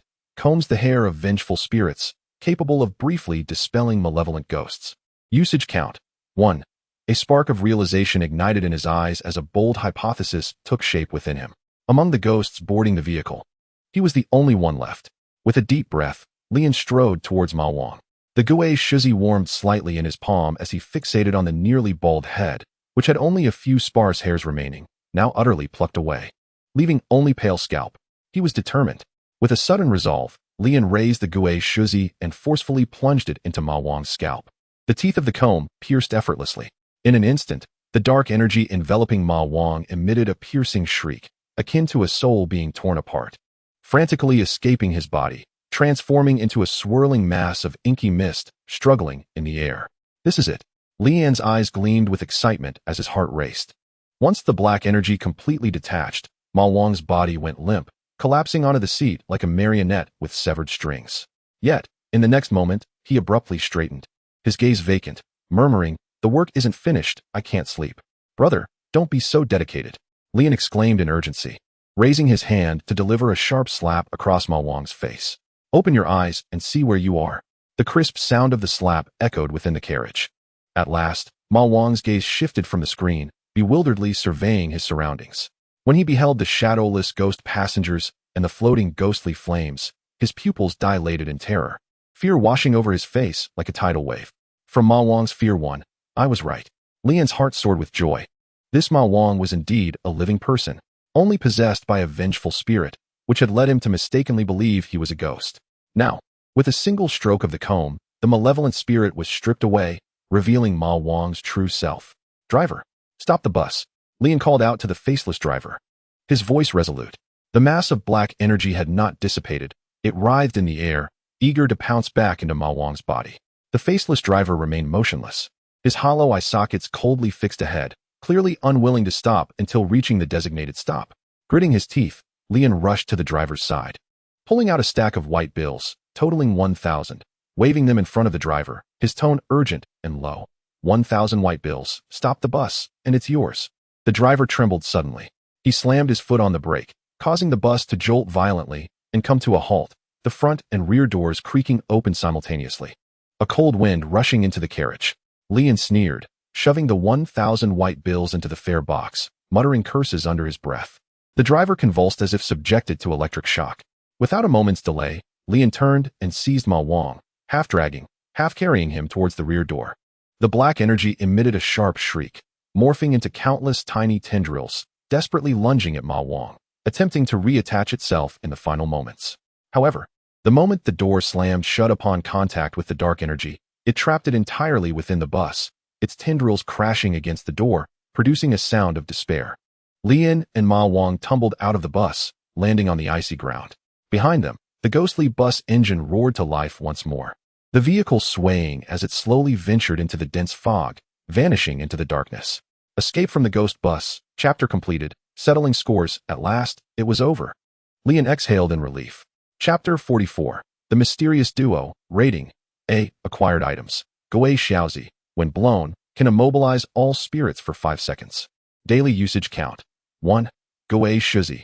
Combs the hair of vengeful spirits, capable of temporarily dispelling malevolent ghosts. Daily usage count. 1. 18 route bus ticket. When trapped in a chapter, this ticket can be used to escape. Usage count. 1. White bills. 10. 000. Both the Gui Xiaozi and Gui Xiaozi had been successfully retrieved. Lian remarked as he carefully stowed the items away. Unexpectedly, after exhausting 3 chances to escape the chapter, he had still achieved an A rating. He shook his head, feeling quite surprised. Ma Wang, dressed in a short-sleeved shirt, shivered from the cold, hugging his arms tightly. Brother, what kind of ghostly place is this? It's so cold. Why did it suddenly start snowing? Snowflakes settled upon his shoulders as his teeth chattered. Lian sighed and explained to Ma Wang the concepts of the apocalypse and the chapters. Ma Wang, an ordinary individual who had once worked as a programmer in Beijing, had fallen into a chapter while taking a bus home from work one day. Now, stepping off the bus, over a year had passed, and the location had shifted from Beijing to Hainan, with the world plunged into chaos. The chapter had arrived even before the apocalypse. Brother, since we're here, let's make the best of it. Let's keep an open mind, Lian consoled, patting Ma Wang's shoulder. I'm heading to the bus station. Will you join me? Ma Wang frowned, rubbing his arms. I don't have a ticket. I have an extra one. I can sell it to you. Lian produced a ticket for the bus, having one too many for his needs. Without hesitation, Ma Wang handed over all the 1,000 white bills he had acquired in the chapter in exchange for the ticket. Lian rummaged through the closet in their small dwelling, pulling out several thick jackets and down coats, offering them to Ma Wang. Put these on, otherwise you'll freeze to death. The two donned their warm clothing and braved the wind and snow towards the bus station. The journey proved relatively safe, with only a few scattered mutated beasts posing no threat to Lian. He relished the visceral thrill of combat, retracting his dual blades. Before him lay a mutated dog, blood gushing forth as it collapsed to the ground. Getting bitten by that dog would certainly take a chunk out of you, Ma Wang cautiously remarked as he emerged from behind a post. Good thing I chose to accompany you to the station. Otherwise, I'd probably be in the belly of a mutated beast by now. We have arrived. Lian pointed into the distance. Where have we arrived? Ma Wang squinted to see in the direction of Lian's finger, but discerned nothing. Can't you see the Haikou station sign? Never mind. You haven't evolved. So your eyesight probably isn't great. Lian led Ma Wang another 2 kilometers before they finally reached the train station. In the distance, a few figures lingered at the entrance, dressed in attire suggesting they were travelers from another realm. Lian wished to avoid unnecessary interaction with them, so he guided Ma Wang to a quiet corner of the ticket counter where they sat down. There are still 3 days until the train arrives. Let's rest here for 3 days. Ma Wang gathered a pile of branches from near the station and ignited a small bonfire. The two sat around the fire, engaging in casual conversation. Brother, do you think this world can ever return to normal? Ma Wang rubbed his frostbitten hands, his tone tinged with uncertainty. Lian poked at the fire, responding pensively, who knows? Let's just focus on surviving for now. Just then, a hulking figure emerged from the snowy mist. Standing nearly 2 meters tall, with bulging muscles clad in heavy leather armor, he bore a facade of false joviality. He approached with a hint of caution. Brothers, are you also waiting for the train to Central City? Lian looked up, narrowing his eyes as he assessed Wu Lu, his tone composed. Just passing through. Who are you? Haha, my name is Wu Lu. He plopped down beside the bonfire, pulling out a piece of beef jerky to chew on. Continuing to inquire, looking at your attire, you must be natives of this world. Lian remained silent, responding coolly. And you? A traveler from another world? Wu Lu grinned, revealing a set of yellowed teeth. Hey, brother, you actually know about these things? It seems you've traversed a few instances, otherwise you wouldn't have such information. Ma Wang, oblivious to Wu Lu's probing, rubbed his hands and replied honestly, we just escaped from the ghost bus instance. We nearly didn't make it out. Brother, What kind of apocalypse is happening in your world? Is it similar to ours? Is it also extreme cold? Lian shot a glance at Ma Wang. Ma Wang paused, realizing he had inadvertently let something slip, and awkwardly looked down. A glint of cold light flickered in Wu Lu's eyes as his smile abruptly faded. So, you are a local native? How intriguing. I didn't expect there to be natives surviving under the extreme cold storm just days ago. After confirming the identities of Li Un and Ma Wang, Wu Lu slowly rose, stretching his shoulders, his joints cracking. Let me see what you are capable of. Before he finished speaking, Wu Lu launched an attack, his right fist crashing toward Lian like a cannonball, stirring up a gust of wind. Lian had been prepared, swiftly dodging the punch and countering with a heavy blow aimed at Wu Lu's chest. Wu Lu was quick to react, blocking with his arm. The two exchanged blows, their fists and feet clashing, the snow on the ground flying in every direction, while sparks from the campfire were swept up by the shockwaves, scattering everywhere. Wu Lu's strength was immense, each strike akin to a hammer, but Lian was agile, his technique sharp, refusing to be outdone. Having just experienced the first round of the apocalypse world and not even visiting Central City, yet you possess such strength? Wu Lu gritted his teeth, astonished, his fists moving faster. Tell me, did you acquire something extraordinary? Hand it over, and I shall spare your life. Lian sneered, ducking under a heavy punch and striking Wu Lu's shoulder with a palm, forcing him back 2 steps.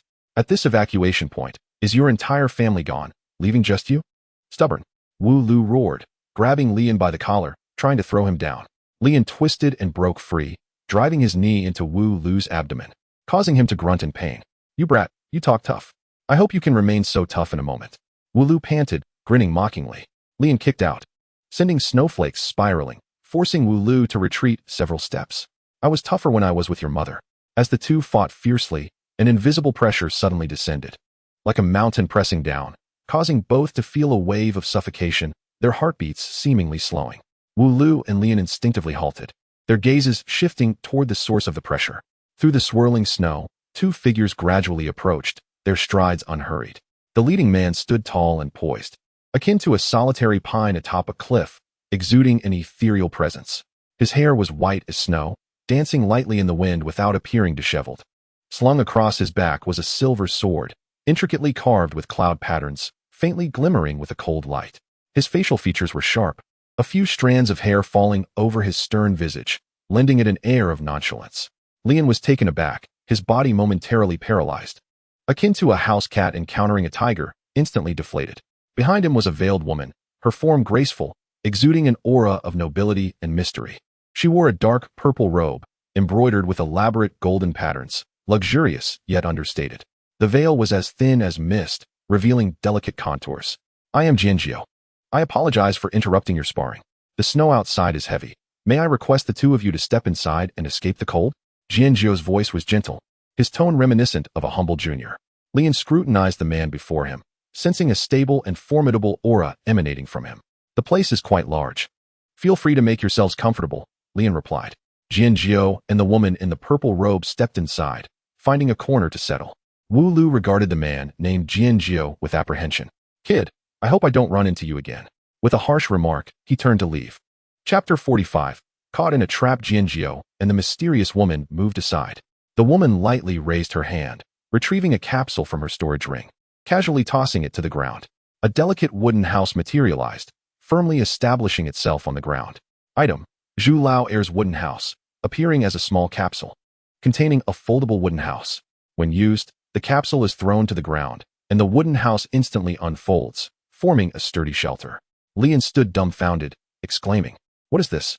Space folding technology?" The two entered the wooden house. Miss Tang, in 3 days, we shall return to Central City, Jianjiu stated calmly. This journey owes much to Mr. Jiu's protection. Without him, I would not have reached the station safely, Tang Lian replied softly. In an E-rank apocalypse world, even without me, Miss Tang, you would manage quite well here. Your father is too indulgent with you. My father is always thoughtful in his actions, never doing anything unnecessary. His arrangements are undoubtedly for a reason, Tang Lian responded lightly. Jianjiu nodded. That is indeed true, considering your father is. Tang Lian smiled faintly. Not far away. Ma Wang tugged at Lian's sleeve, whispering, Lian, the identities of the two inside the wooden house must be extraordinary. We should keep our distance. Distance?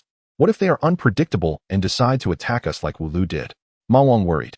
Don't fret, they don't even notice us. There's no need for baseless fears. Lian reassured, focusing intently, attempting to eavesdrop on the conversations inside the wooden house. However, the seemingly ordinary wooden house effectively muffled all sounds, leaving Lian with nothing. As night fell, the cold moonlight bathed the surroundings, and flecks of firelight ignited around the station. These were campfires lit by travelers who had arrived early. The mutated beasts retained their primal instincts, instinctively fearing fire, thus rendering the nighttime camp exceptionally serene. The station was eerily quiet. "I hope we can safely await the train's arrival," Ma Wang murmured. Just then, a barely perceptible ripple stirred in the air. Inside the wooden house, Jianzhou suddenly opened his eyes, his gaze sharp, and whispered, "There's a rat." Lian, resting against the wall, jolted awake, sensing an inexplicable chill creeping up his back. "Why is my back so cold? Could it be that I am being haunted by something from the ghost bus?" He quickly took out the ghost comb to groom his hair, confirming all was well before closing his eyes again. "Miss Tang, please remain in the wooden house and do not come out," Jianzhou instructed, rising and pushing the door open. He removed the giant sword from his back and casually traced a circle around the wooden house. A faint golden light flickered and vanished, and an invisible barrier seemed to form within the circle. After completing this, Jianzhou stepped away from the wooden house, standing firm like a war god, radiating a fierce presence. Lian also stood up, watching Jianzhou from a distance. Jianzhou glanced at him, stating coolly, "I suggest you keep your distance. Be wary of being affected." "This fellow has quite the perception," Jianzhou mused inwardly. "Thank you for the warning," Lian responded. Indeed, the chill creeping up his back was no mere illusion. Danger was silently approaching, yet he remained oblivious to its source. He slowly retreated toward the wall, ready to activate the teleportation portal to escape. "Come out. I see you." Jianzhou spoke to the empty space ahead, his tone calm. Ma Wang leaned closer to Lian, whispering, "Who is this god speaking to? Isn't that just air ahead? Shoo, don't make a sound. Just watch," Lian urged, his eyes fixed intently on the area Jianzhou was observing. That patch of air indeed carried a subtle sense of dissonance, akin to hidden ripples beneath a tranquil surface. "Still hiding?" Jianzhou maintained his calm demeanor, laced with a hint of mockery, stating, "Then I shall treat you as my adversaries." He slowly raised his colossal sword, adopting an offensive stance, his movements unhurried yet exuding an intangible pressure. "Ha ha ha, Master Jianzhou indeed possesses keen insight." Laughter resonated in the air as three men in black robes materialized, their aura enigmatic. "Do you recognize me?" Jianzhou raised an eyebrow. Master Jianzhou's reputation is widespread. "Who does not know of you?" The leader of the black-robed men complimented, though his tone bore a hint of amusement. Lian muttered to himself, "Is Jianzhou really that famous? You recognize me? Then this will be simple," Jianzhou smirked. "I cannot be bothered to take action. You may simply vacate the area. If Master Jianzhou is willing to surrender Tang Ling, we shall depart without issue." The leader's tone turned grim, carrying a veiled threat. "Humph. Will you provide me with that 200 million as a guarantee?" A glint of cold light flickered in Jianzhou's eyes as he raised his hand. The giant sword slicing through the air, emanating a silver gleam akin to a crescent moon, swiftly cleaving towards the trio. The men in black robes flinched, their forms momentarily becoming translucent. The silver light passed through them effortlessly, soaring skyward. Observing this, Jianzhou's lips curled slightly in disdain. "Becoming incorporeal, are we?" He lightly tapped the sword's body, and a crimson glow ignited at its center, fierce as flames. In the next instant, he flickered, appearing before the trio like a specter. "Let us see if you can evade this strike." The giant sword swept across with the force of thunder, tearing the air with a piercing whistle. The men in black attempted to evade once more with their translucent forms. However, this time, their tactics proved futile. With a sharp crack, their half-formed shapes shattered into nothingness. "Hey, San!" The remaining two cried out in alarm, fear flashing in their eyes. They reacted swiftly, their forms swaying as they vanished into the air. Jianzhou's expression remained unchanged as he pivoted his giant sword, thrusting it into the void. The sword's edge tore through space, creating a rift. A muffled grunt echoed as Jianzhou's sword tip pierced one of the black-robed men, and with a gentle shake of his sword, the man disintegrated, leaving no trace behind. Only one black-robed man remained, utterly horrified. TSK, what a one-sided massacre," Li could not help but exclaim. Throughout the encounter, Jianzhou's movements were fluid and effortless, as if he were merely swatting away bothersome flies, displaying no hint of pressure. Have kidnappers become so unprofessional these days? Anyone can attempt abduction? Jianzhou remarked, his gaze fixed on the last black-robed man with a smile. Intentionally, he spared one life, stepping forward. Which organization do you belong to? I would like to pay a visit to your headquarters someday. The black-robed man stumbled back, forcing a sinister grin. Huh. You may want to wait until you escape the labyrinth first. He produced a black card from his pocket, radiating an eerie spatial fluctuation. The black-robed man gritted his teeth and hurled the card towards Jianjiao, which transformed into a beam of black light, swiftly darting towards its target. Item, Labyrinth Card.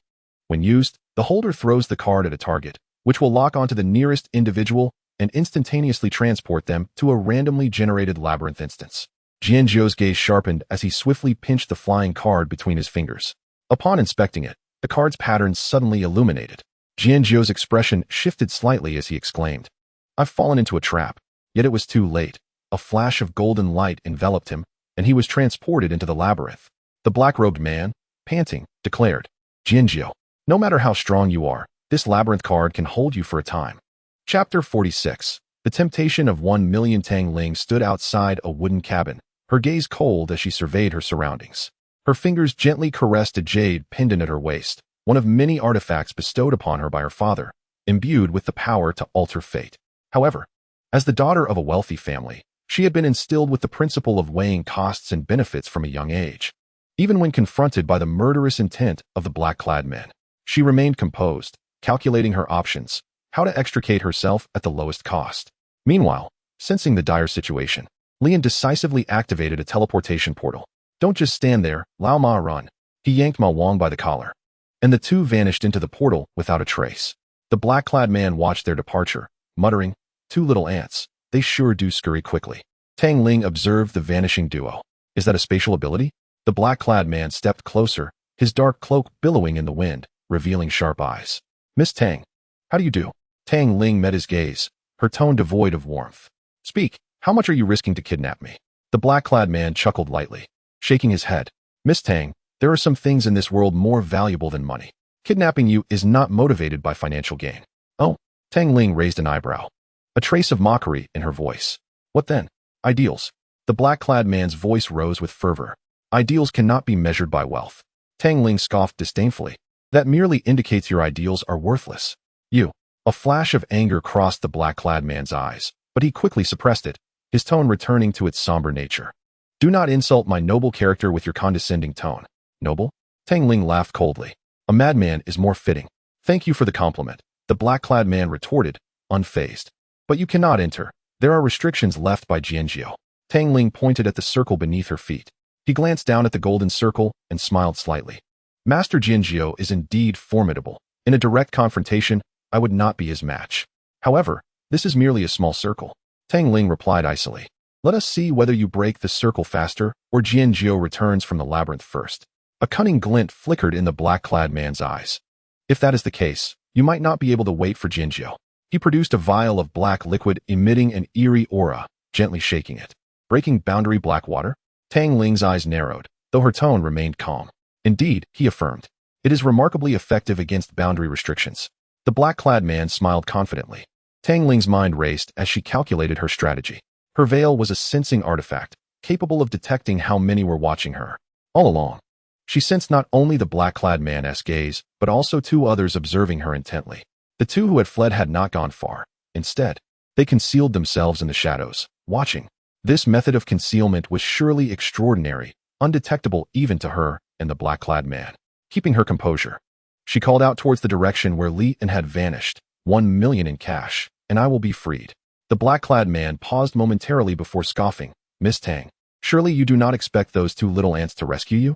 Internally, Tang Ling calculated the offer of 1,000,000 in cash. If it could secure her freedom, it would be immensely profitable. Even if those two did not intervene, she had contingencies. This transaction was undoubtedly worth attempting. Inside the cabin, Ma Wang continued to marvel at Li An's spatial abilities, exclaiming in awe, "Lao Li, your power is truly incredible." However, Lian was too preoccupied to respond, his mind echoing with Tang Ling's words about 1,000,000 in cash. He licked his lips, his eyes gleaming with desire, as two voices clashed within him. 1,000,000. I barely have 30,000 in cash to my name. Passing up this opportunity would be foolish. But if there is money to be made, one must also consider their life. That black-clad man is no pushover. The internal debate between Li An's little devil and little angel raged on. Lian leaned against the window, meticulously observing the elusive figure of the man in black, his mind racing with analysis. Finally, with a resolute determination, he declared, "I shall accept this perilous mission." Meanwhile, the man in black began to pour the dark water of the boundary breach onto the golden circle surrounding Jianjiu. The golden light flickered violently, yet was gradually corroded by the dark water, dimming steadily. Moments later, the golden circle shattered with a resounding crash. "Now is the time," Lian shouted, darting out from the small room. The man in black, sensing Lian's presence, cast a chilling glare, as if to warn, "One more step forward, and it will be your demise." However, Lian remained unfazed, pulling out the ghostly whistle and blowing it forcefully. The piercing sound echoed through the station like a mournful wail. The man in black froze momentarily, as if ensnared by an invisible force, unable to move. A glimmer of surprise flashed in Lian's eyes. "Indeed, it is a spirit. Success." With a grin, Lian lunged forward, seizing Tang Ling and activating his teleportation ability.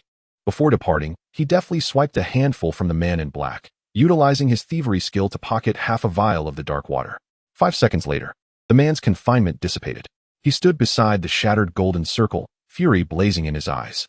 He raised his hand abruptly, dark light erupting from his palm, transforming into a barrage of black blades that violently slashed at the station. "How dare a swarm of ants toy with me? Come out, come out," he bellowed, waving his arms as eerie ripples disturbed the air, attempting to capture traces of spatial abilities. Yet, despite his relentless efforts, only the desolate sound of the wind accompanied him. For Lian and Tang Ling had vanished without a trace. The man in black stomped in frustration, causing the ground to crack and dust to swirl, a futile display of rage. Meanwhile, within the small room, Lian and Tang Ling reappeared, with Lian speaking first. "So, how about it, my lady? Was my rescue worth $1 million? Tang Ling smiled gently, responding, "Thank you. Just call me Tang Ling Lian Ma Wang. I shall pay you 60,000 first, and the remaining 40,000 will be settled once Jianjiu returns," Tang Ling stated, pulling out 6 stacks of white bills from her ring and placing them on the table. Lian's eyes sparkled at the sight of the crisp bills, and he swiftly stored them in his storage ring, feeling quite pleased. "With 3 days until the train departs, should Jianjiu not return, I will pay you 10,000 each day for accommodation." At this, Lian's grin widened. He had indeed encountered a wealthy benefactor. "Miss Tang, please come inside. Allow me to tidy your bedding. What color do you prefer for the sheets? How about pink? Purple, perhaps?" "Purple it is. It has an exquisite charm." Lian retrieved a brand new set of bedding from the wardrobe and meticulously changed the sheets in the bedroom. "Miss Tang, please rest well these next few days. My small abode is quite safe, and the man in black cannot find us. You may relax in your room, and should you need anything, just call for me. I will be in the living room." "Thank you," Tang Ling replied with a polite nod and a smile. Chapter 47, Cantonese Dim Sum versus Chicken Noodle Soup. Lian spread 2 thin blankets on the floor of the storage room and turned to Ma Wang with a grin. "Old Ma, shall we sleep on the floor tonight?" "Just making do." Ma Wang shrugged nonchalantly. "It doesn't matter. I often worked late into the night and slept at my desk, so sleeping on the floor is no big deal." He scratched his head, a hint of self-deprecation in his tone. "Nuclear-powered workhorses are definitely the boss's favorites." Lian chuckled, giving Ma Wang a thumbs up and patting him on the shoulder. Ma Wang glanced out the window, where the man in black was still venting his anger, the sounds of destruction faintly audible. He frowned. How long will this man in black continue his rampage? Lian drew the curtains. "He'll leave once he tires of his antics. Ignore him. Let's sleep." He paused, then called out to the robotic vacuum in the corner. "Bun Bun, keep an eye on that fellow outside. Alert me if there's any movement." "Understood, master," Bun Bun replied mechanically, slowly moving to the window, activating its recording function to capture the man in black's every action. Exhausted from the harrowing ordeal with the ghostly bus, Lian finally allowed himself to breathe a sigh of relief. He collapsed onto the makeshift bed and soon fell asleep. Ma Wang, equally fatigued, quickly joined him in slumber. In the room, Tang Ling sat alone on the edge of the bed, murmuring to herself, "Lian's abilities are indeed peculiar. A hidden room in another dimension?" She surveyed her surroundings, which were lavishly decorated, far superior to her wooden cabin. The bed was soft and emitted a faint fragrance. The moment she lay down, she sensed something extraordinary. This bed possesses sleep-enhancing and healing properties? Tang Ling squinted slightly, a glimmer of astonishment in her eyes. She retrieved a verdant seed from her storage ring, flicked it with her finger, and the seed embedded itself perfectly into the doorframe. It quickly sprouted, transforming into a peculiar plant resembling a bell, its vines swaying gently while producing a melodious jingling sound. Item: doorbell flower, rings when someone approaches, providing exceptional alertness. With her defenses established, Tang Ling felt reassured enough to lie down. Her father had once said that humans gather strength in sleep, growing stronger during their rest. She closed her eyes, savoring the warmth from the bed, and soon drifted into a deep slumber. Outside the station, the man in black had wreaked havoc, leaving destruction in his wake. Stone pillars lay shattered, iron frames twisted, yet he had not caught even a glimpse of Lian burning with rage. He released a roar of frustration to the heavens, his form transforming into dark mist as he vanished into the night, not wishing to encounter the returning Jianjiao. The following morning, Lian's biological clock roused him promptly. After a night of sleep, he felt rejuvenated, his spirit invigorated as if he had been reborn. Stretching, he called out to Bun Bun. Bun Bun, prepare breakfast in the kitchen. Yes, master, Bun Bun responded, turning towards the kitchen. Seizing the moment, Lian took a shower and changed into clean clothes, feeling revitalized. Tang Ling had also risen early, her spirits high. She touched her face, astonished to find her skin had become more refined.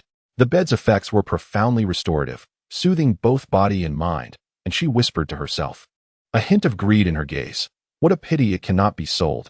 Otherwise, I would buy it without hesitation. Miss Tang, would you like to join me for breakfast? Lian leaned against the doorframe. Tang Ling opened the door and met his gaze, her voice icy. Thank you, but I have brought my own food.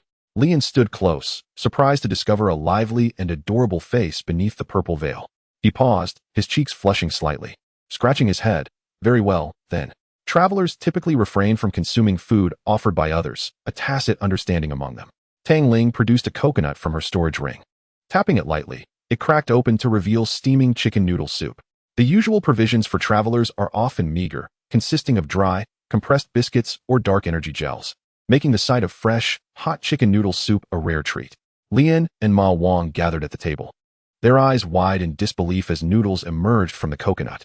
Ma Wang exclaimed, noodles growing inside a coconut? What kind of black technology is this? Tang Ling smiled serenely, offering no explanation as she elegantly began to eat. At that moment, Bun Bun wheeled in a small cart, laden with an array of delightful Cantonese dim sum, translucent shrimp dumplings, molten walnut buns, chicken feet in black bean sauce, smooth egg tarts, golden tripe, tender beef ribs, red rice sausages, and 2 large platters of beef chow fun piled high, exuding an irresistible aroma that made their mouths water. All the dishes were freshly prepared by Benben, not the kind that simply involves tearing open a package and steaming it. After his evolution, Lian's appetite had significantly increased. He picked up a shrimp dumpling, and upon taking a bite, the succulent shrimp juice burst in his mouth, the crystal-clear skin as thin as a cicada's wing enveloping 6 large shrimp, making him squint with delight. He resembled a relentless eating machine, devouring one after another until the plate formed a small tower. Ma Wang was equally unyielding, lowering his head to eat vigorously, his mouth stuffed with beef rice noodles, mumbling, and go. This dim sum is superb. Tang Ling cast a glance at her bowl of chicken soup noodles, feeling suddenly unremarkable. Growing up in Zhongyangcheng, a veritable culinary desert, she had never encountered such a sumptuous breakfast. She swallowed hard, a glimmer of anticipation flashing in her eyes. Lian caught sight of her expression and smiled. Miss Tang, let us share. Benben prepared plenty. If you don't eat, we won't finish it. After a brief hesitation, curiosity about the novel food, ignited by Zhongyangcheng's culinary scarcity, overwhelmed her. She softly replied, the meal fee is 10,000 a day, settled later. Lian, chewing on his beef noodles, nearly choked. What? 10,000? Isn't that too little? Tang Ling raised an eyebrow, her tone nonchalant. It was indeed not easy to prepare such delicacies in the apocalypse. Then let it be 30,000 a day. What? Lian's eyes widened, doubting his hearing. That's my bottom line. Tang Ling set down her chopsticks, pretending to take her coconut noodles. If not, I shall have this. All right, absolutely fine. Lian quickly waved his hands, grinning widely. 30,000 it is. Benben, add a few more dishes. Tang Ling picked up a molten walnut bun, carefully taking a bite. The crisp walnut enveloping the creamy filling interlaced sweetness and crunch on her tongue. A spark of surprise flickered in her eyes, and she couldn't help but smile slightly. Delicious. Although Zhongyangcheng was a gathering place for myriad human tribes, ingredients were scarce, and a decent meal was exorbitantly priced. Offering 30,000 for a meal was no exaggeration. She continued to savor the black bean chicken feet, tender and flavorful, the steamed spare ribs, fragrant and savory. Each dish opened her eyes to the realization that food could be this delightful. Halfway through, curiosity struck her. Lian, why is it called dim sum when there's no tea? Lian swallowed his shrimp dumpling and explained with a smile. The people of Guangdong love tea. Dim sum usually pairs with a pot of tea and a few snacks, as the bitterness of the tea balances the sweetness of the dim sum. I'm not fond of tea, so I didn't have Binbin prepare any. Tang Ling pondered, realizing the rationale. Binbin, brew a pot of Dahong Pao, sourced from the mother tree of Wui Mountain. Lian called out to the kitchen. Ma Wang nearly spewed his beef noodles. Dude, do you really have tea worth 5 million a pound? What were you doing before? Hee. Lian raised an eyebrow with pride. Before long, Binbin brought in a pot of fragrant Dahong Pao. The tea exuded a crisp aroma with a hint of orchid, rich and refreshing on the palate. Tang Ling took a delicate sip, her eyes sparkling with astonishment. She looked at Lian, her tone gaining sincerity. Excellent tea. Binbin, prepare 100 pounds of tea for Miss Tang. Lian declared grandly. At that moment, he profoundly appreciated the utility of his refrigerator that could refresh all foods. Chapter 48. The allure of Titanic. Tang Ling usually exercised restraint during meals, only eating until she was 70% full to maintain a clear mind. However, today was an exception. She indulged to the point of fullness, momentarily forgetting her moderation in the face of exquisite Cantonese dim sum.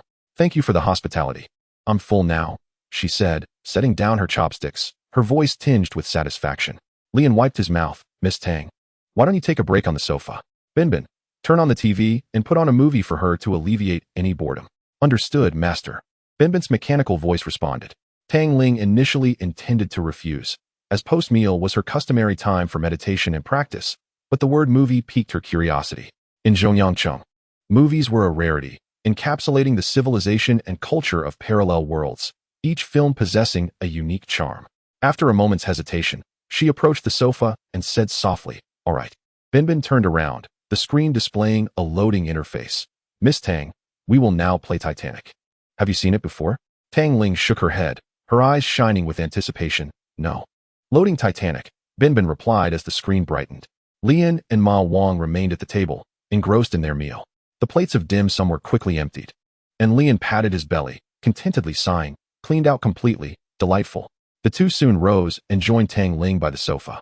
Grabbing a few cans of ice-cold cola and chips as snacks, Titanic needs no introduction. It's an absolute classic in film history. Lian and Ma Wang had seen it countless times, yet never grew weary of it.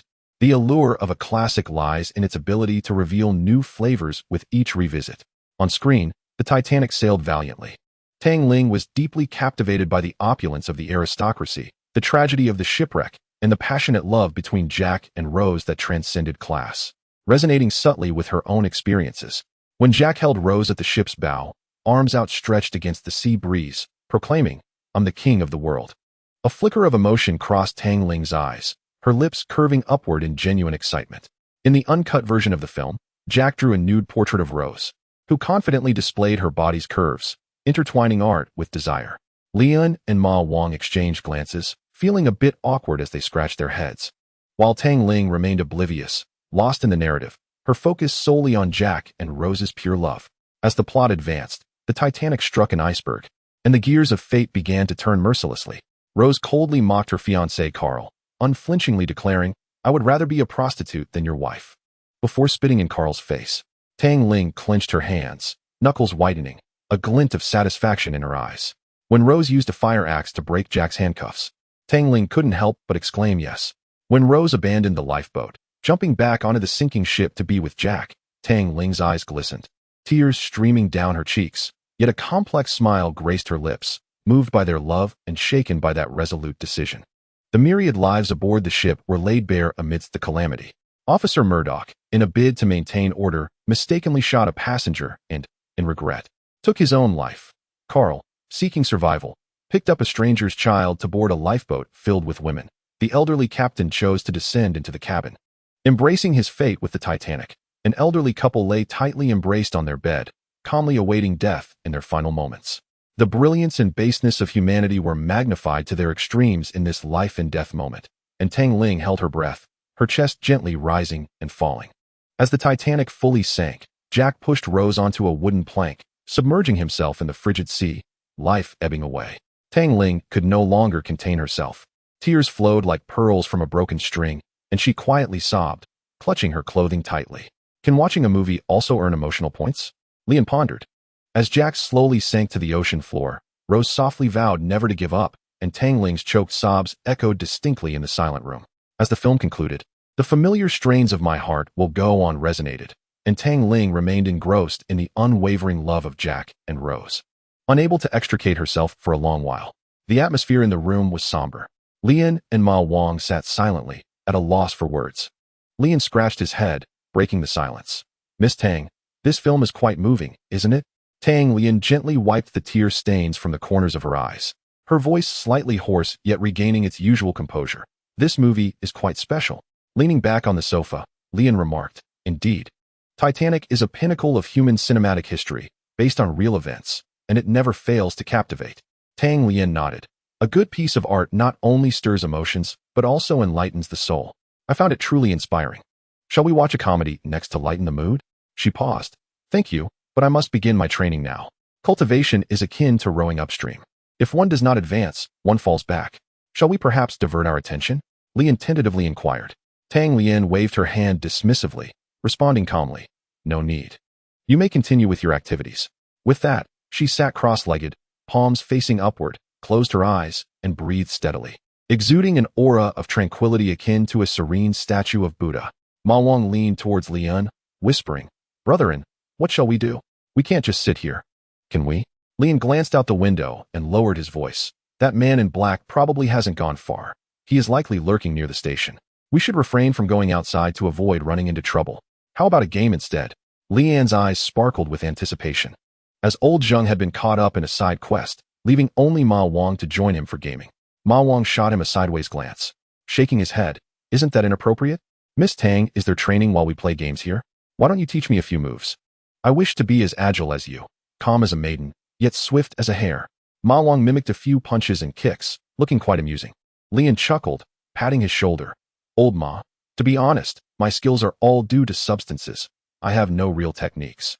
He paused, murmuring, however, we could inquire about the evolution serum with Miss Tang. Why would we do that? Ma Wang looked bored. It's simple, let's do push-ups. Lian clapped the floor, grinning broadly. Exercising was always a good idea. The two cleared a space and began performing push-ups and sit-ups, the most primitive forms of exercise. Lian executed them with perfect form and steady rhythm, completing 1,000 without a trace of fatigue. However, Ma Wang struggled after just a few, gasping as he rose. I'm too exhausted. Brotherin, it's far easier with substances. I think I'll stick to that and play some games for now. Lian rolled his eyes, ignoring him and continuing his workout. Chapter 49, Dance of Dragons and Snakes. After finishing a round of calisthenics, Lian felt somewhat despondent. Leaning against the wall, he muttered, Sigh, this self-weight training is of no use to me now. Its intensity is akin to that of a simple warm-up. Ma Wang lounged lazily in a nearby chair, fiddling with a gaming controller, and grinned. Brotherin, with your current physical condition, how could a few push-ups possibly enhance your abilities? Come, let's take a break and play a couple of rounds of King of Fighters. Lian wiped the sweat from his forehead, tossing the towel aside. All right, let's play a couple of rounds. As noon approached, their stomachs began to growl. Ma Wang glanced over at Tang Lian, who was seated in the center of the training room, enveloped in a soft, ethereal glow, reminiscent of flowing moonlight. What is she doing? Cultivating immortality? Ma Wang raised an eyebrow.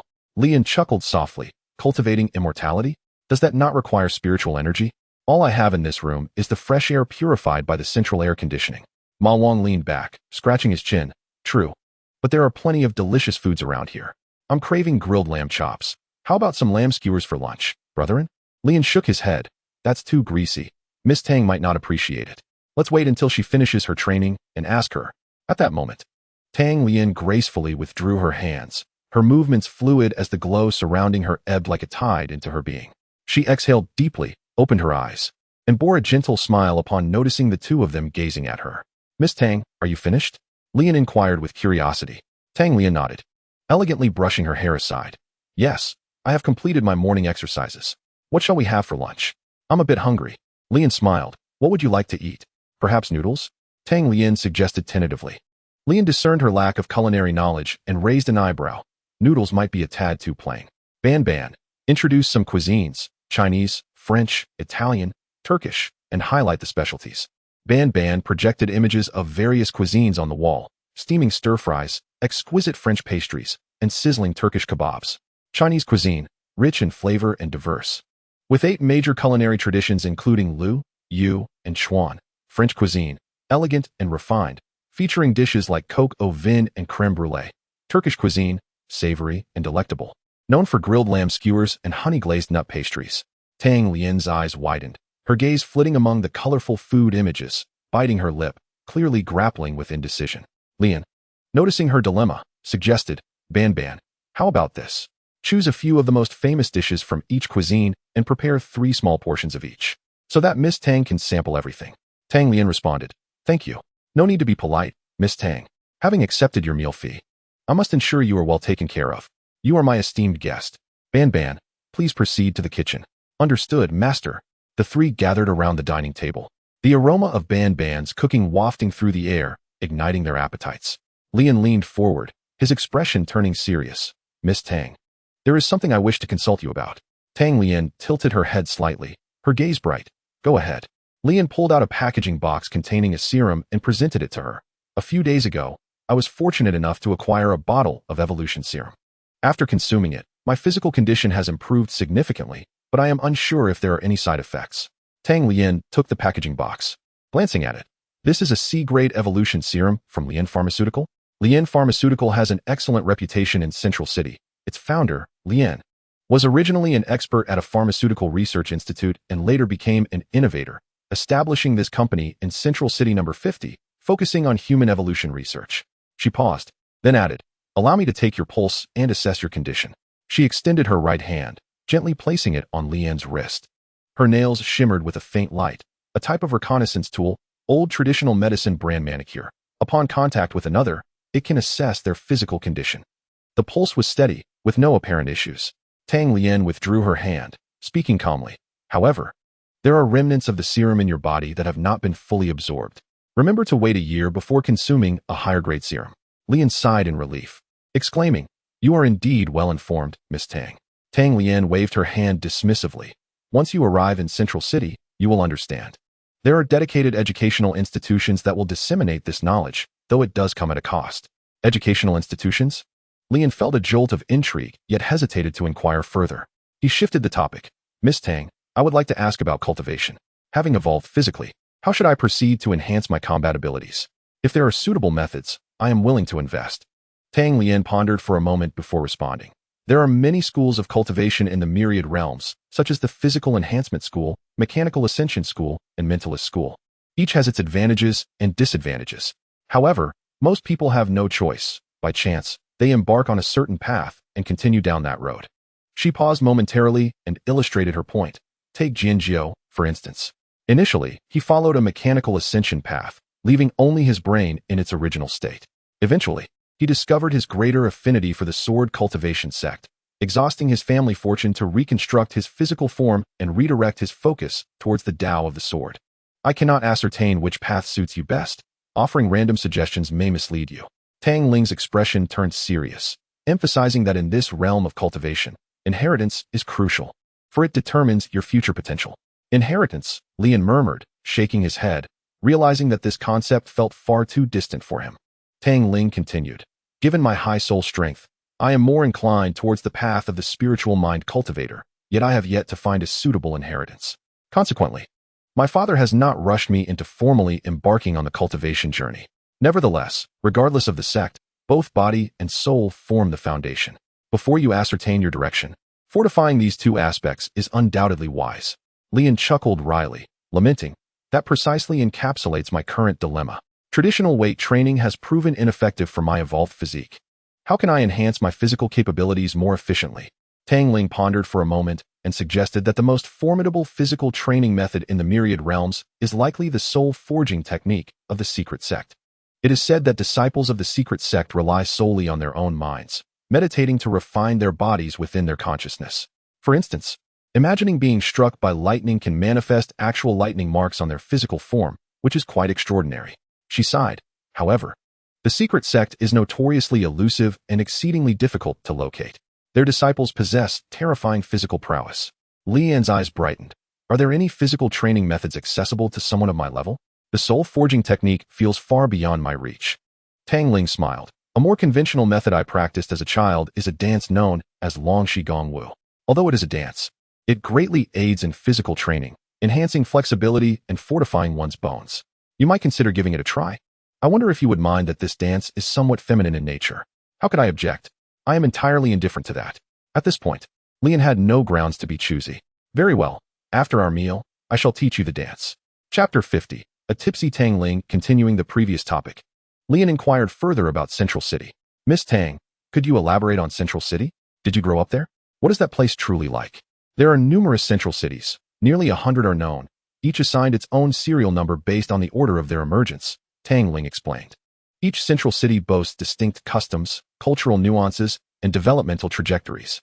Some may resemble futuristic metropolises brimming with technology, while others might be sky cities floating atop colossal whales.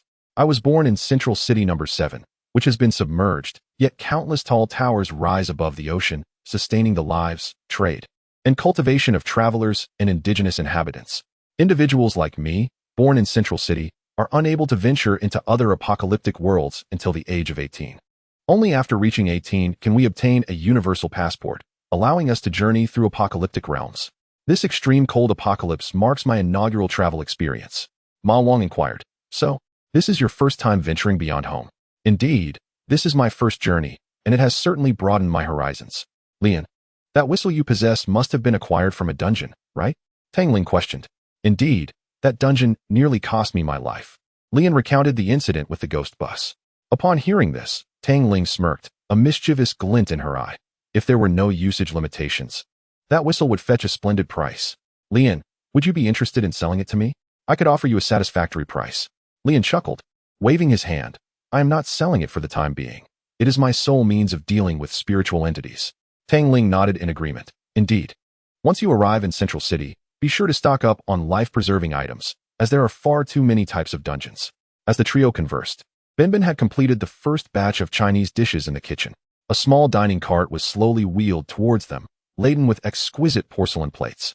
Each dish was modestly portioned, roughly the size of a small bite, yet renowned for its extraordinary presentation. This culinary selection encapsulated the quintessence of the 8 great cuisines of Huaxia. The fresh and gentle flavors of Lu cuisine were exemplified by a vividly red, rich dish of Zhujuan dachong and a clear broth of scallion-braised sea cucumber. The spicy and fragrant nature of Sichuan cuisine was perfectly represented by the bubbling, bean-scented mapo tofu and the aromatic kung pao chicken.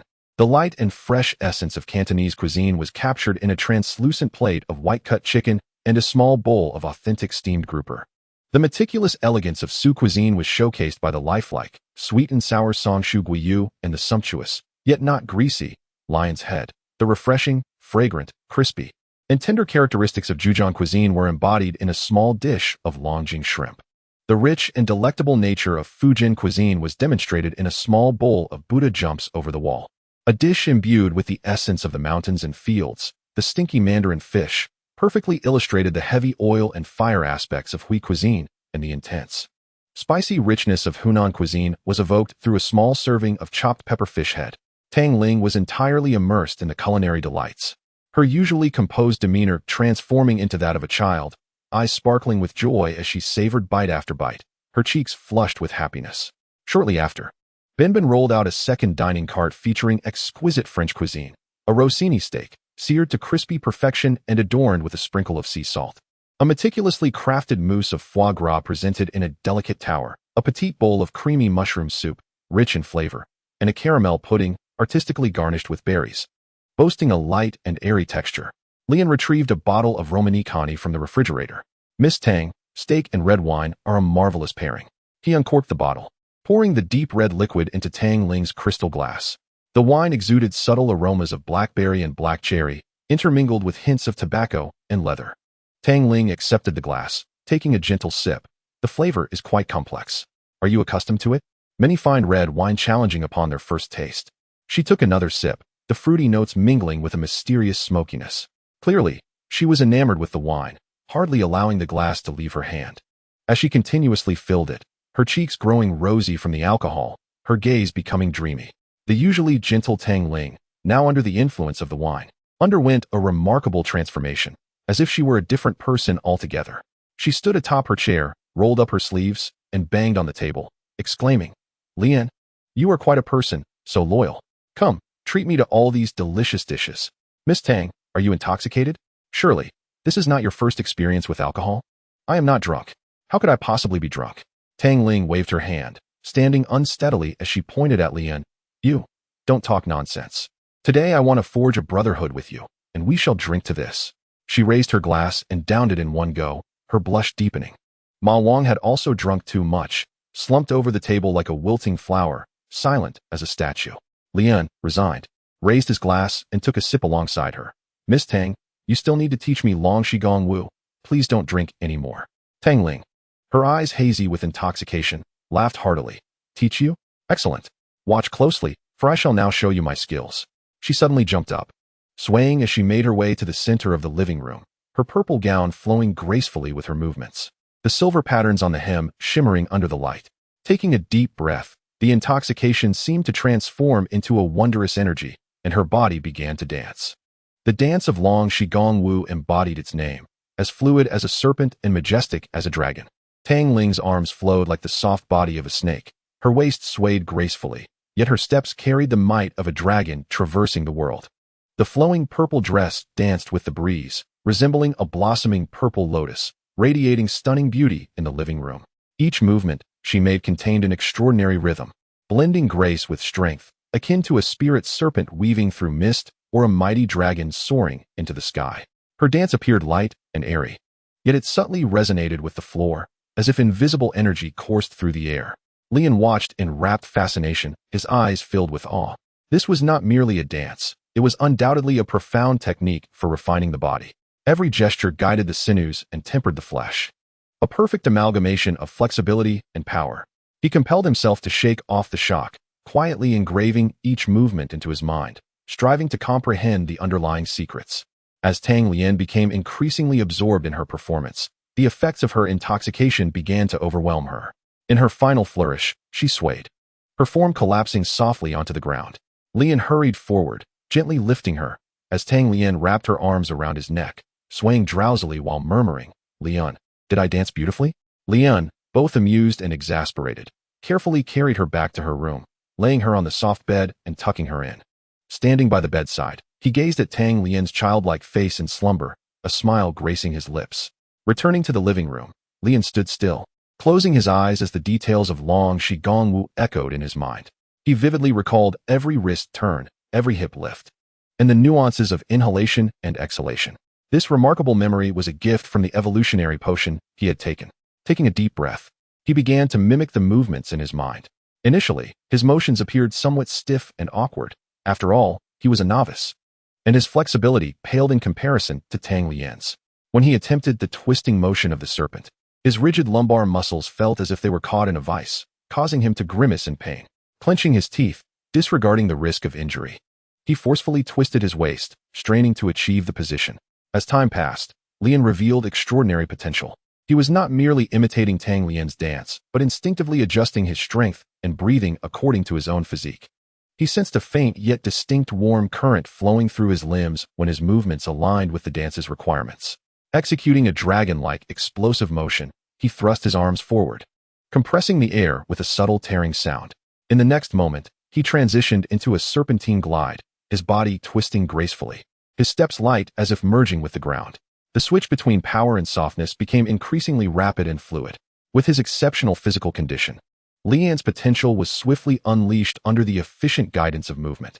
He began to master the elusive essence of the dance, completing each motion in a manner that conserved energy while effectively honing his physique. The overhead light illuminated his sweat-slicked profile. In less than an hour, as Lian concluded his movements, he felt as though his entire being had been rejuvenated, breathing heavily and experiencing muscle soreness. He recognized this as a testament to his body's thorough workout. Once he recovered, his strength and speed would undoubtedly ascend to new heights. Opening his eyes, clarity and a hint of incredulous excitement sparkled within them. The results were astonishing. However, he was uncertain about the correctness of his movements. Once Tang Lian sobered, he would ask her for guidance. Eagerly, Lian, despite his aching muscles, gritted his teeth and rose again, dancing fervently until he could barely stand. Ultimately collapsing onto the cool floor, his consciousness ebbing away into a deep slumber. In the small room, all three had succumbed to sleep as dusk approached. My head aches, Tang Lian murmured as she groggily awakened, a low groan escaping her lips. Having lost consciousness due to her inebriation, she had not activated the healing properties of the bed. What had transpired? It felt as though she had overindulged, and then memories flooded back, and she vividly recalled the absurdity of her drunken state, teaching someone to dance, twisting her waist and swaying her hips without restraint. She let out a sharp gasp, covering her flushed cheeks with her hands, wishing to disappear into a crack in the ground. How utterly embarrassing. Oh, how could I have behaved that way? Taking several deep breaths to steady her racing heart, she cautiously moved to the door, peeking out like a startled fawn, stealthily surveying the living room. The two were well rested, engaged in a video game before the computer, the sound of controllers clacking like a torrential downpour. Wow, and go, what speed is that? Your combos are lightning fast, Ma Wang exclaimed, observing the character on the screen being strung together in a seemingly endless series of moves. That's all thanks to my improved reflexes, Lian replied, setting down the controller. This evolution even enhances hand speed? Ma Wang questioned, puzzled. Lian's ears perked up at the sound behind him. Miss Tang, you're awake. Did I do anything inappropriate while I was drunk? Tang Lian's cheeks flushed. No, not at all. You even taught me to dance with your intoxicated bravado. Right. I practiced a few times while you were asleep. Can you check if my posture is correct? All right. Tang Lian felt a bit awkward, but seeing the sincerity in Lian's eyes, she steeled herself and stepped through the door. Lian's heart soared at her words. He rose to his feet, instructing Ben to play a piece of music as the background score. He settled into his stance, the initial awkwardness of his movements now replaced by a fluid grace. Each transition executed with precision. Beginning with a dragon-like explosive motion, his arms surged forward like a furious dragon, the wind howling in response. Following this, he transitioned into a serpentine glide, his waist twisting with an ethereal softness, his feet barely grazing the ground as he glided like a phantom, tracing intricate arcs in the air. The shift between strength and flexibility was as swift as a flash of lightning. His speed escalated, becoming increasingly harmonious. Each motion carried a wondrous momentum, as if it were not a person dancing, but rather the heavens and the earth utilizing his form to portray the profound mystery of the dragon and serpent's fusion. Sweat trickled down his brow, and Lian's gaze was intense and wild, his chiseled profile resembling a sharp blade, embodying an unmatched brilliance as he honed his craft through the dance. What began as a feminine dance was transformed by Li and into something entirely unique. Tang Lian, initially intending to guide him, found herself utterly mesmerized from the very first moment. Her almond-shaped eyes widened in astonishment, her mouth agape in disbelief, her cheeks still flushed from earlier, now replaced by sheer shock. Involuntarily, she covered her mouth, her pupils reflecting Li An's ghostly figure. He was no longer a novice, but a prodigious talent, achieving in mere hours what would typically require months of dedication. Memories of her earlier drunken antics resurfaced, and she realized that her casual performance had inspired Li An to innovate and create a dance entirely his own. As the final note resonated, Lian let out a long sigh. Miss Tang, do take a look. Where do you think my dance still falls short? Is your waist strength still lacking a bit of refinement? Upon hearing this, Tang Ling gently shook her head and exclaimed, I have nothing further to instruct you. Pausing for a moment, she added, you are completely ready to embark on your journey. She then inquired, have you ever studied dance before? No, Lian replied, momentarily taken aback. When I was a child, I only learned calisthenics at school, often being told by my teacher that I moved like a boneless maggot, my actions all crooked and awkward. Tang Ling chuckled upon hearing this, noting how his movements were precise and fluid. The grace of a serpent and the explosive power of a dragon, every gesture performed with exquisite finesse. If I were to offer any more guidance, I fear it would be superfluous. She gently patted Li An's slightly trembling muscles, saying, your body is your greatest teacher. Trust its instincts and follow that warm current. Thank you. Lian smiled in response. Just then, an unusual occurrence outside the window caught their attention. In the real world, a pitch-black portal materialized, and Jianjiu emerged slowly from within, a profound aura of malevolence etched upon his brow. Chapter 52. The return of Jianjiu during his time in the labyrinth. Jianjiu felt utterly constrained, akin to the discomfort of swallowing a fly. The labyrinth card bestowed by the man in the black robe was deceptively simple. All the walls within were forged from mysterious iron, stronger than diamonds, imbued with the ability to self-repair. Initially, Jianjiu relied on his razor-sharp sword energy to force his way through, cleaving walls with a single strike, the sword light slicing through the air with a thunderous roar, shattering the walls into a cloud of dust. Yet, in the blink of an eye, those fragments writhed as if alive, swiftly reconstituting themselves, even thicker than before. Ultimately, he had no choice but to retract his efforts, abandoning the notion of forcibly breaking through. Inside the maze, danger lurked at every turn, with various monsters emerging. But these posed little challenge for Jianjiu, who could dispatch them with a single strike. The true source of his frustration lay in the labyrinth's shifting mechanism, which restructured the walls every hour, transforming the entire maze anew. After enduring a day and night of this, Jianjiu finally discerned the pattern of the maze's alterations, following it to discover the exit to the outside world. He gazed at the wreckage of the station, an uneasy premonition stirring within him. Oh no, I have tarried too long in the labyrinth. Miss Tang may have already fallen into the hands of that man in black. Alas, I shall have much to explain upon my return. At that moment, Lian stepped out of the small room, accompanied by Tang Ling. Seeing her safe and sound, Jianjiu felt a tremendous weight lift from his heart. Thank heavens, Miss Tang. It is truly a relief that you are unharmed. Tang Ling's demeanor was icy. You would do better to thank Lian. Were it not for him, I would have long since fallen into the clutches of that man in black. Jianjiu's gaze then shifted to Lian, and he clasped his hands together, saying, Brother, I am grateful for your rescue of Miss Tang. Without you, I would have had to pay a penalty of 2 billion. I would have surely found myself selling my body to repay the debt. Tang Ling's words seemed intentionally directed at Jianjiu. Upon hearing this, Jianjiu comprehended the implication behind Tang Ling's statement. Brother, I owe you a favor. However, I possess no valuable possessions. This sword pellet is something I forged myself, containing my utmost effort. Please accept it. Tang Ling nodded slightly, encouraging Li Yan to accept the gift. Li Yan cautiously received the sword pellet, which was no larger than a thumb, its surface shimmering with a silvery blue sword light, as if a dragon was imprisoned within, alive and ready to break free at any moment. Do you have any leads on the identity of the man in black? Tang Ling inquired slowly. They have abandoned their physical forms, existing instead in a spiritual state, exuding a foul and decaying stench, Jianjiu replied solemnly. They are likely followers of the Shangling Society. Upon hearing this, Tang Ling furrowed her brows. The Shangling Society? Those lunatics? The Shangling Society is a notorious cult within the myriad realms. They view the human body as a prison, a source of filth, firmly believing that only spiritual existence represents a higher form of life. To this end, they endeavor to compel all of humanity to forsake their corporeal forms, ultimately merging countless souls into one, achieving what they deem the ultimate evolution. One cannot fathom when they incurred their wrath, Tang Ling thought, her brow furrowed tightly. Jianjiu sighed. Perhaps it is due to enemies from your father's side. Tang Ling had already made up her mind. Upon returning, she would report this matter to her father, and he would take action against the Shangling Society, quelling their arrogance. As night fell, the temperature outside began to rise slightly, stabilizing at over -50 degrees. Lian retrieved a prepared assortment of skewered meats and a whole lamb coated in spices, specially bringing a bottle of Mount I for Jianjiu. In the frigid outdoors, they gathered around a roaring bonfire, commencing a barbecue feast.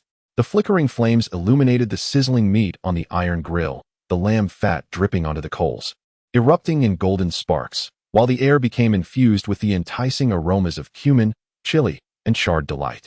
The whole lamb was expertly sliced open, revealing steaming layers of tender meat, juicy and flavorful, enhanced with coarse salt and onions, melting in the mouth and warming the soul. Jianjiu poured the white liquor into his cup, the fragrant aroma wafting up, and downed it heartily, exclaiming with delight, the pent-up frustration from the labyrinth dissipating into thin air. In such bitter cold, Ma Wang wrapped himself tightly in Li Yan's winter attire. The other three, however, remained oblivious to the chill, laughter, and warmth rising from the bonfire. Jianjiu drank deeply and feasted joyously, to enjoy such a meal in this icy expanse. What sheer bliss! Jianjiu laughed heartily, his voice resonating across the wilderness. At this moment, Tang Ling took out a stack of cash, transferring the remaining balance along with the meal expenses to Li Yan. 400,000 in cash, plus my meal expenses of 90,000, all for you. She emphasized the words meal expenses. Upon hearing this, Jianjiu set down the lamb leg. One should not partake of another's hospitality without reciprocation. Brother Li Yan, I shall not take your roasted meat for free. Should you wish to study the sword in the future, bring this token to Central City No. 18 and seek the Jinshin Society. Jianjiu tossed a small silver plate, engraved with ancient sword patterns, the faint glimmer of spiritual light swirling upon its surface. Thank you. Li Yan caught it, his heart swelling with excitement. The allure of this culinary experience was indeed profound. Jianjiu, Don't masters like you practice fasting? Lian voiced his curiosity. Jianjiu swirled his cup of liquor, leisurely responding. All beings require sustenance. It is an innate instinct of living creatures. Why should I abandon such desires? Evolution should be rooted in humanity. One must not forsake their nature in pursuit of transcendence. As Mengzi said, food and sex are the essence of human nature. Food is the foremost instinct, while sex is the source of reproduction. Thus, humanity is born from this. If one forsakes food in search of transcendence, it is akin to a tree severed from its roots. How can it flourish? Similarly, as stated in the Tao Te Ching, the highest good is like water. Water benefits all things and contends not.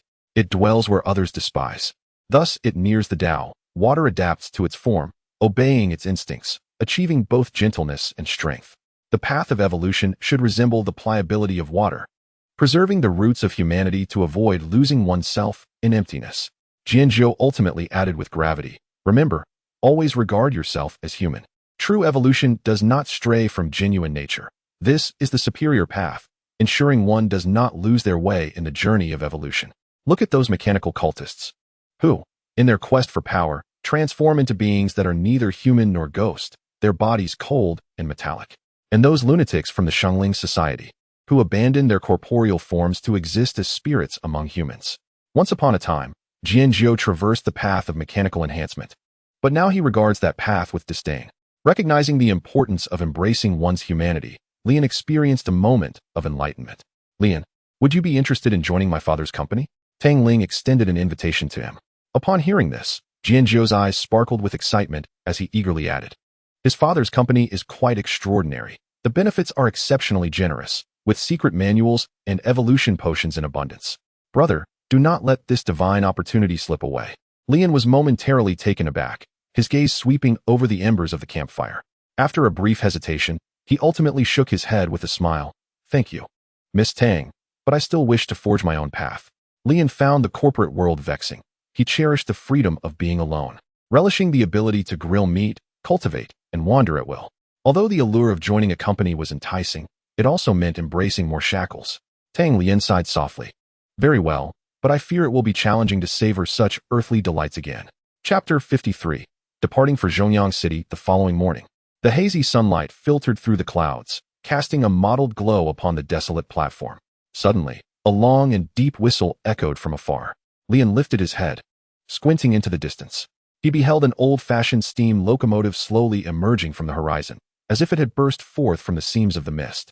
The train, cloaked in night-like black, bore the scars of time, resembling a relic from the last century, exhaling plumes of thick white smoke that spiraled skyward like a colossal dragon. The wheels clattered rhythmically against the iron tracks, producing a cadence of crisp sounds. As the train approached, nearby travelers began to emerge from all directions. Lone wanderers wrapped in tattered cloaks, mercenaries burdened by heavy packs, vacant-eyed surviving natives, and even a few peculiar beings with beastly faces. Due to their different carriages, Lian had to part ways with Jianjiu, Tang Lian, and Ma Wang. Jianjiu and Tang Lian's figures gradually faded into the distance, leaving only Ma Wang, who turned back to wave at Lian Zhongsun's ticket was bound for the 70th Zhongyang City. Old Ma, hang in there. Lian waved back, expressing his hope for their reunion. Ma Wang grinned. Wait for me to make a name for myself. Lian stood before the iron door of his carriage, hesitating to step inside. His gaze swept across the platform and the distance, searching for that familiar figure. Has Lao Zheng not arrived yet? Just then, the train's engine let out another long whistle, the sound resonating like a warning bell. This train will depart in 15 minutes. All passengers are requested to board promptly. Latecomers will bear the consequences. Time slipped away, and within moments, 15 minutes dwindled to 5, then 3, as his heartbeat quickened. With a heavy sigh, Lian felt a wave of undeniable disappointment wash over him. It seemed Lao Zheng's fate was grim. Rubbing his forehead, he suppressed the pang of sorrow in his chest and turned to board the carriage. Behind him, the whistle sounded, marking the final countdown. As the last minute approached, Lian completely relinquished hope and stepped into the carriage. Suddenly, a familiar and urgent voice called from afar, "Don't leave without me." Wait. Lian froze, turning abruptly to see a disheveled figure sprinting toward him. It was Zheng Bai. His clothes were tattered, and weariness etched upon his face. "Lian, it's me," Zheng Bai shouted, raising his arms as he ran. In that instant, an exhilarating rush surged within Lian. Joy, shock, and relief intertwined as he wasted no time. His evolved physique unleashed an astonishing power. He leaped across the threshold, his legs propelling him forward like springs, racing through the snow.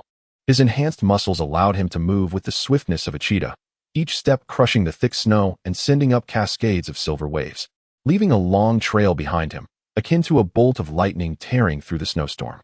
In the blink of an eye, Lian reached Zheng Bai's side. Their eyes met, 1,000 unspoken words lingering in the air. Without pausing for pleasantries, Lian bent down and hoisted Zheng Bai onto his shoulder. "Hold tight," Lian roared, turning around and sprinting with abandon. The steam train emitted a deafening whistle, its wheels beginning to turn slowly as the doors closed under hydraulic pressure. Zheng Bai, resting on his shoulder, managed to lift his head and gasped, "You really waited for me." "Of course. We promised to go to Zhongyang City together." Lian gritted his teeth, exerting every ounce of strength. Amidst the swirling snow and wind, he leaped, forcing his way through the closing gap of the door. The two collided heavily against the carriage wall, the impact reverberating through their bones. "Ouch, my back!" Zheng Bai exclaimed in pain. Lian laughed first. "We were just a second away. Almost missed it." "Old Li," Zheng Bai panted, patting Lian's shoulder, "after days apart, you've become faster than Bolt. I thought the Bear King had gotten you. I'm now an evolved human. If I faced that Bear King again, I could dismantle it in no time," Lian replied. "Did you get trapped in a dungeon?" "I returned to the base and found no one there." Zheng Bai stood up. "It's a long story. Let me catch my breath first." The train doors clicked shut, sealing their fate as the steam locomotive roared to life, the wheels beginning to move. An announcement echoed through the carriage. "This train will pass through 17 Zhongyang cities, with an estimated travel time of 73 hours. Please note that this train is a closed environment. No replenishment stations will be provided during the journey. Passengers are prohibited from fighting, damaging carriage facilities, or engaging in any form of supernatural awakening combat. Violators will be immediately exiled." The iron wheels ground against the tracks, the carriage quivering as it detached from the frigid ground. The two men instinctively gazed out the window. The platform receded rapidly, the vast snowy expanse transforming into a thin canvas, layers of clouds retreating in a flurry. The wind howled in their ears. "Farewell, Earth," Lian murmured. A hint of melancholy flickered in Zheng Bai's eyes. In the next moment, the space ahead of the train twisted like a shattered mirror, silver-blue cracks spreading like a spider's web. The carriage jolted violently, and Lian felt time and space reverse around him. The snowy landscape, the sky, the stars, all blurred together in a watercolor wash, overlapping and disintegrating. A vortex engulfed the entire train. The world began to reconstruct, and after a brief chaos, everything settled into tranquility.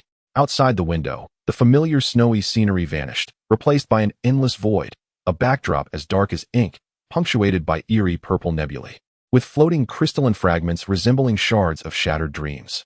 "Have we crossed through time and space?" Lian murmured. Zheng Bai inhaled deeply, patting his shoulder. "It seems so. Let us find a place to sit." The two entered the carriage and found their respective seats. Scattered passengers surrounded them, some conversing in hushed tones, while others rested with their eyes closed.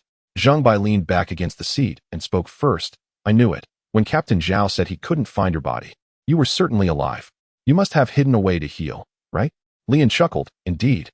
By the time I emerged, everyone had vanished. I stumbled upon a C-grade evolution potion and downed it in one go, becoming superhuman." Zheng Bai's eyes glimmered with envy. Lian inquired, "What about you? What dungeon did you get caught in?" "Thousands were at the base. Where did they all go? Are they all right?" Zheng Bai's smile faded, his voice growing somber. "You know the show Squid Game? The Korean drama.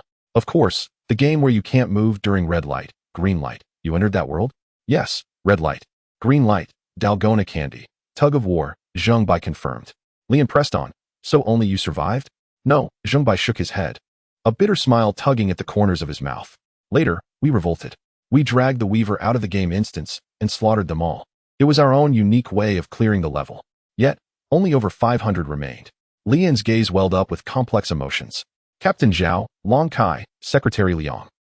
Are they all dead?" "No, they survived. At the crucial moment, Long Kai shot the leader, and that is how we managed to turn the tables." Lian sighed with relief. "Then why haven't they come to the station? Did they not get tickets?" Zheng Bai fell silent for a moment. Secretary Liang said we cannot abandon the remaining civilians. There are still women and children in the base, and they wish to stay behind to preserve the seeds of humanity. Even if the apocalypse is harsh, we must cling to that glimmer of hope. Upon hearing this, Lian felt as though he had been struck by a heavy blow. The world had crumbled, order had turned to dust, Yet there were always those willing to bear the torch of humanity, trudging forward with their flesh and blood. Chapter 54. Selling KFC on the train. After reminiscing, Zhengbai rubbed his belly and sighed deeply. I'm starving, Laoli. Could you fetch me something warm from the small room? I haven't eaten in days. Lian rose and slipped to the train's connecting area, glancing around to ensure no one was watching before retrieving the key and quietly opening the portal. Although on the train, Lian's abilities remained intact. He entered the small room and emerged with 2 steaming KFC family buckets. Handing one to Zhengbai, he said, "Here, eat up." "Wow, KFC," Zhengbai exclaimed, biting into a juicy piece of original recipe chicken, the savory juices bursting forth as he closed his eyes in satisfaction. "It's still warm. This is so delicious. Before the apocalypse, I wouldn't have given it a second thought, but now I can't get enough of it. Especially the egg tarts, truly the finest in the tart realm." Lian sat down, shaking his head with a smile. "Let me tell you, after the apocalypse, guess what has become the most valuable?" Zhengbai, mouth full, mumbled, "Evolution potions?" "Wrong. It's gourmet food." Lian lowered his voice. In most post-apocalyptic worlds, the ecosystem is utterly destroyed. Spices, flour, vegetables, and fruits have all ceased to be supplied. Travelers throw all their money into training to enhance their combat abilities, making do with whatever sustenance they can find just to survive. Who cares about flavor and texture anymore? Zhengbai swallowed his mouthful of chicken. "So what are you planning to do?" We'll sell boxed meals right here on this train." Lian clapped his thigh. "I had Ben prepare a lot of KFC, piping hot. Who wouldn't be tempted?" "Whoa, one that violate the train regulations." The announcement said no fighting or destruction. "It should be fine. The train hasn't banned food sales. Once you finish eating, we'll split up. I'll push forward while you sell backward. We'll split the profits 50-50. Zhengbai quickly polished off a bucket and wiped his mouth, eager to try. "All right, let us go." Before long, the 2 of them each held a stack of family buckets, diving into the adjoining carriage, calling out like trained salesmen, "Step right up. Don't miss out. KFC family buckets for 100 white bills each. Hot fried chicken and delicious egg tarts." The passengers in the carriage reacted variously. Some exclaimed, "KFC? Did I hear that right? I haven't had it since the apocalypse began 3 years ago. Brother, I'll take a bucket." Lian smiled as he handed it over. "I'll take one." That person swiftly handed over the white bills. "KFC? What's that?" A traveler scratched his head. "It's fried chicken. Burgers. Crispy, juicy fried chicken. You won't know until you try." Zhengbai enthusiastically promoted. 100 white bills is too expensive. That money could buy 300 energy blocks, which taste like bricks. Those energy blocks are tasteless, brother. We just escaped the apocalypse. Let us treat ourselves to something good. It's worth it." Lian winked. "Fine, I'll also take a bucket to try." The carriage quickly filled with excitement. Passengers drawn by the aromas surged forward. Some, short on white bills, offered small items in exchange. During this time, Lian acquired 3 small items: a flashlight that didn't require charging, a multifunctional Swiss Army knife, and a windproof lighter. Zhengbai was also selling rapidly. Unfortunately, after visiting a dozen or so carriages, the remaining doors were locked, prohibiting further passage. These carriages were all bound for Central City 75, while others led to different central cities, disallowing aimless wandering. The 2 assessed their earnings. Lian sold 172 buckets, netting 13,000 white bills along with 3 small items. Zhengbai earned 8,700 white bills. Lian waved his hand, giving 10,000 white bills to Zhengbai. "Here, take this. I didn't expect it to sell so well." Zhengbai counted the bills, grinning from ear to ear. "Laoli, your mind is suited for business. Quick, hide it. Don't flaunt your wealth." Lian cautioned in a low voice. "Don't worry, there are rules here to protect us. Who would dare act out? They'd be erased." Zhengbai replied nonchalantly, but Lian sensed several unfriendly gazes. The train glided steadily through the endless void, occasionally picking up new passengers, dusty apocalypse refugees, or well-dressed, seasoned travelers. Lian's KFC business thrived, the aroma wafting through the carriages. In just a few rounds, the 2 amassed nearly 50,000 white bills, their pockets bulging as if stuffed with gold bricks. Next stop, Central City 75. Passengers, please prepare to disembark. The announcement rang out. After 17 hours, the train finally arrived at Central City 75. The 2 gathered their belongings and exited the carriage, their hearts brimming with anticipation. Central City must surely be a bustling metropolis. Visions of towering skyscrapers and hovering cars racing through neon-lit streets filled their minds. However, reality swiftly delivered a harsh slap to their faces. As soon as they stepped onto the platform, Lian's eyes widened in disbelief. He rubbed his eyes, convinced he had returned to the train station of his childhood county. Before him lay a sea of people, their heads packed together like a bubbling pot of porridge. Each person held colorful signs, shouting at the top of their lungs. Accommodation inquiries. Clean and hygienic, affordable prices, only 50 white bills a night for your satisfaction. Huado education. Focused on survival in the apocalypse for 3 centuries. New travelers, come take a look. Free trial lesson, receive top-notch notes. And an apocalypse handbook to ensure you transform from novice to expert. Local guides, seasoned veterans, fair pricing without deception. I'll take you around Central City, avoiding all the pitfalls. The cacophony surged like a tidal wave, the entire square resembling a bustling marketplace, chaotic yet exuding a wild, vibrant energy. Did we get off at the wrong stop? Zhongbai gulped. Lian scanned the surroundings, noticing that the veteran travelers had already adapted, seamlessly merging into the crowd and haggling with the guides. Only newcomers like them stood still, resembling 2 wooden sculptures, their minds buzzing. Lian let out a dry laugh, scratching the back of his head. I should have asked Tang Lian more before we left. Now, look at us, utterly clueless. He surveyed the scene, observing the seasoned travelers chatting animatedly, clearly regulars of Central City. Ah well, since they're all finding guides, we shouldn't just stand here like fools. Let us find one and ask for directions. Lian directed his gaze toward the guides. With just a glance, they sensed the opportunity. A group of people immediately surged forward, surrounding Lian and Zheng by like a tide, clamoring, "Boss, pick me, pick me. I'm a native of Central City. I can navigate the entire area with my eyes closed. Don't listen to him. I've guided over 100 newbies without a hitch. 800 white bills for a day. I have official certification. It's only 600 for a day of companionship." The scene descended into chaos. Lian and Zheng Bai were jostled about, their voices rising in a cacophony reminiscent of ravenous wolves tearing at a fresh carcass. Lian took a deep breath, forcing a smile as his gaze swept through the crowd, ultimately landing on a lad who appeared to be no more than 15 or 16. The boy was tall and slender, his skin tanned from the sun, and his bright eyes sparkled like those of a cunning little fox. In Chapter 55 of the G-rated Apocalypse world, unlike the others who shouted and clamored, this boy stood quietly on the periphery, a shy smile gracing his lips, his eyes glinting with intelligence. "You," Lian pointed at him, "what's your name? How much do you charge?" The boy's eyes lit up, and he hurried forward, exclaiming, "Boss, you have a good eye? My name is Wang Tong Tong, a native of Central City, raised here. I only require 600 white notes per day, which includes guiding and explanations. What do you think?" Lian and Zheng Bai exchanged glances and nodded. Although 600 was not a trivial amount, Lian was now a millionaire, and this sum was hardly a concern.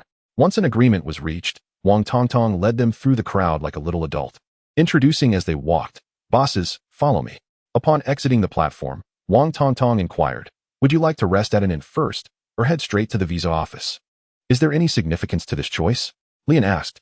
"Here's the thing," Wang Tongtong explained. "Travelers arriving in Central City must pay a daily tax of 300 white notes, which is deducted automatically. Thus, many travelers first obtain their visas to know where they will go next in the apocalypse world. What if the funds run out?" Zhongbai questioned. "If you lack enough white notes, you will be directly transported to the next apocalypse world," Wang Tongtong replied. "Let us get the visa first," Lian decided. "Is the visa office far?" "Ah, not nearby, approximately 40 kilometers. We must pass through the old town and the wasteland," Wang Tongtong stated. "Are there flying taxis?" Lian asked curiously. Wang Tongtong chuckled and shook his head. "Flying cars? We are in Central City number 75, which has only been established for just over a century. We haven't even touched the threshold of the industrial age. We rely solely on human and animal power." Lian frowned. Why such slow development? Central City doesn't lack for apocalyptic influences. Logically, with so many people gathered here, technology should be flourishing. Wang Tongtong sighed. "There are rules in place, you see. A cycle of 500 days in the apocalypse. Even in Central City, we must abide by this regulation. After 500 days, one is transported to the apocalypse world, and travelers change every 500 days. Natives become travelers at the age of 18. We cannot expect these young lads of 16 or 17 to develop Central City. Currently, our technology barely maintains a late medieval level, and we are grateful for that." Wang Tongtong shrugged. Although he was a native of Central City, he possessed considerable knowledge about Earth. Zhongbai asked, "So we won't have to walk to the visa office, right? 40 kilometers is quite a trek for me." Wang Tongtong grinned. "Don't worry, there's a carriage team right at the train station entrance. They use only swift wind horses. These creatures are strong and enduring. Galloping like the wind, we'll arrive in half an hour. The fare is reasonable, 300 white notes per person from the train station to the visa office. Or 2,000 for a full day. Of course we'll take it. Zheng Bai exclaimed eagerly. Wang Tongtong expertly led them to a line of carriages parked at the entrance. As Lian climbed aboard, he casually asked, Wang, do I need to pay extra for the ticket? The driver, a burly man with a beard, was also a traveler who had arrived over 100 days earlier and was now earning white notes as a driver, preparing for the next apocalypse world. He laughed heartily at Lian's question, cracking his whip in the air. Pay what? This lad brings me business. Why would I charge him? Get on, get comfortable, and we'll be off. The carriage jolted as it started. The wind horse let out a long neigh, and in an instant, they sped away. The carriage bumped along the uneven dirt road, soon bursting forth from the clamor of the old city into the vast wasteland. Yellow sand filled the air. Sparse dead grass rustled in the wind, and the coolness of the air thickened, imbued with the scent of earth. Zheng Bai grasped the carriage railing and, amid the jolting, struck up a conversation with Wang Tongtong. Wang, this road looks rather eerie on both sides. The train station is in the old city, and the visa office is in the new city, and there's this wasteland in between? Are there many beasts? Wang Tongtong nodded. In this wasteland, mutated beasts roam free, sand wolves. Venomous lizards, they specifically target solitary carriages. But don't worry, there are many of us today. Just look behind. Lian turned to look back, and indeed, a cloud of dust billowed behind them as dozens of carriages raced together, the sound of wind horses' hooves blending into a thunderous roar. And the dust they kicked up obscured the sun. The spectacle resembled a formidable cavalry troop, and the mutated beasts dared not approach. Occasionally, a gray shadow darted through the grass, disappearing in an instant. By the way, does Central City have a lord's manor or any governing authority? Zheng Bai inquired, curious. Wang Tongtong shrugged with a smile. Central City number 75 has no governing bodies. There are no lords, police, or courts. After all, it has only existed for a little over a century, and the travelers arriving here are merely novices who have just experienced 2 or 3 apocalypse worlds, lacking the capacity to establish such large organizations. There are just some gangs. Here, you can do whatever you wish, rob, trade, or even murder in the streets, and no one will intervene. When the 500-day cycle comes, everything you possess in Central City will be left behind. Who knows when you will return? Therefore, travelers view Central City as a mere stopover, working a bit to earn some money, purchasing supplies, resting for a while before leaving. As for the gangs in the city, they are just temporary collectives, lacking any cohesion. As long as you don't blow up the train station or the visa office, Central City, S will 1T drive you away. Lian felt a thrill of excitement at this notion, an utterly lawless land. The carriage sped along, and after half an hour, they finally reached the edge of the new city. Before them stood a magnificent structure soaring into the clouds. That was the visa office. We've arrived. This is one of the lifelines of Central City, the visa office. It is precisely because of this office that this land is recognized as Central City. Wang Tongtong leaped off the carriage and entered to handle the procedures. Inside, there were self-service visa machines. One simply needed to insert their myriad world passport and pay 3,000 white notes to obtain a visa for the next apocalypse world. Is it really that expensive? Zheng Bai gasped. The cost of the visa was only 2,000 white notes a few years ago, and it has been increasing yearly.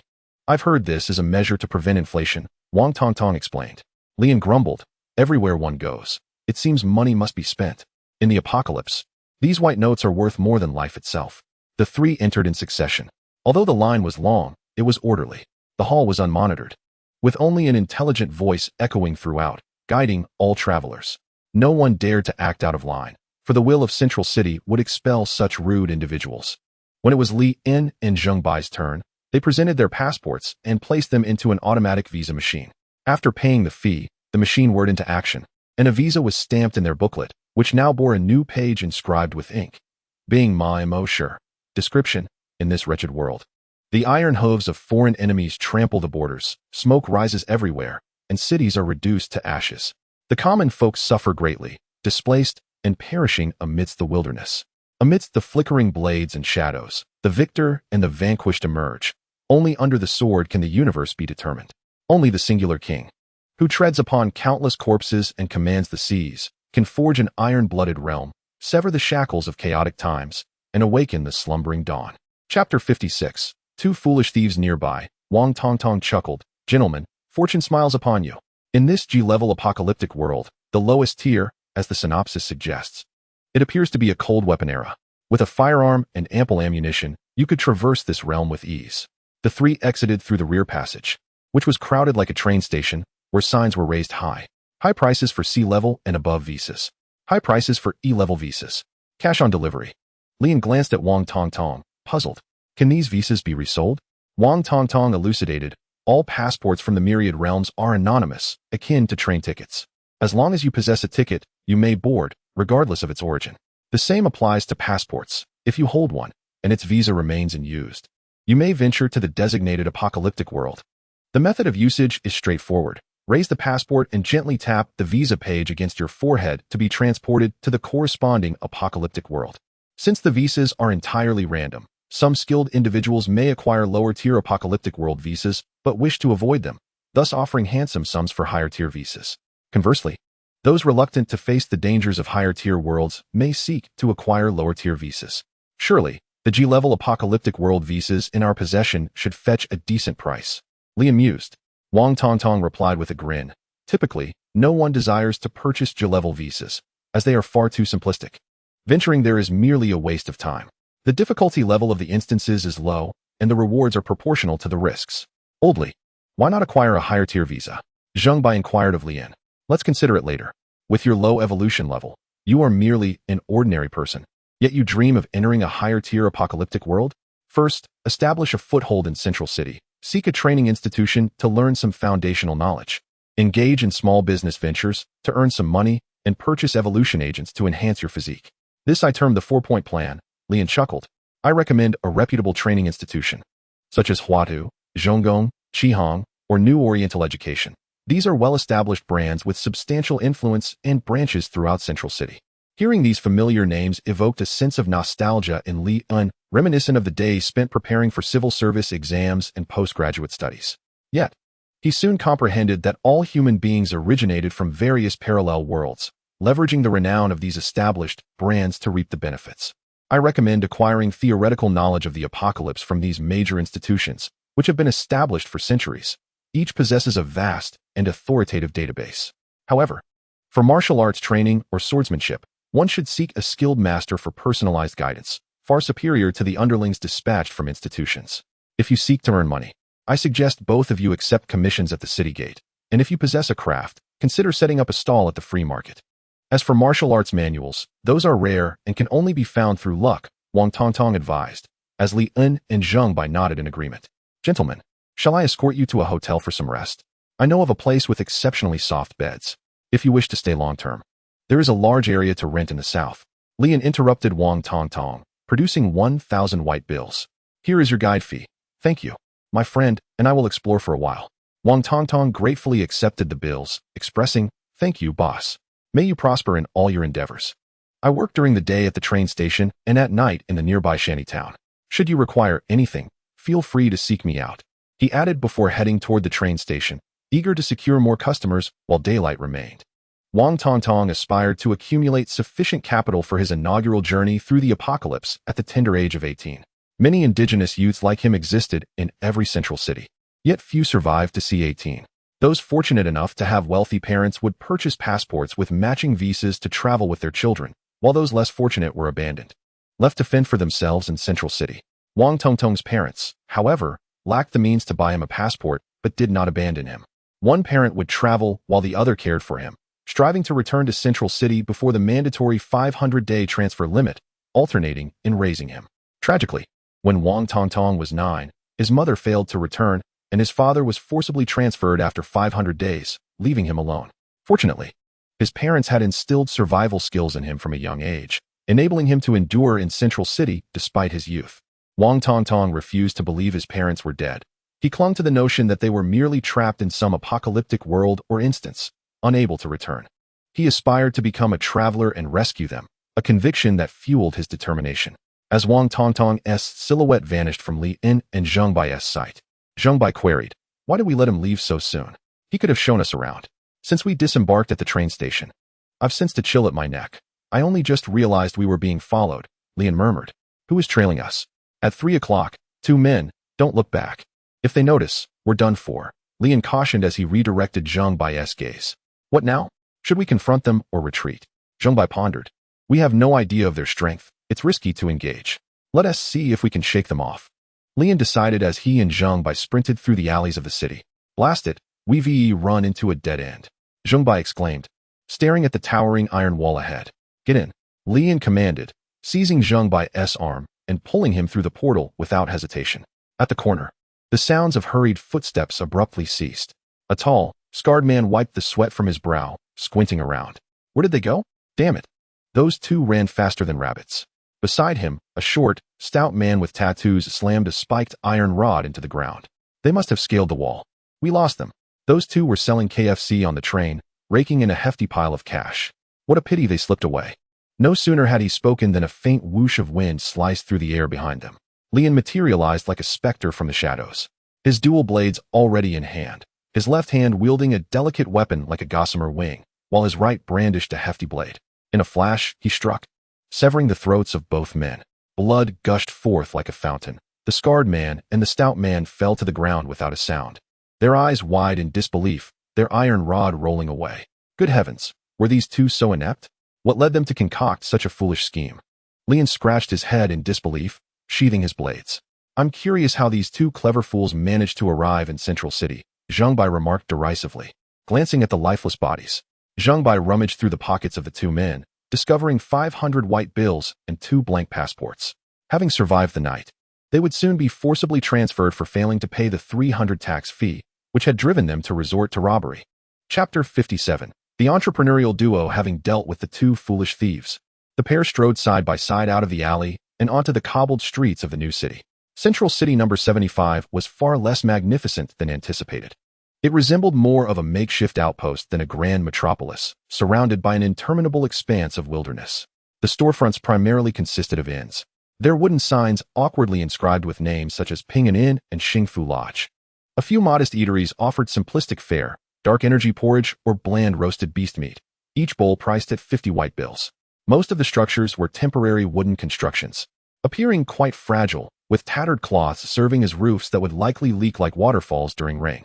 Lian kicked at a wobbling wooden stake by the roadside, shaking his head and lamenting, "This place is truly dilapidated." Zhengbai chuckled, nudging him with his elbow. "Look over there, the girl at the inn's entrance. What do you think?" Following his gaze, Lian saw a woman draped in animal hides leaning against the doorframe, casting them a flirtatious glance, provocatively suggesting, "Care for a bit of fun?" Lian hurriedly pulled Zhengbai away, concerned about contracting some cosmic-level disease. "Just looking." They continued their conversation as they ventured deeper into the district. As they progressed, the scenery shifted dramatically. This area was a red-light district, bustling with brothels and gambling houses, the air thick with the mingled scents of cheap perfume and tobacco. The buildings appeared more opulent, adorned with intricately carved wooden doors and gilded signs, with burly men standing guard, wielding hefty cleavers and eyes like wolves. The sounds of dice clattering and the curses of the unlucky gamblers echoed from within, while a rotund proprietor at the entrance politely beckoned, "Gentlemen, care for a game? With a bit of luck, you could strike it rich." Lian lowered his voice. To operate such an establishment in this chaotic place, the owner must possess considerable clout.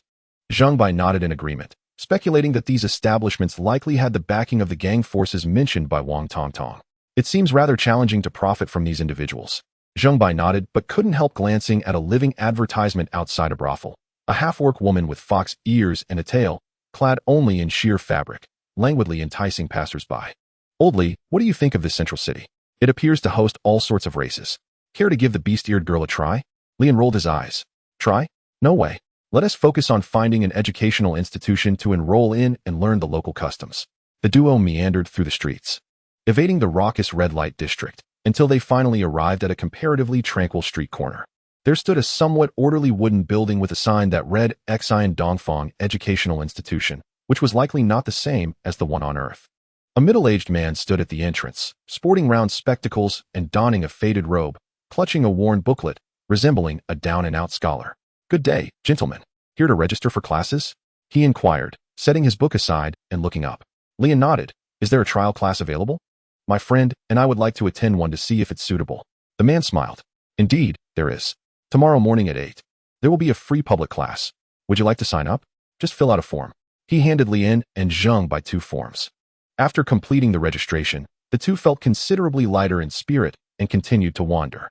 By the time they reached the free market, dusk was approaching. The market was rather desolate, with only a few vendors present. The more discerning ones had constructed small wooden stalls to display their wares, while others simply spread a cloth on the ground to showcase their goods. An elderly woman squatted beside a ragged cloth, guarding a few glowing shells, mumbling, "In bay, 10 white bills each." Leon crouched down to pick up a shell, weighing it in his hand. "Ma'am, what purpose does this serve?" The old woman patiently explained. "This in bay is akin to a recording device. It can record and play back sound." Zheng Bai chimed in, "Ma'am, it feels rather empty here. Is it still too early?" The old woman chuckled, revealing her yellowed teeth. "Indeed, in the mornings, everyone is busy working or taking commissions. They only come to set up stalls in the evenings. Are there any rules for setting up shop here?